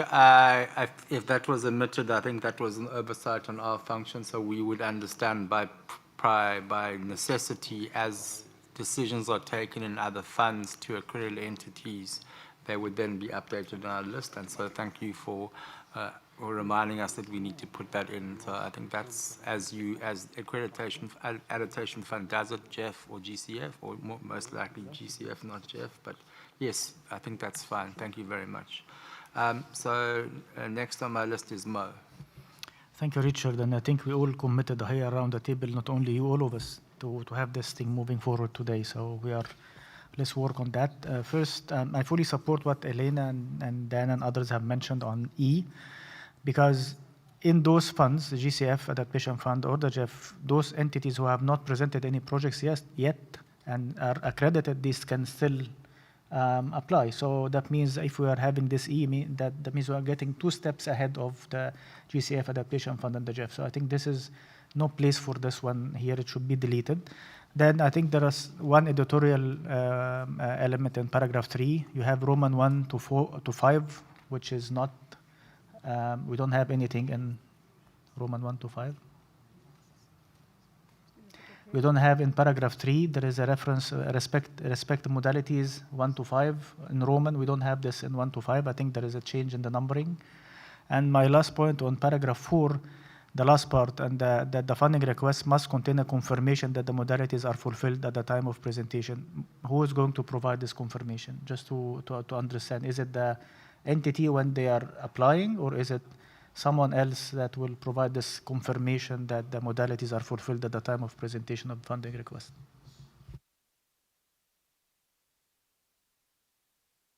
I assume it would be, we would have to go back to the fund that accredited them to confirm. So if you were accredited to... Yes, understand. So, but here, I mean, we are putting the modality, so we, a responsibility has to be clear. Secretariat. Okay. So before the Secretariat makes a recommendation to us to consider a funding proposal, they would need to confirm that in the case of that being met, that so in whatever form the Secretariat presents us a funding request, if there is, then they would confirm. Okay. Thank you. David. Yes, thank you, Richard. First, just to propose that maybe we delete E, and then, please, I want to see the difference between G and F. Yeah, so maybe you can clarify it for me. I'm trying to see where the main difference is. There is a reference to activities within the scope, and then within all the limitations that so just to clarify that those two are talking about two different things. And then also when we deal with E, I still see that there are some conditionalities in especially in G. If, for example, the in progress is a limitation, and an institution cannot do a project, it means that that G still become makes institutions some institutions excluded. So we just need to make sure that we are aligned in the discussions that we've had, that the thought is not to exclude the institutions as a result of those. Yeah, I hope my point is clear, but that's. So people are talking to me, so can you just, that last point, I got the others one, can you just confirm again what your issue was with the last point? So the issue is that in G, we are saying the entities may only access the fund within all limitations that are inherent in its accreditation. Okay, so if, for example, an entity is something is in progress, and there are limitations associated with that in progress, so it means that that entity may be excluded from accessing the resources. So what I'm saying is that we need to have clarity on the implications of that inclusion. And then also in F, we are saying activities within the scope of the accreditation. Again, this seems to be similar to me what is in F and in G. First of all, I wanted to establish the difference between the two, and also to understand what will be the implications of that statement. Okay. Okay, thanks, David. So we can delete F if you want. I mean, it's saying it's capturing the same thing, although there is a little bit of a nuanced difference between scope and limitations, and those relate to if we wanted to maintain so the assessment of the entity is related to the request of the entity in, let's say in the GCF case, it's applying for 0 to 50 million size, 0 to small, right? We wouldn't want to then prejudge that in this fund we wouldn't recognize that. So those are the limitations in the scope, and also some entities are accredited for project management, some entities are accredited for onward granting, some entities are for onward lending and through specialized fiduciary standards. So we would need to recognize that because they've been accredited for that purpose, right? So we can't accredit them here and then say we don't recognize the purpose and limitations of what you were assessed for, right? So that's what we've tried to capture. So we can delete F and keep G because it covers really the same thing and just gets rid of some redundancy. On the issue of in progress, again, it will be up to the Secretariat to confirm to us at the time of submitting a project for consideration the status of that in progress, right? And it may be that the nature of that condition that's imposed of them can be dealt with at the project level rather than at where we are with the list level. So that gives us even further flexibility to allow entities that are in progress of meeting some conditions to meet them, but also to do projects, right? So, Ibrahima, just to be clear that our expectation is that when you submit projects, and if we use this big list, you would submit to us the status of that entity's compliance with the conditions, and whether or not if there are conditions that are being carried over, then the board would need to understand how, if they continue on with those conditions without stopping the approval of the project. Is that okay, David? Okay, thank you so much. Next, I have Gerard. Thanks, Richard. I want to express our support for this proposal and thanks for the team that put it together. It is about, exactly as you say, Richard, implementing the BIM, and it's really essential we do proceed with this today, and I'm hearing that we are at that point of being able to support it. An agreement to use accreditation of these entities is a core and hard-won principle of the GI, and that's why it is so important. I think we all recognise there is a longer-term model to develop, which will necessarily involve the accreditation of future entities, and we look forward to that as we come, but this is where it's important. I wanted to make a specific comment on E. In some ways, E is there because to offer us further levels of risk assurance and risk management, and I listened carefully to Dan's point on this. And it is a case, I think, that in some, accreditation is at the project level, not just the entity. So its inclusion, first of all, gave this seat some additional assurance. And overall, within the FRLD's risk appetite and assurance, which we've yet to determine, we want to have the widest range of delivery for our modalities and to provide the most effective support we can. But I think that we can consider implementation track record, which is what E is sort of standing as a proxy for, to take into the risk management framework, right? And if there are aspects of that that increase risks for us as a board, then we can address it there. And so I actually do align and support with Mo and Elena and others to remove E from this seat at this point, because I think it feels like that's a blocker to progress. I think there is something on risk assurance that we need to take on, but I'm also, as I say, I listened carefully to Dan on that. And then finally, we have heard a number of concerns today, including Ambassador O'Dowd from you, in terms of getting access right for the BIM and as we develop the longer term model, especially for those countries that struggle to access climate finance. And we really think that this BIM offers the opportunity to learn lessons on that as we go forward, and that we can take those into the long-term operational model. I'm mindful we already took a decision on the country's support this morning, and that's going to support as we go forward. So I would urge us as a board to move towards agreeing what we have in front of us. Thank you, Richard. Okay, thank you so much, Gerard, and thank you for indicating your flexibility on that matter and then offering us a solution that these issues could be dealt with not only in the long-term model but also in the risk framework. So thank you very much. Now my list is Adao, followed by Nona, and then Antonella. And so, sorry, colleagues, let me just tell you, you need to ask permission from Jackie if you want to go to the toilet, because I know we all have needs, but if too many colleagues get up and leave the room, we won't have a quorum. So just please be mindful of that fact. I'm not sure I can do anything to stop you, but thank you, Adao. Thank you very much. My apologies for coming back, but when I made intervention a while ago, I say that some sort of eligibility criteria is quite heavy, means para 2E itself, because 6 out of 15 direct access entities from LDCs are eligible. So 6 out of 60 because of this issue. So they've already accredited, but they don't have projects. So that was my point. So thank you very much for that. Thanks, Dan, and also thanks, colleagues, for addressing this issue.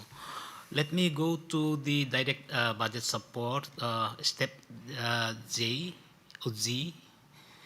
Step G, can we go to step G for direct budget support? It says the Secretariat includes the assessment provided by the expert as part of the blah, blah, blah. And the assessment is also transmitted to the trustee for ensuring the compliance. So I really don't know, before the approval, do we as board members need to get input from the trustee itself or not? So if we are going to approve, but trustee doesn't agree or disagree with some points, and then it will be also quite difficult. So we can clarify that, and then I look forward to get approval of this text because this is urgent issue for us. So BIM is an urgent issue for all of us as developing countries. Thank you very much. Okay, thank you. Let me just again assure colleagues about this relationship with the trustee. So the trustee is providing a service on our behalf.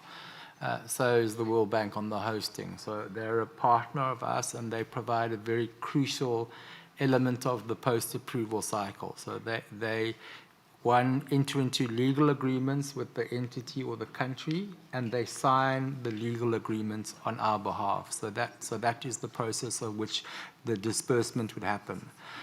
So I think in order to ensure that there's rapid disbursement, Ambassador, what this paragraph says, we would engage them early in case there was something that we would worry about. But I think that we'll confirm for you, but I think that this is primarily for information purposes. We would not necessarily need to proceed with anything beyond that. So that's just a precaution so that there's no delay in the post-approval process. Thank you. Nona, then Antonella. Thank you, Co-Chair. Joining others, I also would like to support the draft document and look forward to see the final list of entities to be attached to the decision. Thank you.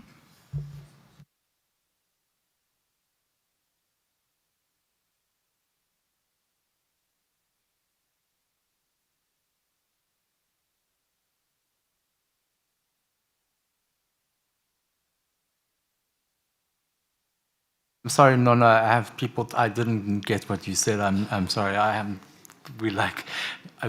badly multitasking. I would make a very bad octopus. So can you please repeat that? I don't want to miss what you said. Sorry. Thank you, Richard. Joining others, I also would like to support the draft document and look forward to see the final list of entities to be attached to the decision. Thanks. Thank you so much. Let me go back to you, Adao. So it is really for the trustees' information, and also to note that the trustee itself, in terms of the rules of the World Bank, still has to do a light touch fiduciary assessment of entities for things that we not necessarily look for. So they just have to do that assessment on, particularly on anti-money laundering and the financing of terrorism, right? So that information is helpful for them. So if the experts had looked at that and said, no, this entity is highly compliant with the AML, CFT provisions, then that actually does help the bank doing it. So that's what it is. It's just, I think it's a healthy part of our relationship with the World Bank. Antonella. Yes, thank you, Co-Chair, and thank you, colleague, who who have worked extensively on this document on access modality under the BIM. We support the use of accreditation system mentioned in the document as a sound and practical basis to enable rapid implementation. This is a pragmatic choice that builds on tested standards and safeguard and offer a workable model. And in this context, we will also support allowing access to fully accredited entities, including those that have not yet had a project approved. Accreditation, we have several reasons for that. Accreditation is a rigorous process that provides sufficient assurance of institutional capacity. While not perfect, it offers a strong proxy for readiness, especially at this early stage. But importantly, the capacity of the implementing entity to deliver on a specific project or program should still be carefully assessed during the evaluation of each funding request, and this applies to all implementing entities. This ensures appropriate control while maintaining a streamlined access approach.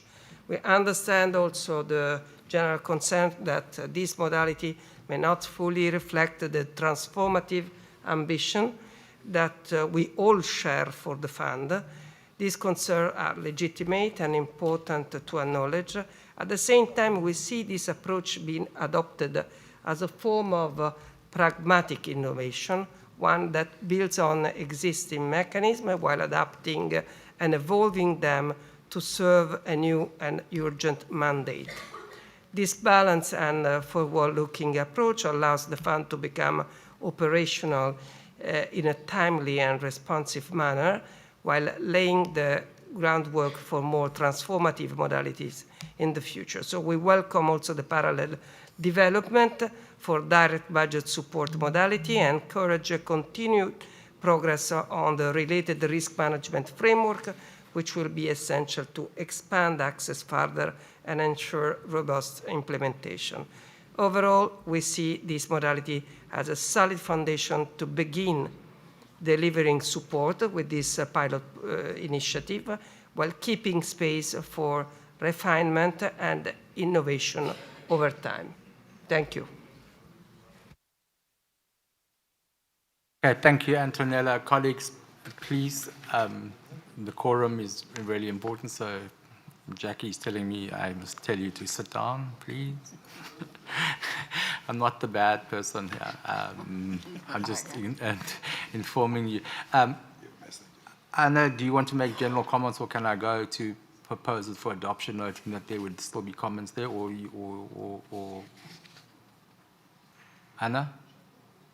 Anna, do you want to make a general comment, or can I propose for adoption and then you make a comment? Yeah, no, I think I was going to say that I think where we started was something that we could be happy with. I have some sympathy for removing paragraph E, and actually I don't have a problem with removing paragraph E.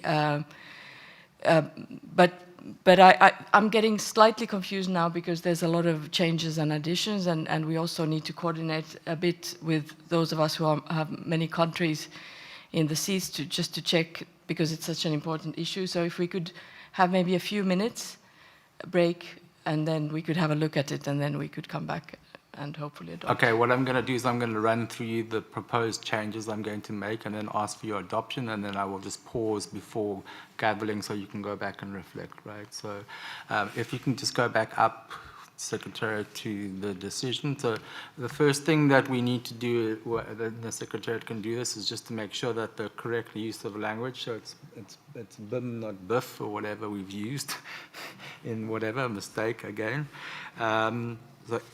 And this is the decision, so the decision remains as is. Did we include the paragraph that Dan had suggested on the updating of the list? Is there a paragraph on the update? So I can read it out to you. Request the Secretariat to maintain updates. Let me just send this to Jackie. So.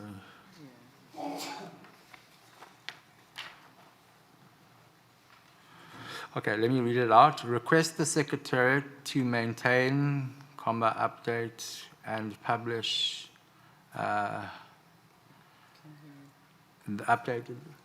I've sent it, updated list of entities as soon as information becomes available from each fund. We'll add that in, so there will be an additional paragraph coming in around the updating and maintaining of the lists, right? In terms of paragraph M, we're not at a stage to appoint the members now. We don't think we've concluded that. So can I offer an amendment to option 1? So the members will be deemed appointed by the board once they have been selected by the respective constituencies and communicated by the co-chairs to the Secretariat. So the members will be deemed appointed, and then we will work closely the next week to appoint our members and subsequently on that. Then on process, we haven't really had any amendments there. On modalities, okay, sorry, the Secretariat's going slow then. Okay, then on modalities, go to the section on modalities. To delete, so you've got the amendment from Dan, on the more positive language, then delete E and delete F and keep G. Keep it, yeah. And then the Annex 2 remains the same. We have no amendments to that. And then we would attach the full list as circulated to the board. So those are the amendments that we would make to the process. So I'm going to pause and give you 5 minutes to do consultations, and then we'll take a further round of consultation discussions on this one. So, do you want us to resend this version to the board? Yeah, you can, with the annex. So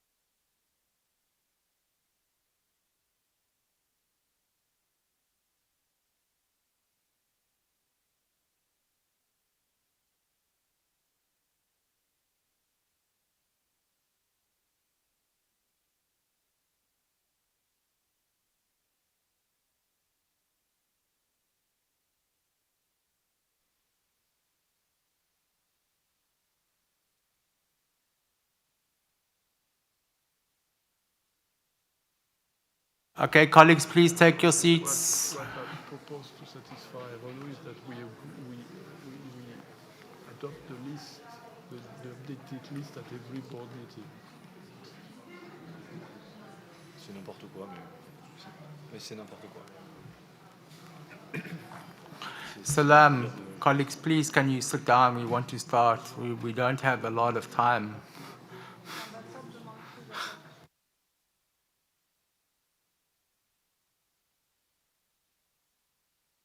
Ibrahima, can you, the next time we have a boardroom, can you have automatic keys by the co-chair so we can lock the doors and lock you in? Because the discipline in this board is not great. Huh? Jose will give us the budget because he's not here. So, okay.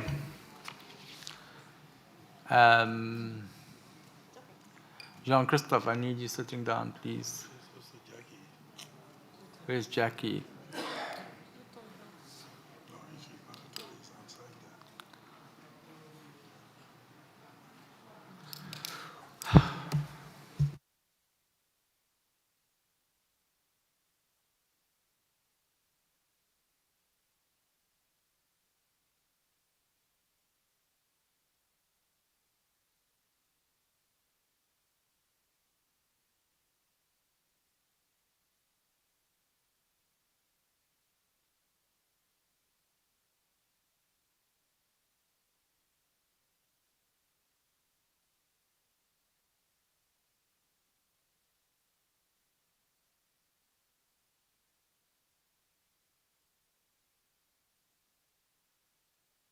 Okay, Jackie's come. Can you?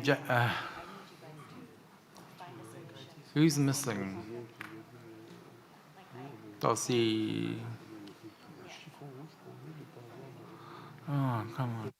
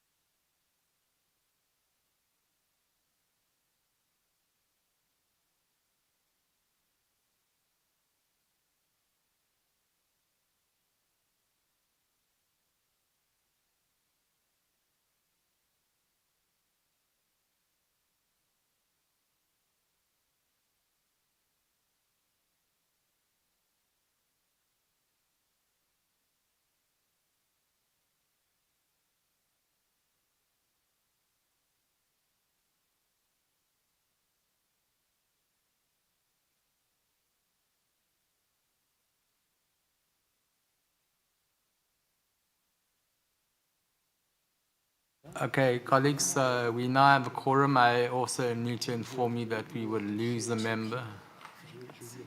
2 people are leaving at 6, so I want to try and do this in the next 15 minutes so we can move on to other. Okay, so there we go, colleagues. So just if you can put the text up on, I just want 2 more things that we needed to inform you that people have come to us with issues. So if you can go to the paragraph on updating the list.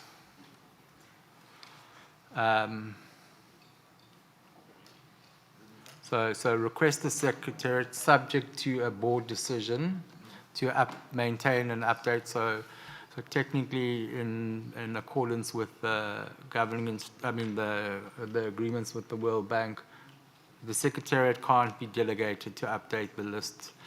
The board has to approve the updating of the list. So the board has to, so if there are new entities accredited to GCF, we actually formally have to confirm it in a decision of the board, and then the Secretariat subsequently updates the list. So just to be clear, that process of updating is 2 parts. One is the board decision, and the other part is the Secretariat update. So what we would just recommend that at every board meeting, if it works in sync, the secretary can just inform us, or we can just do it as a decision without a board meeting. That once another fund accredits an entity, that we would then just confirm in a decision procedurally that that entity would be added to our list. So that was the second thing. I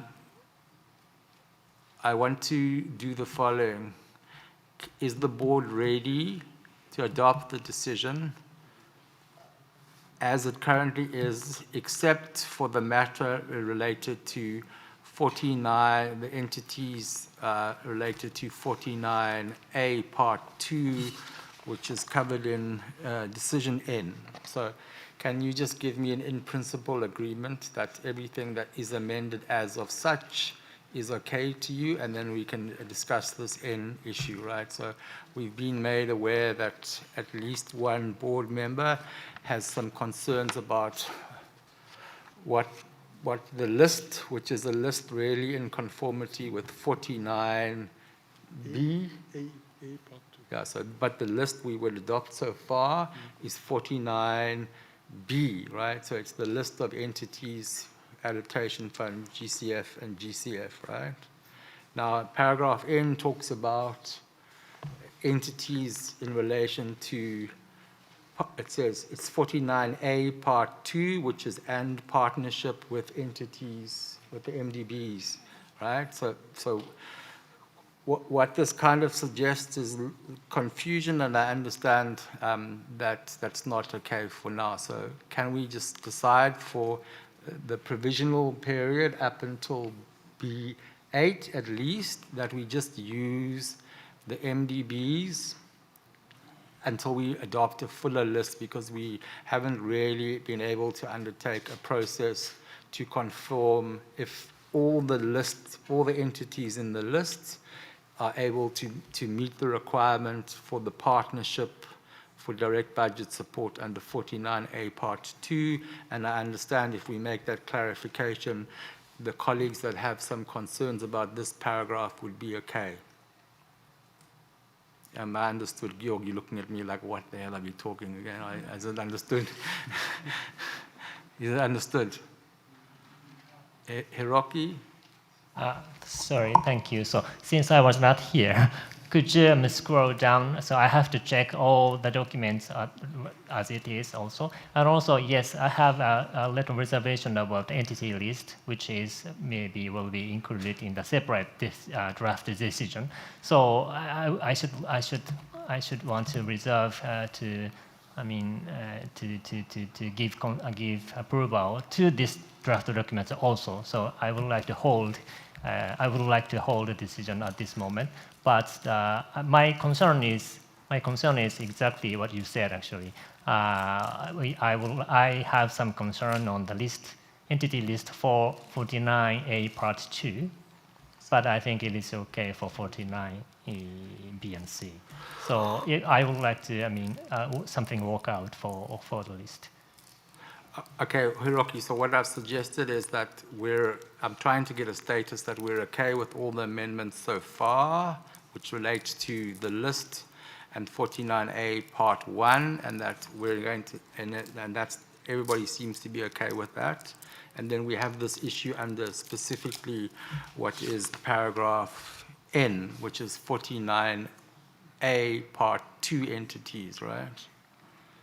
So I just want, you're okay with proceeding on that basis. I have Mohammed, and then Anna, and then Dan. I didn't really understand what you said, Richard. So if this goes with some clarification on which list are we having, because I'm lost now. Okay, thank you, Mohammed. So let me unlose people. Let me find people. I don't think you unlose yourself. So what we've come to this point is that there's general acceptance of all the decision paragraphs related to 49A Part 1, if that's the process, and the modality related to both 49A Part 1 and 49B, which is the entities list, right? So that's, now we're saying that's preserved. What we have here under paragraph N is whether that entire list of 177 is also the same list that relates to 49A Part 2, which is the AND partnership with very specific MDBs and functional equivalents.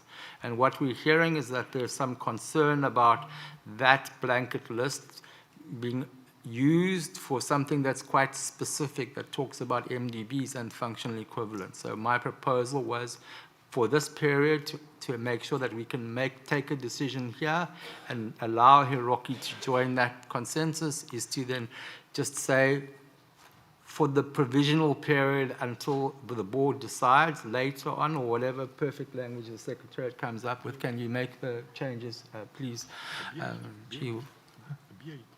At B8, we can then confirm if it's limited to just MDBs or it's to others. I fear right now that we just simply don't have the time and the complication of what adopting another list to satisfy the provisions of 49A Part 2 would mean, right? So I'm trying to find a solution, maybe not perfect, on that. Is that clear, Mohammed? Yeah, I'm asking you, is that clear? Yeah, and then my question takes me back to the list that you have been mentioning, which is a full list of adaptation fund, GEF, GCF. Yeah. This is the list we are accepting. Yes, that's what I've said. So if that's parked. So everything except for para N is now agreed in principle, right? And so what we're trying to now do is address how to address this very specific issue in relation to 49A Part 2, which is quite specific about MDBs. And I'm afraid to say that we don't have information on hand to justify having a list for this entities that goes beyond the MDBs, right? So I'm saying to you, can we adopt this paragraph with the provision that it would be reviewed again at B8 if it's all or not, right?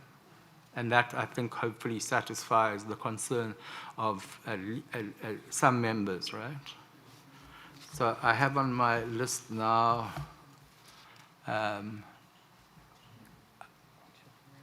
Anna, Dan, Jibril, and Sarah. And Adal. Colleagues, we're running out of time and we're losing people and we have other work to do. So we've agreed on everything provisionally, except for this paragraph, and those people who need this paragraph are unable to agree to everything unless they've safeguarded this work, right? So please, can we just say you're okay with my proposal to revisit N at a later point? Dan.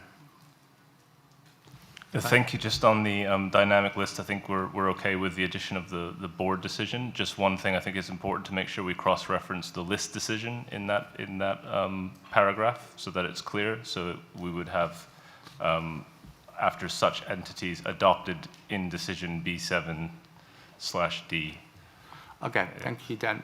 Can we just deal with this issue of paragraph N, please? Anna, Jibril, Adal. Yeah, I think on that paragraph N, it seems to be an elegant solution. I have to say I have real difficulty following the discussion now, and it's difficult because we're expected to make a decision and text is changing. I said earlier I don't have a problem removing the paragraph E that was referring to that there has to be an approved project.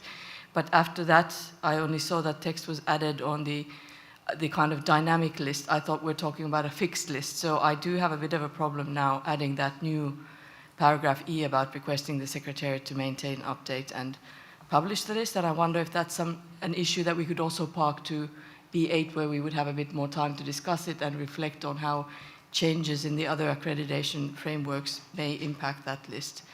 Because it's a very complex issue, and I feel very uncomfortable agreeing on it as it's kind of spurred on us now. So I would request to remove that paragraph E that's added there now. Okay, so thanks, Anna, but I think with the way Dan described it, that was part of the outcome of the small group, so it has been discussed, at least in the small group, although we're not saying to you, you have to agree what's in the small group. So colleagues, can you then also reflect on whether or not we carry that paragraph on updating subject to a board decision over to B8? But I want to adopt the list right now. So I've got your flag, Hiroki. I will come to you.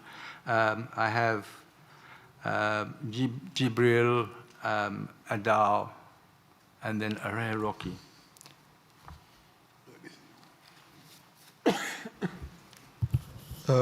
Thank you, co-chair. No, I want to have clear assurance that the paragraph N is well understood by me. And really, I want to take example. Sorry, Richard. I cannot be here and see something which is not correct for me, for my country, my region, and I will accept it. So when you will provide me this guarantee, I can move, because I'm not sure if I really understand this paragraph N. And I always take example. For entities that are accredited to the Green Climate Fund, the table we have, sorry, take it. For me, it's problematic. I have a real concern on it. Line 4, it is for African Development Bank, which is a multilateral development bank for Africa. Line 21 is for with West African Development Bank, regional bank. Benin, line 116, this is national accredited. So those three banks are accredited, and the accreditation is in process, all. If Benin want to submit its request, or by African Development Bank, with this annotation in progress, West African Bank, Bank African Development, in progress, Benin National accredited in progress. So where I will go to submit my project? So for me, it's not clear. And when it is interpretation issue, I'm not confident, because each person can have his own interpretation. I want something which is clear, it's clear. So this, it is on Green Climate Fund accreditation. On the adaptation fund, no problem. But for Green Climate Fund, the three entities at national, at a sub-regional, and at the regional level, all the accreditation are in process. That means the three entities not fulfill all the conditions to be fully accredited. So I want to understand really what I can return. Be sure, yes, after the launch, after COP30, when Benin wants to submit his project, how he will do. Thank you. Okay, Jibril, I'm not sure I can help you, okay, because this is a factual process that's relying on the decisions of another fund, right? So if the other fund has taken a decision that says, this is what it is, who are we to judge that? If we don't accept exactly what it is that they've said, then we can't proceed with this list, right? So I want to be clear with you, if you can't accept this list, then we have no list, right? The African Development Bank, I can confirm to you, is on the list. I can confirm to you that despite its conditions as listed here, has taken money from the GCF, and so there's no problem there, right? I'm looking now at where the Benin Fund, it's a national fund, right? Yeah, the West African Development Bank, again, I can confirm, has taken projects from the GCF, right? So it has been accredited, but there are conditions. This is not accreditation in progress. Accreditation in progress means they're sitting in a pipeline something and there hasn't been a decision by the board. So all these entities, we can point to a decision taken by the boards of those three funds that says they may access the fund. So I give you that guarantee. Beyond that, I can't tell you anything why it says that their conditions or what they are. And again, I don't believe it's my job or our job to question the decision of another board. Okay, are you okay? No, okay, Richard, if you give me this guarantee, I'm okay. I mean, I can just tell you, I can't guarantee anything. I can just tell you what I know. Okay. So colleagues, can we adopt the package as amended with the provision around coming back to the board fully for Hiroki if we want to expand the list of entities under paragraph N? And can we also then accommodate Anna's a request to further consider how we would update what that process is, right? Is that okay? On that basis, can I ask the board if you're ready to?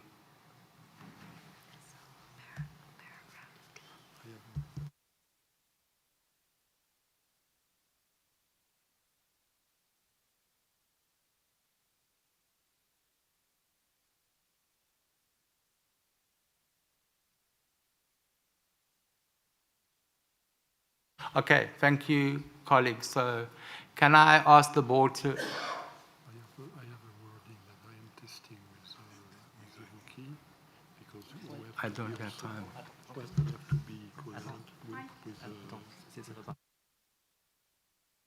Okay, just bear with us as we try and sort this out.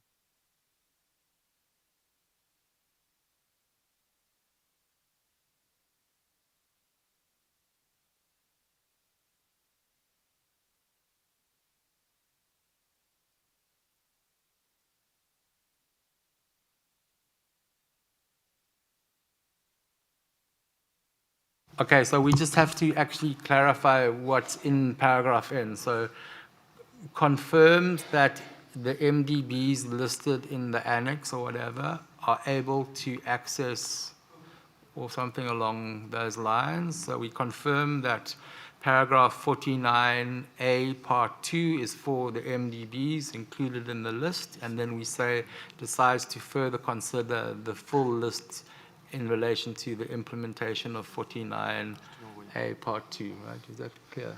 You have more eloquent language, Yeah, Jean-Christophe. if I may. Yeah, please enter into your language. So if I may try to capture what we need to have, both the request from Hiroki and the fact that we have to do it in a proper way to comply with our obligations. So I would suggest something like that.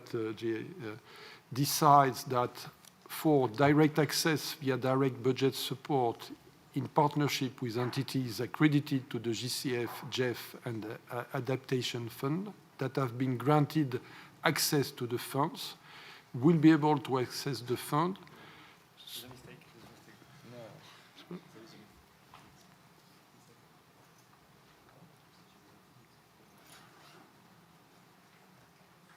Okay, what is that? I don't understand here. Oh, sorry. So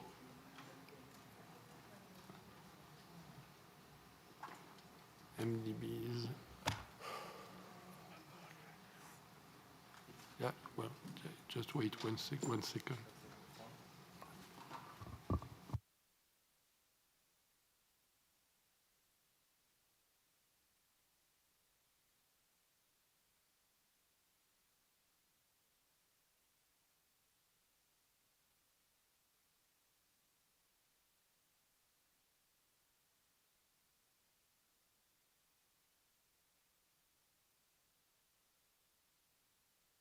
Let's just be clear, what we're doing right now is we're confirming to those colleagues that 49A part 2 at this point in time is confined only to MDBs, and that we would review whether that is extended to other entities at B8, right? We just need the time to do the work. Is that okay, Hiroki? Does that address your concern? No, sorry. Could you give me some time to digest? I can give you some time, but you have 5 minutes. I don't have any more time. We've run out of time. We should have come here with very clear mandates. Just a moment. Yeah. So sorry. Please do not leave the room.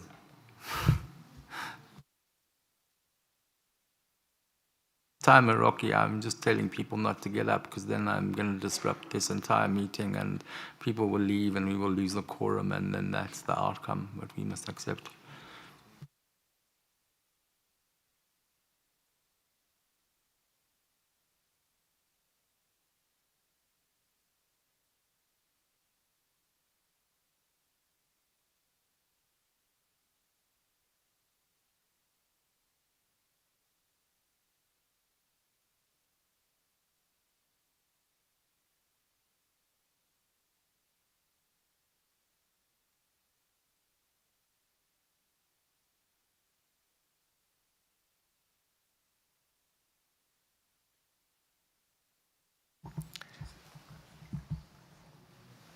Sorry, thank you. So I should check with my capital. Please, can you do that immediately? And if not, we'll have to adopt the decision because we have to proceed now. I don't have the time. Thank you.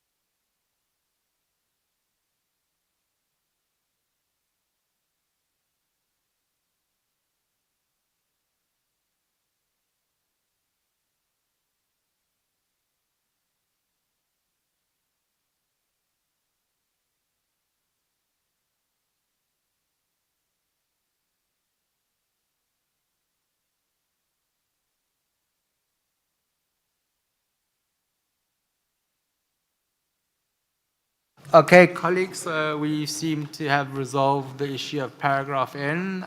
I therefore want to ask the board, and again, just to clarify to you, Anna, we will move this issue of the updates to B8, right? So I don't need to change this in a decision. We'll just verbally note in the record that the board will further consider the matter of how to update reflections on accreditation decisions and other funds on a rolling basis at B8.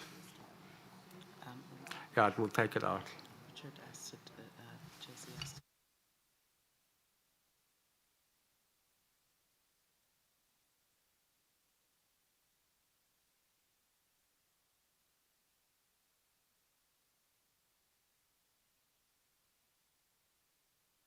So you can delete E, please. And the understanding is that it would be taken up at B8. Juan. So we are okay.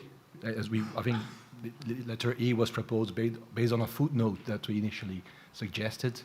So we are okay as a sign to make a deal.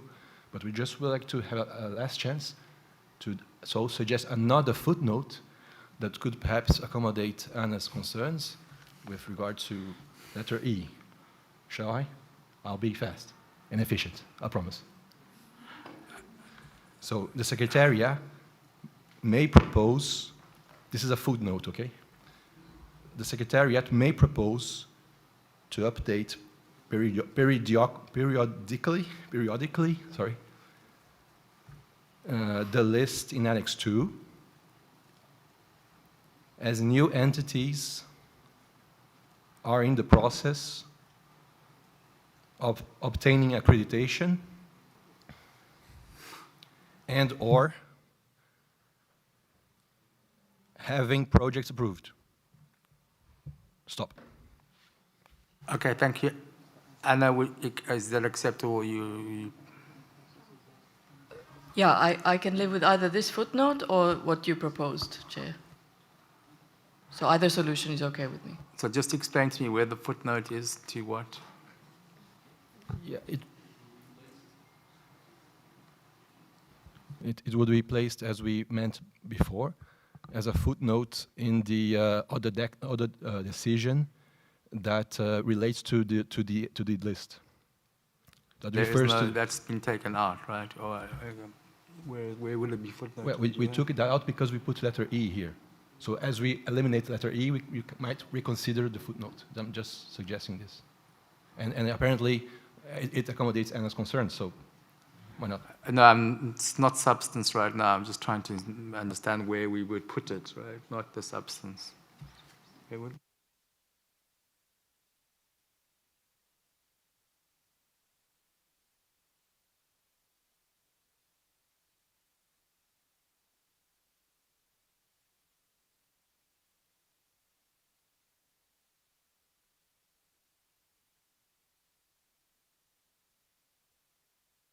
You're not helping me, Juan. I don't know where to put your footnote. It has to be my editor. No, maybe this doesn't belong in this decision, but in the actual decision that has the list, right? Yeah, exactly. So we haven't seen that decision yet, but it's a decision that is now just empty, pending on the list to be listed. Yeah, thank you, Elena. That was I was trying to say. Okay, so we're going to take it out here and put it into the decision on the list. Is that clear? On that basis, colleagues, can I ask the board to please approve this decision as amended? Seeing no objection, it's so decided. Thank you very much.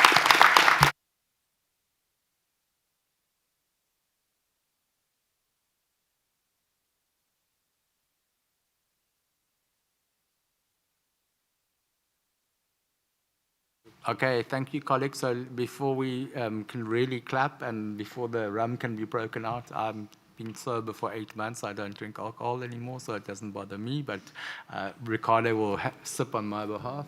So we need to just do a decision on the list now itself. Can you put that up on the screen, please, the Secretary, with the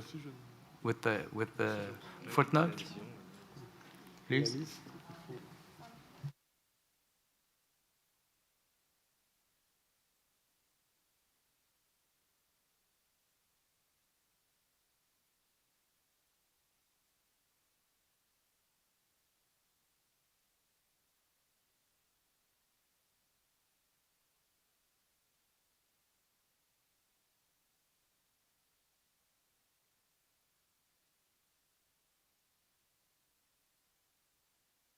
Okay, colleagues, so just bear with me. So that's the title. The footnote, can you just put it in the footnote? And then in the annex, we need to put the annex in, so it's going to go in. So the Secretariat, can you put that in as well? It's Annex 1, right? I know. Annex 1. There you go. There's the footnote one. Anna, there's the footnote. There we go. And then can you just cut and paste that list and pop it in there, please?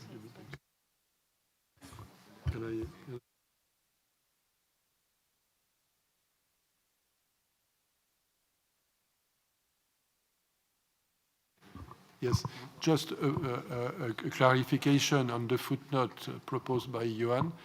May propose to the board, obviously. To be clear.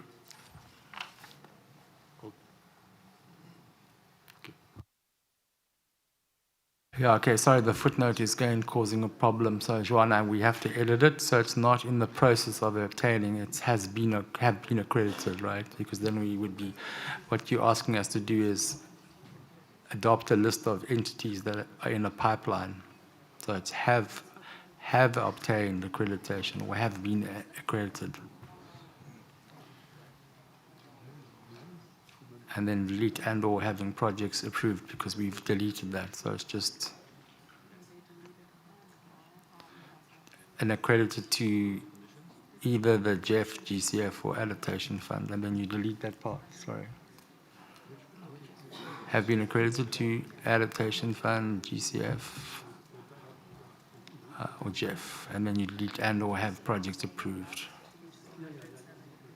Okay.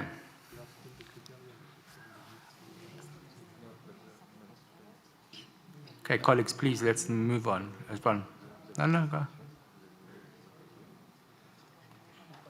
You're okay. Okay, and there's the list of entities included in there. Thank you very much. Can I take it that the board is prepared to adopt this decision? Sorry, what's going on behind me?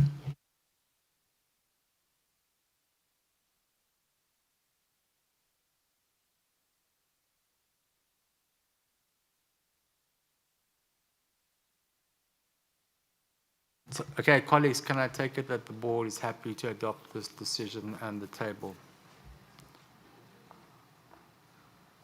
Elena, you're not ready to adopt it. What is going on in this brain? Okay, so seeing no objections.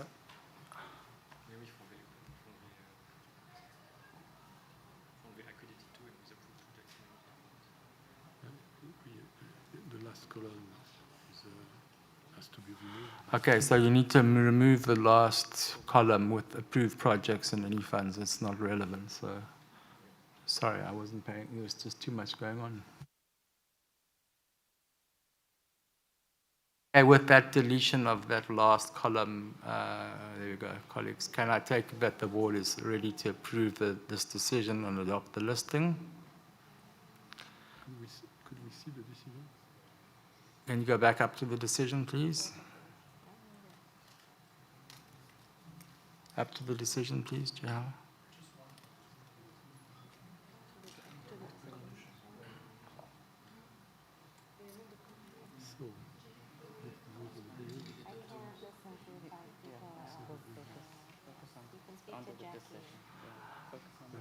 It has to be specified that it's 49B. It's not specified. No, it's not for 49.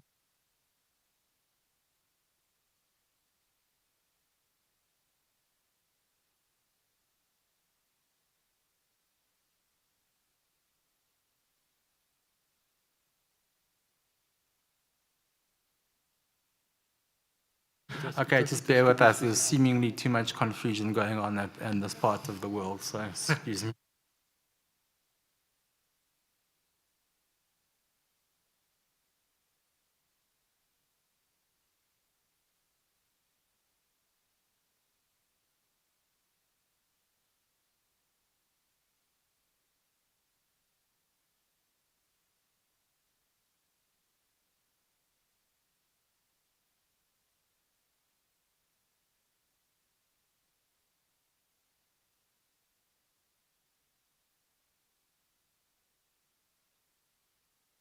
Okay, Jihu, so please help me. It's late, so yeah. We need to just put that the list is in relation to 49B, part 2. So that's what we're doing. 49B is fine. David,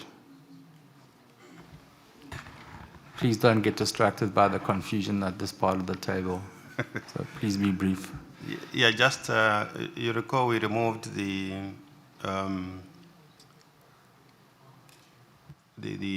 G, I think it was a G or F, which was talking about the scope of the accreditation.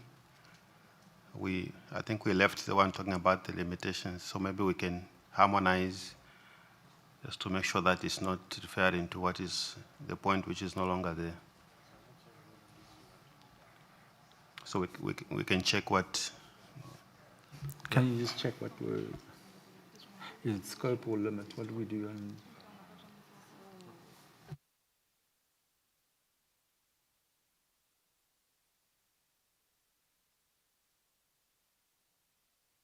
Limitations, David. That's the language in the decision, so then we'll remove scope and say limitations. Okay. Colleagues, can I take it the board is ready to adopt this decision?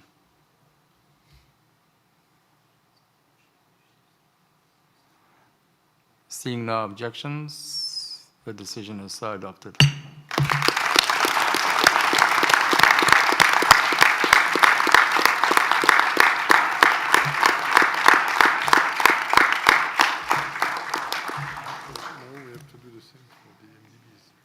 Do we have to do that? We have to adopt.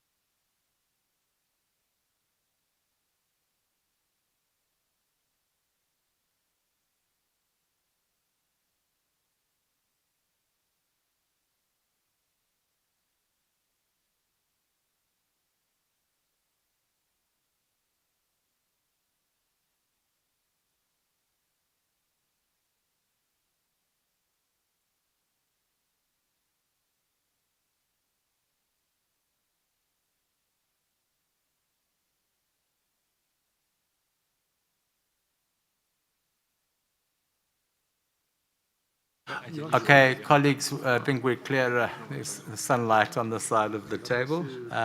So I'm now going to hand over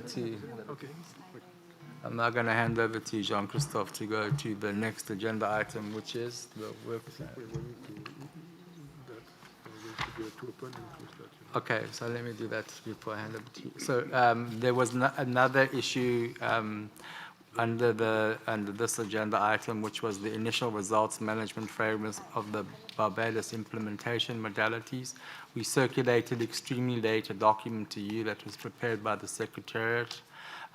We're just sharing that with you for information purposes, and the co-chairs will indicate when they will undertake consultations with the board on this paper. So all we're just doing is sharing you that there is a paper on the initial results framework, and we're not asking you to do anything. We're just informing you. So I've opened this agenda and I've closed this agenda item, and the co-chairs will be in contact with you exactly what we expect from board members. So it is there. Thank you very much. Gerard, are you departing us?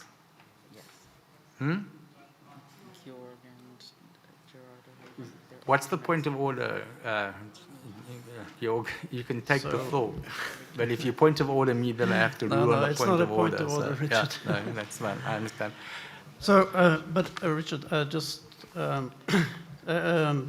for information, I have to leave. Yeah, also. and I know that I'm trying to run through things. But just so you know, I have an alternate who will fill the seat for the next 45 minutes, then he also has to leave. And I'm really sorry about this. No, that's fine. But I have commitments back home on the way to Brasilia and the pre-COP, so I have no choice this time. Thank you very much, Georg. We take note. Gerard, before you disappear, we need to. Is this? So, Gerard, I understand this may be your last board meeting. So, anyway. He wanted. No, that's not. Oh, he doesn't know. Okay. I don't think I was meant to do that, so I apologize. But anyway, I'm going to hand over to Jean-Christophe for the next agenda item. Did you do that? Yeah, I did that. Okay. Yeah, work plan. Yeah, just.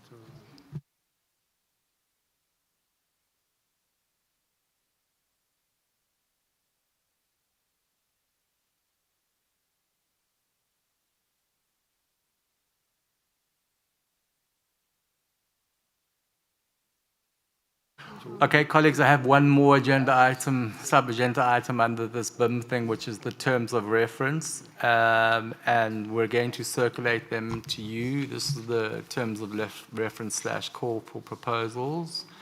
We're not going to ask you to do anything right now, but we've just received them. I can be honest, I haven't cleared them because I haven't even seen them. I've just been informed that they're there. We will send them to you, and we will then indicate how we proceed to adopt them. But it's not going to be now. So just for information. We don't need to adopt it.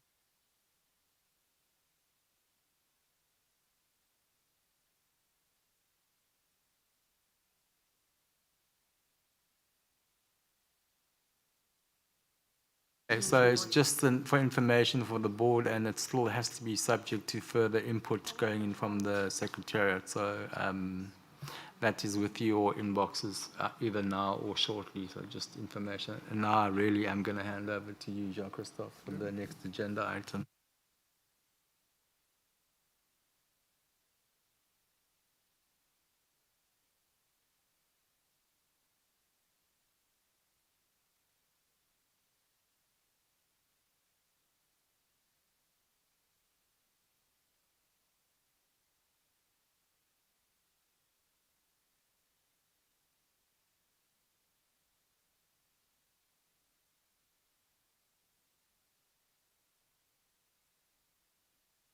Okay, colleagues, so what we're going to do is we're going to do the following, is we're going to then take you now through the work plan of the board, and then we're going to go into an executive session on matters related to the ED's performance. And then we're going to suggest that we send the structure and organization of the Secretariat to B8 because we're running out of time and we have no idea how long this is going to take us, so I hope not too long. And then again to confirm that the agenda item on the COP addendum report is nothing to report, except we've already taken a decision that we will submit an addendum report on the outcomes of this meeting to COP, so we took that decision already. And then dates and venues has been circulated. We'll ask you to do that through a decision without a board meeting, and it's dates and venues of 2027. So that would have then come to the end of our agenda. We would have achieved everything. So, and then we also just need to make one or two closing remarks as co-chairs. We're not able at this point in time to open the agenda item on the election of co-chairs, so that's subject to ongoing discussions and a nomination yet to be made. So that would either be done through a decision without a board meeting at the point in time when there is a serving member that's on the board, or well, we'll see how that takes us. So if that's okay, let me hand over now for the work plan. Thank you.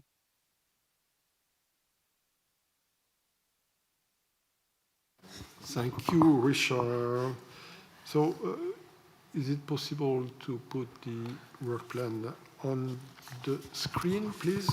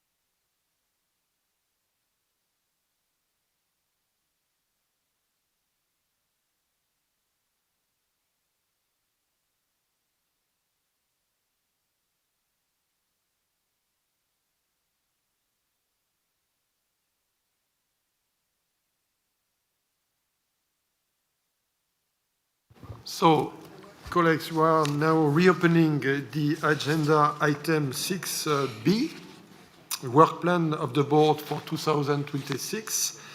We had yesterday morning a conversation about this work plan. A number of suggestions have been made to improve this work plan, to clarify some elements and some sequencing of our activities.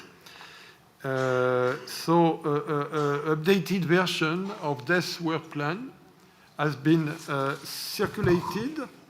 I understand it was around 2:14 p.m. So this is in your mailbox.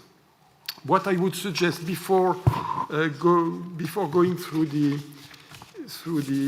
decision text itself is to come back to the work plan, and I will take you through the modification that have been done to this work plan of the board for 2026. So this is the first page. So first modification, as requested by some of you who express their willingness to have some clarity on the program of the board, of the work plan of the board for 2027, we have added at B8 an updated version of this work plan, which will incorporate elements for 2027. This is the first line. Then a policy on ethics and conflict of interest was requested as well, which is very much needed actually. So for B8 as well. Could you scroll down?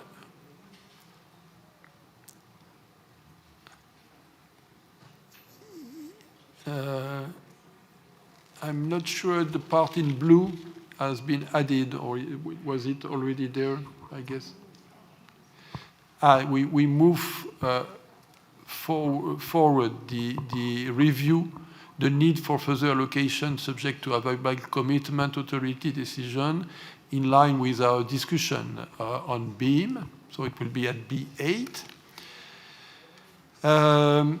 At B10, we have moved also forward consideration on the initial results for the BEAM, and that will be held at B10. Then on the program and project cycle, I think it was a request by ADAO that we prepare that in order to be able to be in a position to decide on the project cycle for the long-term operation of the FLD at B10. So we will start the discussion at B9. Then we added the paragraph I mentioned to you and to the rest of the board earlier on when we were discussing the funding cycle. The discussion on the modalities for rapid disbursement and relevant indicators and triggers to clarify access to different sources of support, which was your request, ADAO. Could you scroll down? Yes, there's some small adjustment here. And then we will come back to the complementarity and coherence framework at B10. Again, it was a request not to wait until 2027 to do that. Okay.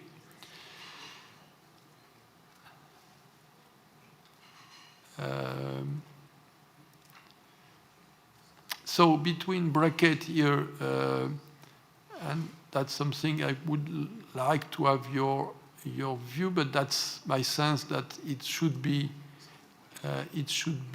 discussed at B10, the long-term resource mobilization strategy. So I think we should remove the bracket here. Consider the.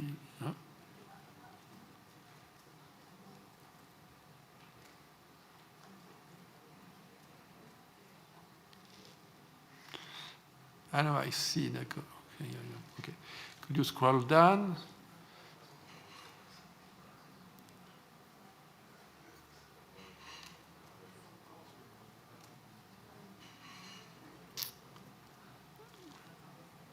Down again. That's about it, actually. So again, you have this document in your mailbox. You have had a few moments to look at it. But I will open the floor for comments on this work plan. Nevertheless, Abdulrahman, you have the floor. Thank you, Jean-Christophe. Just a very minor clarification on the resource mobilization strategy section. On the tasks with regards to, if you could scroll down a bit. Yeah, so with the standard procedures to identify sources, we don't have the action verb, so are we adopting or considering what would be there in B10?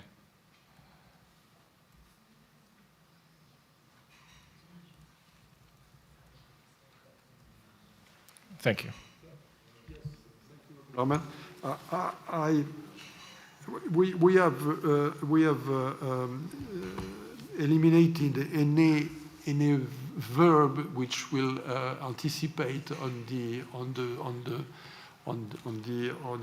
what the board could decide or not decide on that.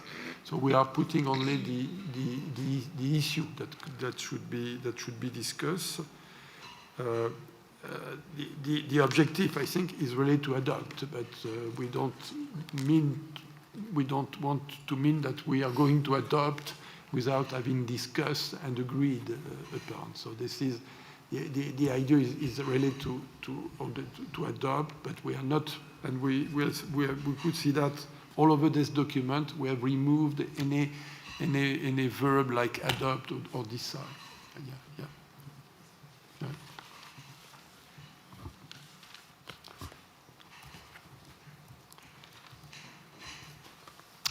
Mo, you have the floor. Thank you so much, JC. One general point, I think there are a lot that has been pushed forward to B10, so a lot of very important policies are put on B10, so at the end of 2026. I don't know if this is to allow for the Secretariat to build its capacities and also to allow for projects to be considered by the Secretariat or not, but I think many has been added to B10 of next year. I mean, look at most of the policies sorry, are put in B10. Two, this is very important, and under the optionalization of the fund, the bundling of modalities for rapid disbursement and the indicators and the triggers to clarify access to different sources of support, those are not the same item. Those are different elements and they should be dealt with in different ways. And the issue of triggers to clarify access to different sources should be a focus and not being diluted as it is now. Two main points in the governing instrument that refers to triggers in terms of access and how can we access this fund, those are important elements. So I think one, split the modalities for rapid disbursement. This is one, different than the triggers that clarifies access to different sources of support. So those are two different elements, and move both of them to start at B9, because you heard there is a strong push from all developing countries on how can we work on the rapid disbursement, and the same thing, there's a strong push that we start the discussion on the triggers to clarify access, because this is not very clear in our mind. So those are two different elements. They have to be put in two different items, and they should be, I think, should be pushed to start the discussion in B9, so hoping that we finish at B10 or maybe early the year after. Thank you. So, okay, did you get that?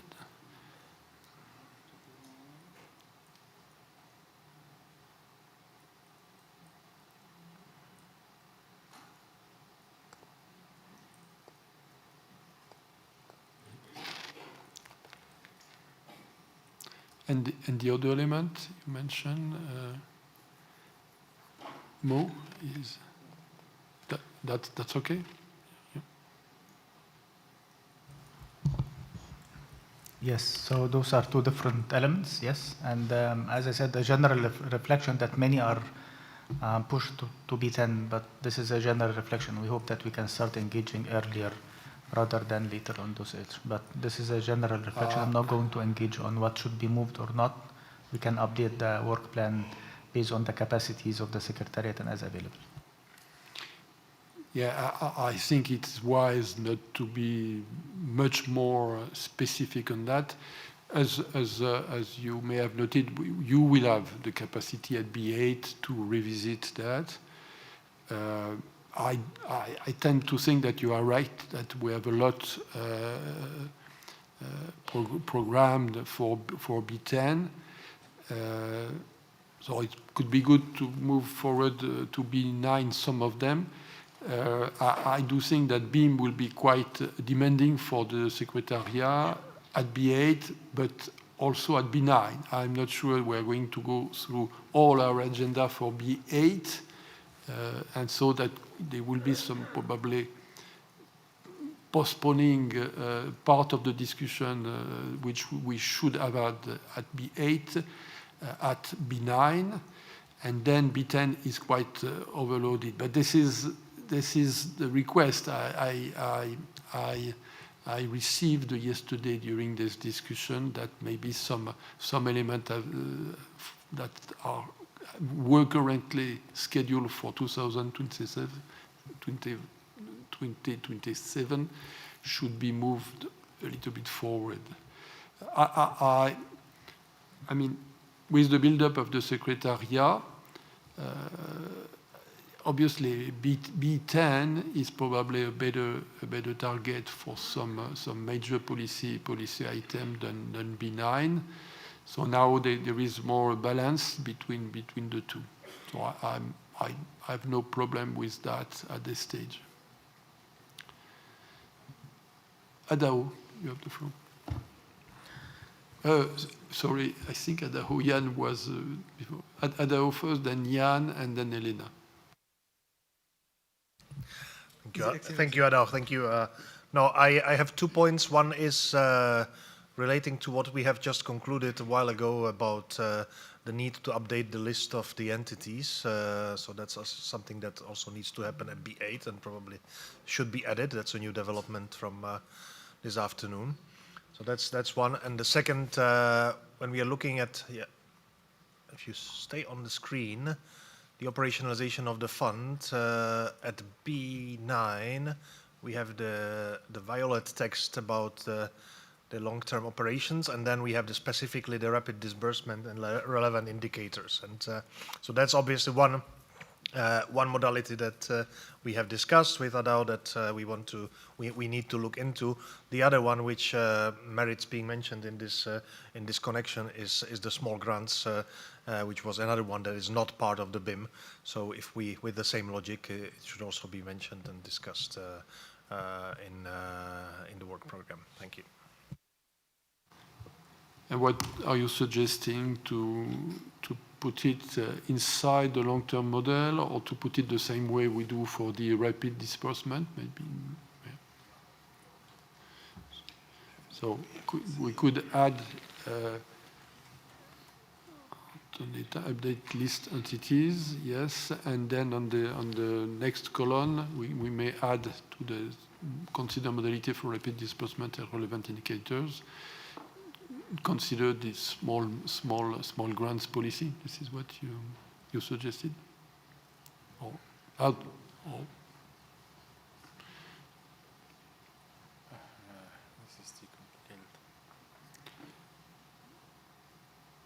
I do think that these two modalities are very much part also of the long-term model. So maybe we'll have at a moment, we'll have to, well, yeah.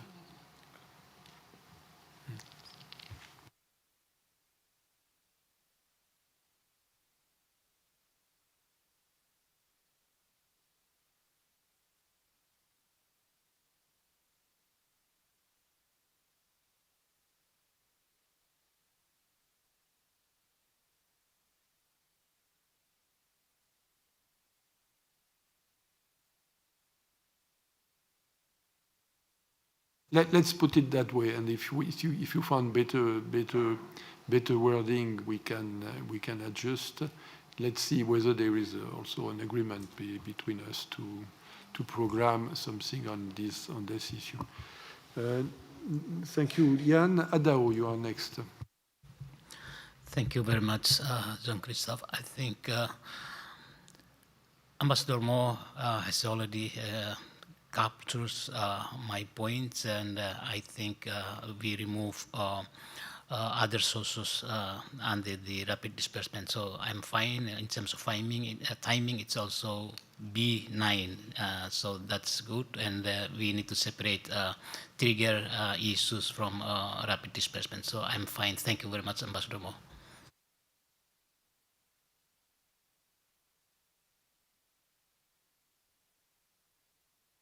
Thank you, Adao. Elena? Thank you, JC. Let me come back to the work plan. So I have, let's see. Okay, so I have the same comment as Ambassador Mo regarding separating the triggers and rapid disbursement. I think that's okay as addressed. My question is then, so when we talk about the results measurement framework, and this is only until 2027, but I understand that there is a paper already that's been worked on, so I feel that is too far away, and we can't let the BIM operate without a results measurement framework, right? So I think that is something that has to be brought to 2026. It's too far away for 2027, right? Unless I'm mistaken, but I feel like that has to be done before 2027. Now, with the respect to okay, initial. Okay, yeah, I understand now. Thank you. So, with respects to what the work plan. Sorry. Yes. What did you do there? No, they just alerted me to the fact that it's there. Okay, good. That's for the long. Okay, I got it. Thank you. Now, with respects to what the work plan and the several decisions keep referring to as the resource allocation framework, so paragraph 60 of the GI and para 22J, as referenced in this document, it's resource allocation system, not framework. And I want to be consistent with the GI. So can we please refer to that as the resource allocation system and not framework throughout the document? Because it is the system. So it's underneath. It's in the dark purple.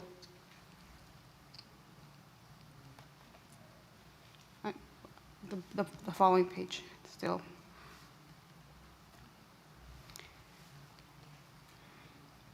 There we go. It's blue now. Yeah. So, yeah. And it's in the other columns as well. Yeah, exactly. So we just refer to it as the system. And just a question of clarification. So the activity under that, so it's implementation of activities with ESS and fiduciary principles and standards. I assume that activity refers to actually developing those standards and adopting them by the board. Is that what it means?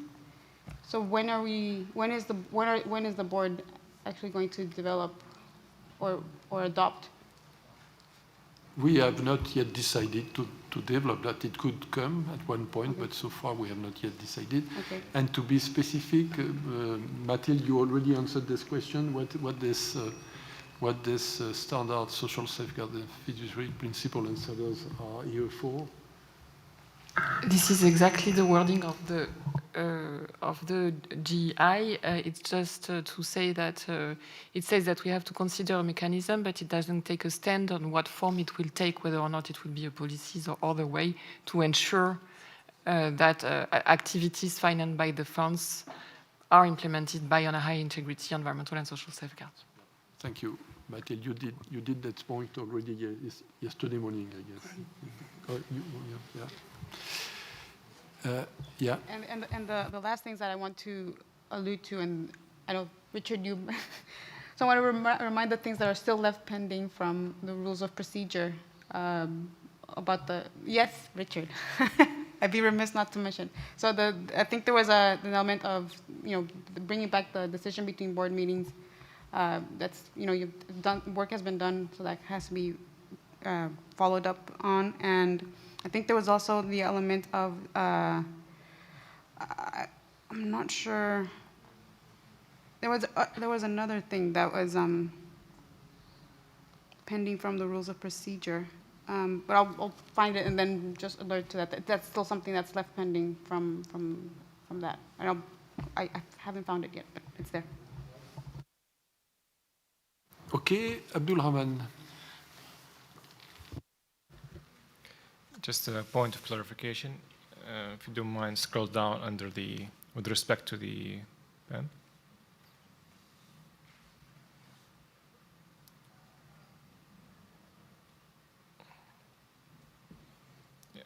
Yes. So I would like to ask on the activity under this works, and consider triggers to clarify access to different sources of support. So the clarification I'm seeking, what is the background of this activity? Was it mandated by a previous decision, or?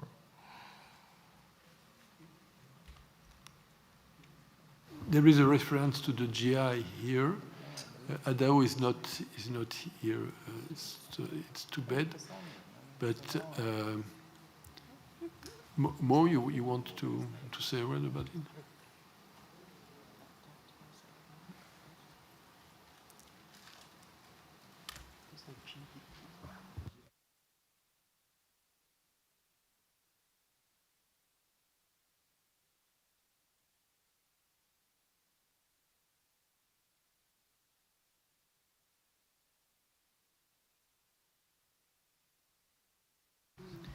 It's paragraph 22L from the governing instrument, which reads develop relevant indicators and triggers to clarify access to different sources of support provided through the fund.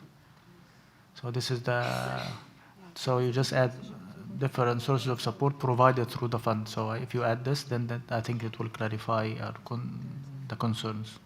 So the exact language will be easier. So the exact language will be to clarify access to different sources of support provided through the fund. Oh, okay.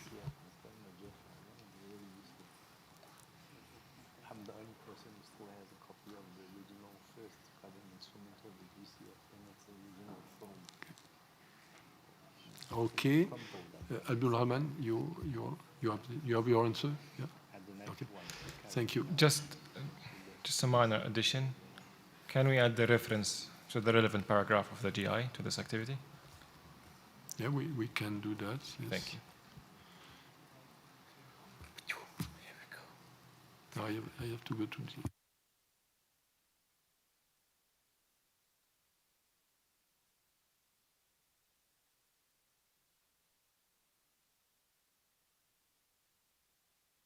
Abdul Rahman, you mean for this item only? Yeah, okay. Because okay. Okay, good. So could we... David, yes.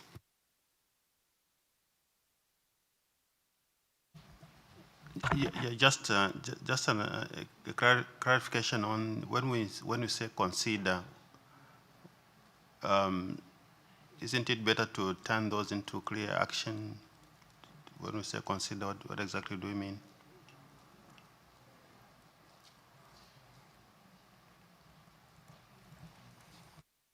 Okay, David, this is the second time we're now addressing this issue. It's grammatical. So I think the concern from co-chairs is we say adopt, then we're committing to do something by a certain point, right?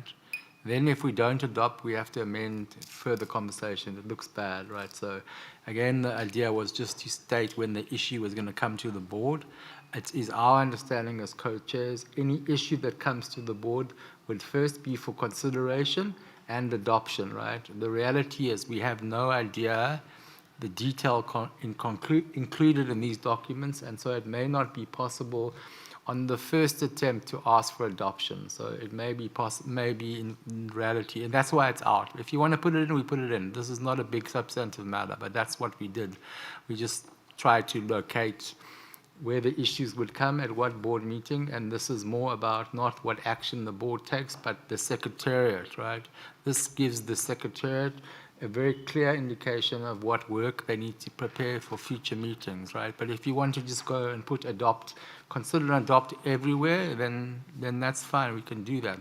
But then if you do that, then every single time you fail to adopt something, you have to then have another decision procedurally pushing the issue to the next board meeting. So we wanted to avoid that. But again, if the board wants that clarity, then that's fine. Yeah, that was the answer I gave to Abdul Rahman. We removed every verb like adopt, decide, or such. But you're right, actually, some of the discussion here will probably last more than one board meeting, and will have to be first discussed and then probably decide on the next board meeting. Difficult to anticipate that. So at this stage, we keep it simple like that. Mo, you want to add something? Yeah, just a small edit. The issue of like relevant indicators comes with the trigger. So those are the paragraph L, not with the rapid disbursement. Just like when they were splitting it, they just didn't split it in the right place. Yep.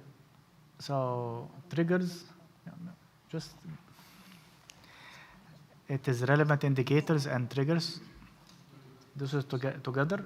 Rapid disbursement is on its own. So the one on top, just remove at the end. Yes, remove relevant indicators and relevant indicators from there. Yep.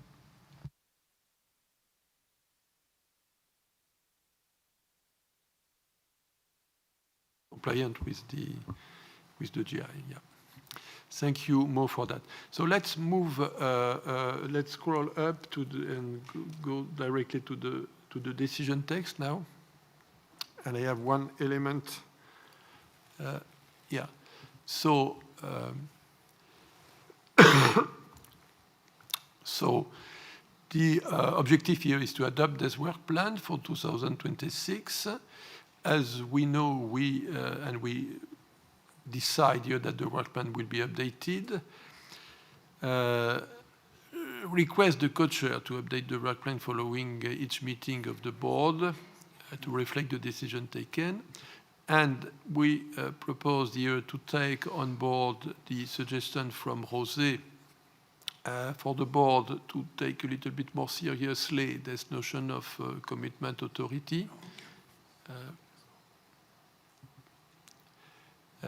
And request so the Secretariat, in consultation with the Budget Committee, to develop recommendations on the management of the Funds Commitment Authority for consideration by the board at its 8th meeting. Finally, request the Budget Committee to consider and make recommendation to the board.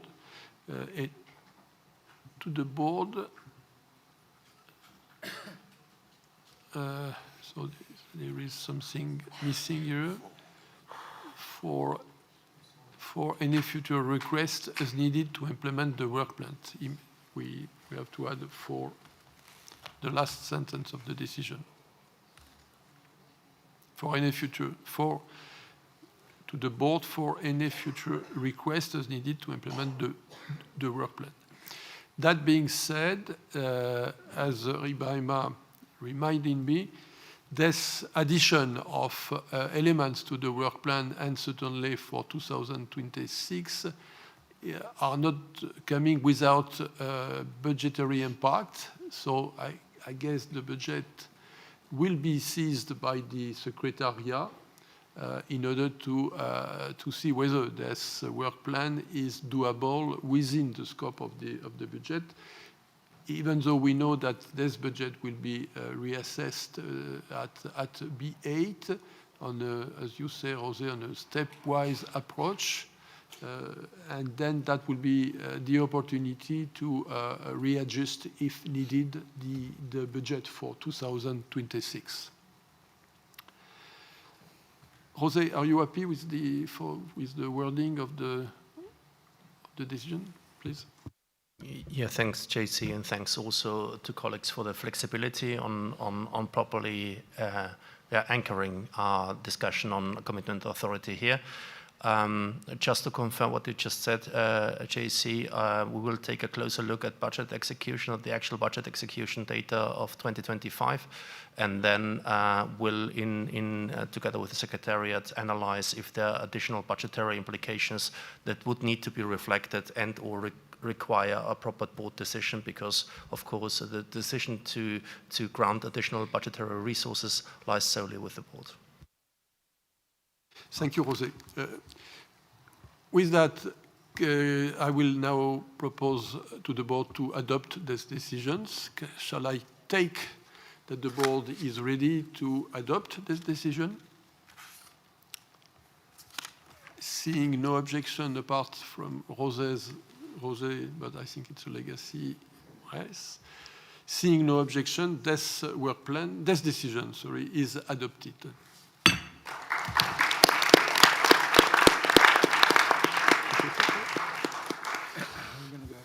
Let me now hand over the chairmanship to my fellow co-chair, Richard, to deal with which should be the last substantive item for the day and of this meeting. Okay, thank you, Jean-Christophe. So before I go into 10C and D, let me just confirm the following so we can tick it off on our agenda. And this can be put into the report of the meeting, if you can capture it, please. So agenda 9, establishment of the Secretariat, we will defer to B8. And we will come back to you with the process to seek further views if that's required. So that's what we would do with agenda item 9. Agenda item 9A, the procedures for decision making. We've given that in our report. So there's two elements here, as Elena points out. They are now reflected in the work plan of the board. So we've shared with you the initial draft that is yet to be consulted with members on how to take decisions in the absence of consensus. And we will get back to you exactly on how we intend to apply by the decision of the rules of procedure to consult the board members. But we're just making sure we're sharing with you where the document stated is right now. Then on the other outstanding issue on this matter, which is the matter of further consideration of whether the board is happy to take decisions without a board meeting related to funding decisions, particularly those that relate to extreme events. Again, we will put that into the same pattern. We haven't done our work on this, we just haven't had time, so we will either figure out what that document looks like and then ask you to decide, or we'll make sure that in our handover report to the incoming co-chairs, whenever that happens, to make sure that we have that over clearly to them as a responsibility. I don't think this is such a big issue, but it is an important one. And agenda item 11, as I already said, there's no need for us to have a discussion. We've decided to do an addendum report subject to the issuing of the compendium of decisions of this meeting and the compulsory sort of 2-week period that we have based on the confirmation that the decisions have been captured accurately. We will then prepare that report and submit it to the UNFCCC Secretariat, hopefully in a period that is able to be useful for the parties' deliberations of guidance to the fund. On dates and venues, again, we will circulate this as a decision without a board meeting. Its dates and venues are 2027. I think our feeling as co-chairs is the sooner we lock in dates, we're then in front of everybody else. So we will ask you to adopt this as a decision without a board meeting. That's 14.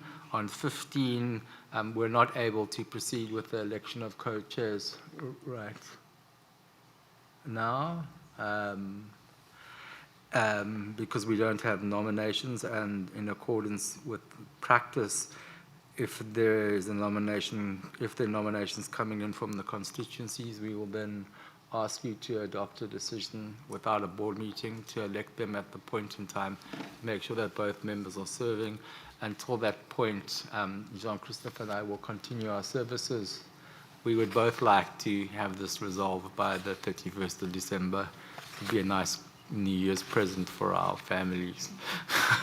Although we love you lots, but I think we love our families more, so sorry about that. You're secondary to our priorities. There were no other matters, so there was that.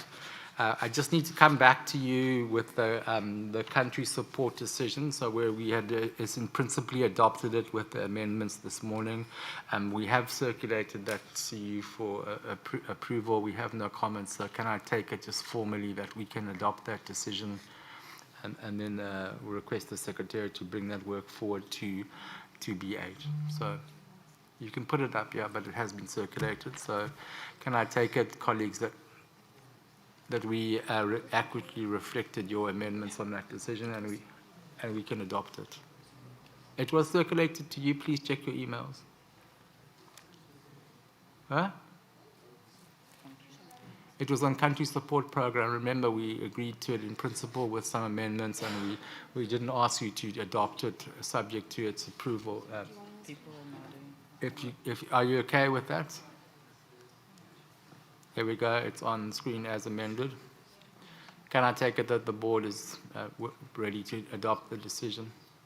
I think it has been checked with those people who made amendments. So, Ali?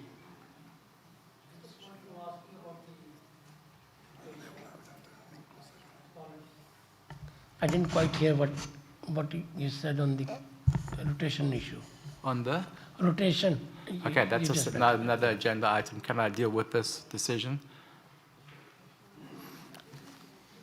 So, adopted. No, Mohammed.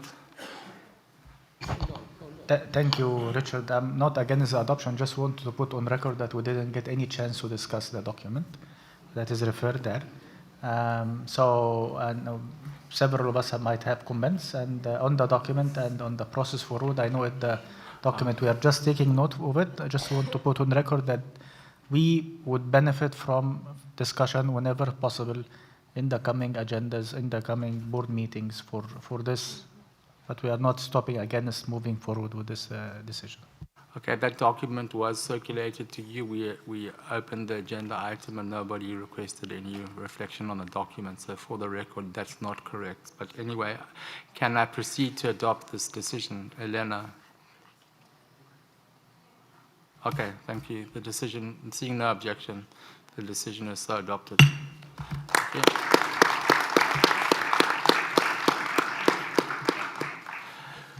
So Ali, you were asking a question about the election of the co-chairs. So we're unable to proceed with this as there are no nominations from the developing country constituency. So I can't tell you about anything that's a developing country constituency matter. We will bring you a decision on election of co-chairs when the nominations are made. Is that clear? It's not a board matter. Well, maybe we can have a 5-minute recess. I think APG did some consultation, maybe others also did, but I don't know. Developing country issue, not a board issue.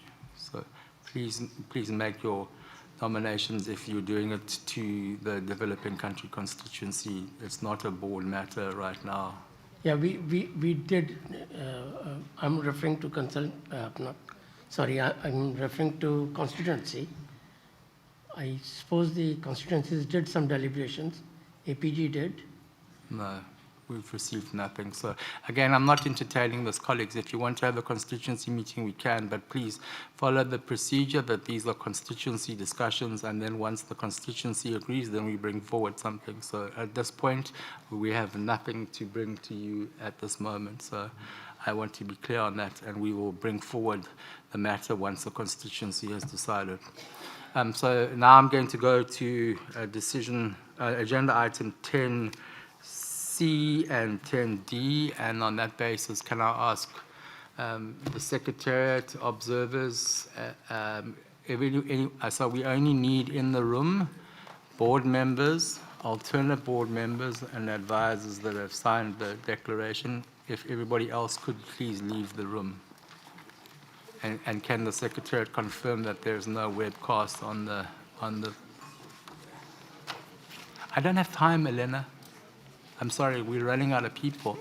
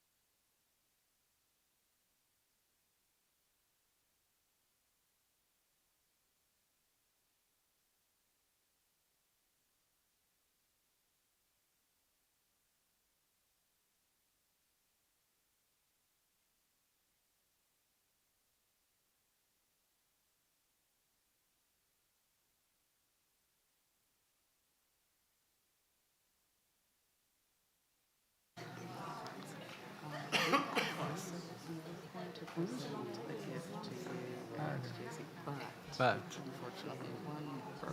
oh my God. Okay, whatever. It's fine. Okay, we'll hand over to you and you, or whatever.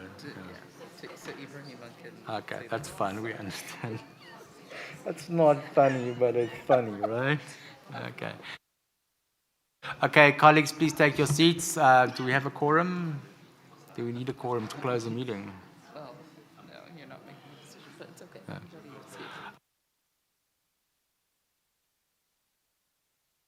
Oh, we've now exhausted our agenda item. Just to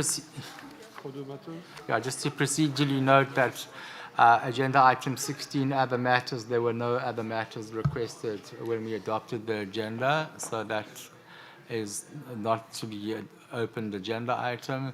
In terms of the report of the meeting, it's standard practice that we issue you a compendium of decisions on a 2-week basis for just editorial reflections that we've captured it correctly. We will work with the Secretary to try and get that to you early this week, this coming week, so that or this weekend, or wherever, as soon as possible.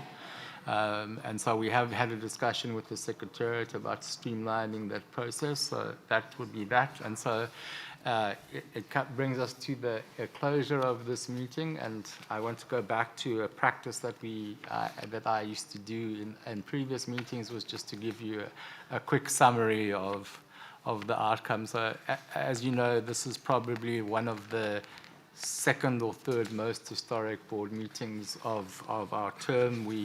Many of us started this journey in Egypt 3 years ago. For other colleagues like Ambassador Adal, I think the journey probably starts 15 years ago when you joined the unit. I don't know how long it was, but yours is much more longer journey. But our journey as the Loss and Damage Fund started in Cairo at Sharm el Sheikh, and then we were at the first meeting in Cairo, and then we had made stops along the way in Bonn and Dominican Republic, and then back to UAE to adopt our governing instrument, and then to adopt back in Dubai the formal COP decision. And since then we've been to a number of other places that I don't remember. We've taken a lot of decisions in a very short period of time, in almost 2 years.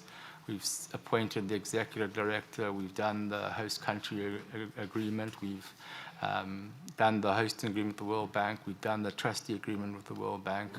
We've now fully at this meeting launched the BIM, and we'll formally open the BIM to a call for proposals in Belém. We've adopted a set of policies that will allow the BIM to be operational, and I'm assuming within 6 months we would be able to hopefully approve our first set of projects to demonstrate that the fund is taking action to respond to the urgent needs for loss and damage in particularly vulnerable developing countries. So congratulations.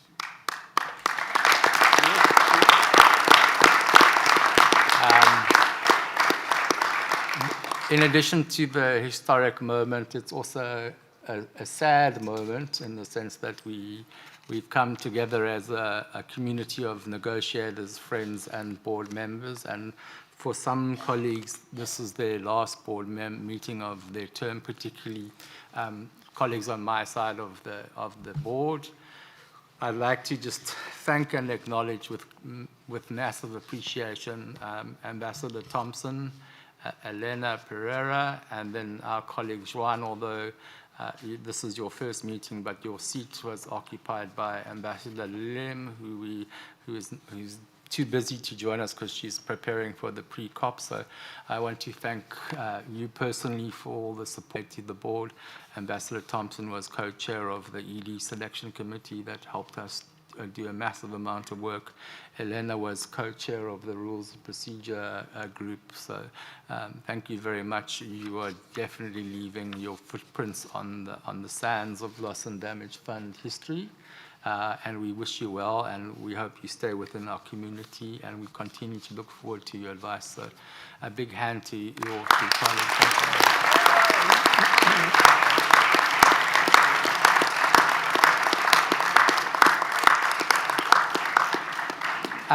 And to your advisors, Ricardo, Elena, you've had a number of advisor colleagues from Colombia. Some have left our community to join the UNFCCC, and we wish Sophia well, and thank you very much, colleagues, also for those contributions. They've been immensely important to our work.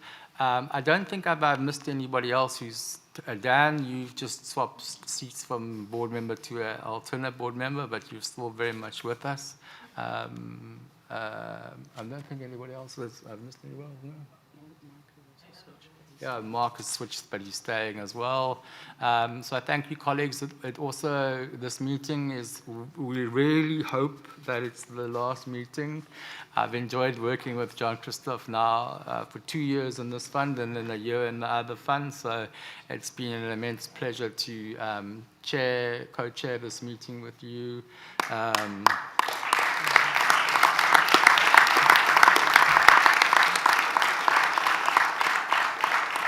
Unlike you, I'm not retiring. I'm just moving from this part of the table to somewhere down there. I'm not quite sure alphabetically where I will sit, but somewhere there to make trouble with Mohammed. Not to make trouble.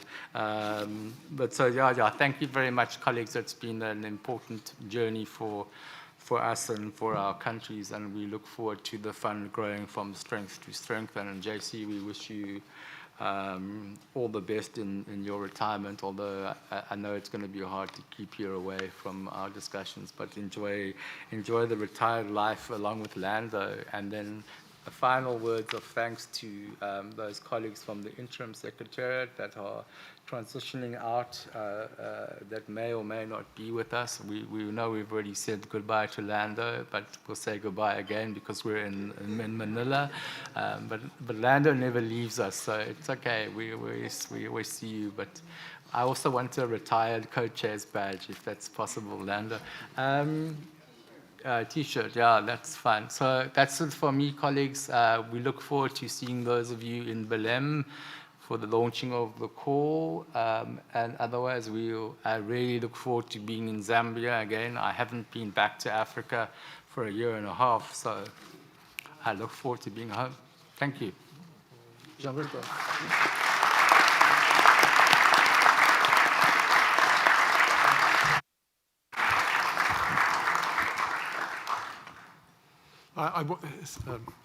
I won't add anything to the summary of our activities over the last 2 years with this board. Just some words, since I am leaving not only the co-chairmanship but also this board. So that's my last board meeting. I will still be acting as co-chair until the end of this year. And we have a lot to do, actually. You mentioned the COP, but all the follow-up of the board meetings are also quite demanding. And I did appreciate the fact that the Secretariat is eager to hear from us on the way forward after each board meeting. I think it's a good practice to have this kind of debrief with the Secretariat to understand better what is the way forward following the decision taken by this board. But I am not done completely with my co-chairmanship, and neither you, Richard. So stay focused. Stay focused. But I will dedicate a few moments to thank a lot of people here. First, as you say, journey was incredible. It's been a privilege to work with many of you over the last 3 years. I do remember the start of all of that, and I recognize that Ada was some years of precedent over our investment here on loss and damage. But I certainly would like to thank Mo and the government of Egypt for your hosting 2 meetings of the Transitional Committee. You created the spirit, I think, for this committee to deliver at the end of the day, even though we didn't do it in Aswan. We did it on the 5th meeting was it in Dubai or in Abu Dhabi? Yeah, in Abu Dhabi, yes, this is, yeah. I also would like to thank Anna and His Excellency Abdullah, because they were quite instrumental with the government of the UAE in allowing this committee to deliver and then to promote at the COP and have the COP decided on the creation of this fund. I will thank also our colleague Babayev and Elvin in Azerbaijan, which help us promote the first initial success of this board, the Hosty agreement, the trustee agreement. And then, obviously, I want to thank the government of Philippines and the President Marcos, who host us here in the Philippines, and they have been a continuous support for all of us. I don't know if Mark is in the room, but yes, the government of Philippines, I think, has been quite instrumental in supporting us, and the last event at Yunga was a demonstration of that. And then I would like also to turn to colleagues from the World Bank. I'm not sure they are still here. Renaud, Maitreyi, Paul, Duncan, Darius, and others. They have been familiar face for both of us, Richard, over the last 2 years. And overall, it has been successful, and they have helped us a lot to deliver. A word also to the interim secretariat. I know this is their last meeting, so if we can have a round of applause for the interim secretariat.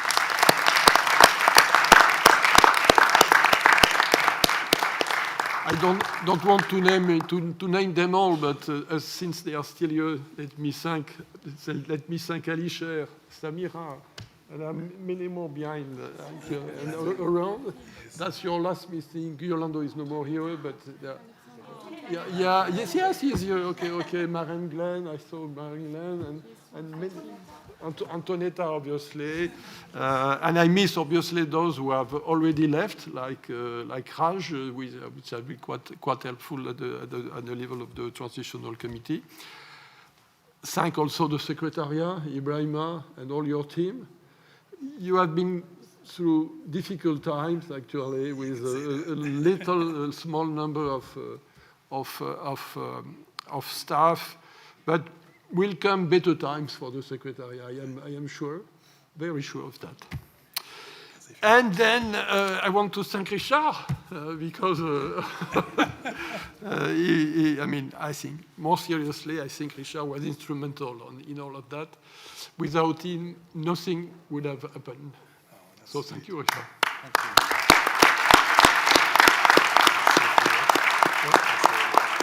One more word. And then I want to thank my amazing team. You know, there's one, but there were some who were very active during the Transitional Committee. I want to mention Marianne, Louise, but these ones are quite exceptional. So I can't, you know. So thank you very much.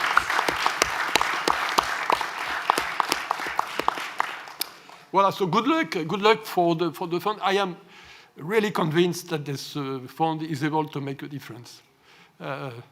It is difficult, but so rewarding to manage to get to some results. So thank you so much all, and good luck for the fund.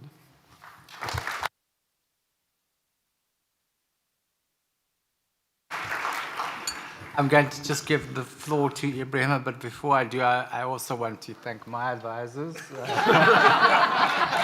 Because I was just really They supported both of us equally as developed and developing country co-chairs. So thank you very much to the government of France for providing my advisors. But that's over. Okay. We're going to be different. Okay, so Ibrahima, you wanted to say some words. No, well, first of all, thank you very much to the entire board. I am extremely humble and grateful for the opportunity to serve as the inaugural executive director. It's hard to believe it's almost a year ago that I actually took this job. It's going to be on November 1st.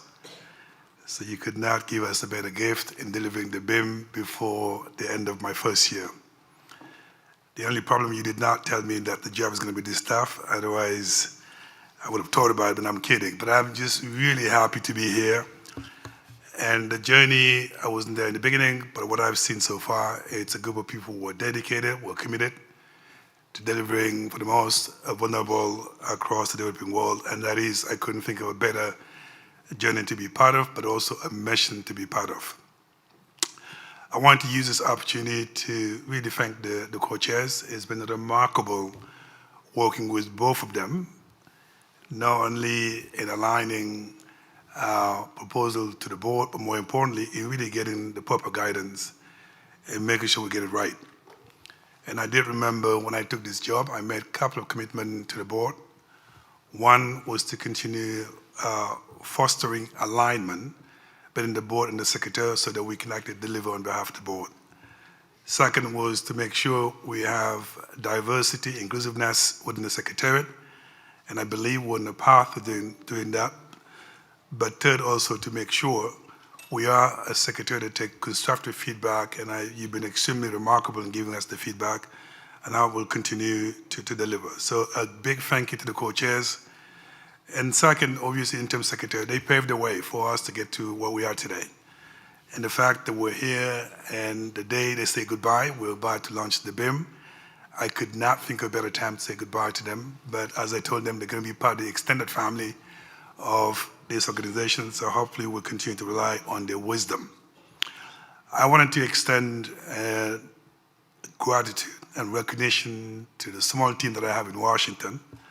It is hard to believe that the papers that you're receiving come from few people, and those people are dedicated, they're committed, they really want to deliver for this board, and that's why they're extremely special, and I wanted to recognize that. Starting, first of all, with the deputy ED, who joined me a couple of months ago, and I wonder whether she knew what she was signing up to. But also the GHA, the Jackie, and I can't name the word, but the rest of the team, back in Washington, diverse from different parts of the world, but all waking up every single day dedicated to really delivering for those who are expecting so much from us. We're all leaving Manila energized, inspired, and dedicated to go back to work so that when we get to COP30, not only we lunch, but the real work starts now, because our intention is to make sure that no one is left behind from what we do, because what we do is bigger than all of us. It's the people across the developing world who expect so much from us. And so you're giving us a new energy to go back, and I feel like I just got hired as an ED, and so I look forward to delivering for all the council. But thank you very much for the opportunity to serve. I'm humble. Thank you.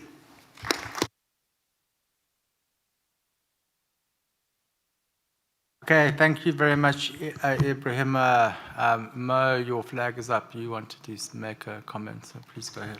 Yeah, thank you. And I know everybody wants to leave, but this is a very important moment for all of us. And I still remember the closing session of Sharm el-Sheikh, the COP, when this was created. And I have to acknowledge many who were there, pushed for this one, including Ambassador Adaw. On top of them, my friend Alpha, who was here somewhere. I don't know, he's out doing something, and Ambassador Ali from Pakistan, and all those developing countries who are pushing, and developed countries, especially from the EU, who believe that this fund will make a difference. And since then, I think the UNFCCC Secretariat, Lando and Marie-Glande, and the whole team have played an instrumental role in pushing this forward in transitional committee, and then now, until they place us where we are, joined later by UNDP and the GCF. I think this has brought us to where we are. But more importantly, it is you co-chairs, and especially you, Richard. You were co-chairing the transitional committee. We had a lot of differences at the end. You have been chairing this since it was created. You paid the price from your health, from your being committed to your family. So it is a very special thanks to you. Special thanks also to JC. In the TC, I was a member of the TC, and then he is co-chairing, and I think he also putting a lot of wisdom in the work that we're having. So between both of you, I think you have done a great job to bring us where we are. Looking forward to working further with Ibrahima. We have our difference, we have our comments on things, but I'm sure with the commitment that you're showing, things will move in the right direction. Just wanted to say that everybody in this room have worked to this to happen and for this fund to respond to who it should respond to. And before closing, I cannot close without saying thank you again for our partners who are the civil society who have also been with us in this whole process since it was just an idea, with all the demonstrations that they had, with all the activities that they had within the conferences all the way until we are here. So thank them and thank all of us, and really looking forward to working with all of you and hoping that this fund will be what everybody has envisaged. Thank you.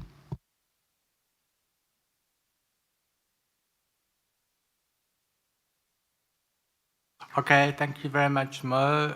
Colleagues, seeing no other comments, let me thank you all for your extremely important input into this board meeting and to the successors, and Ibrahim and the team. We look forward to working with you as we go along, and let me wish everybody a safe journey back to your homes, and then for those of you that we see in Belém, we'll see you there. Otherwise, we'll see you all in Lusaka, or Livingston, sorry, Zambia, where we'll have a nice board retreat on the shores of the Victoria Falls, right? So thank you very much, colleagues, and safe travels home. Thank you. The meeting is now closed.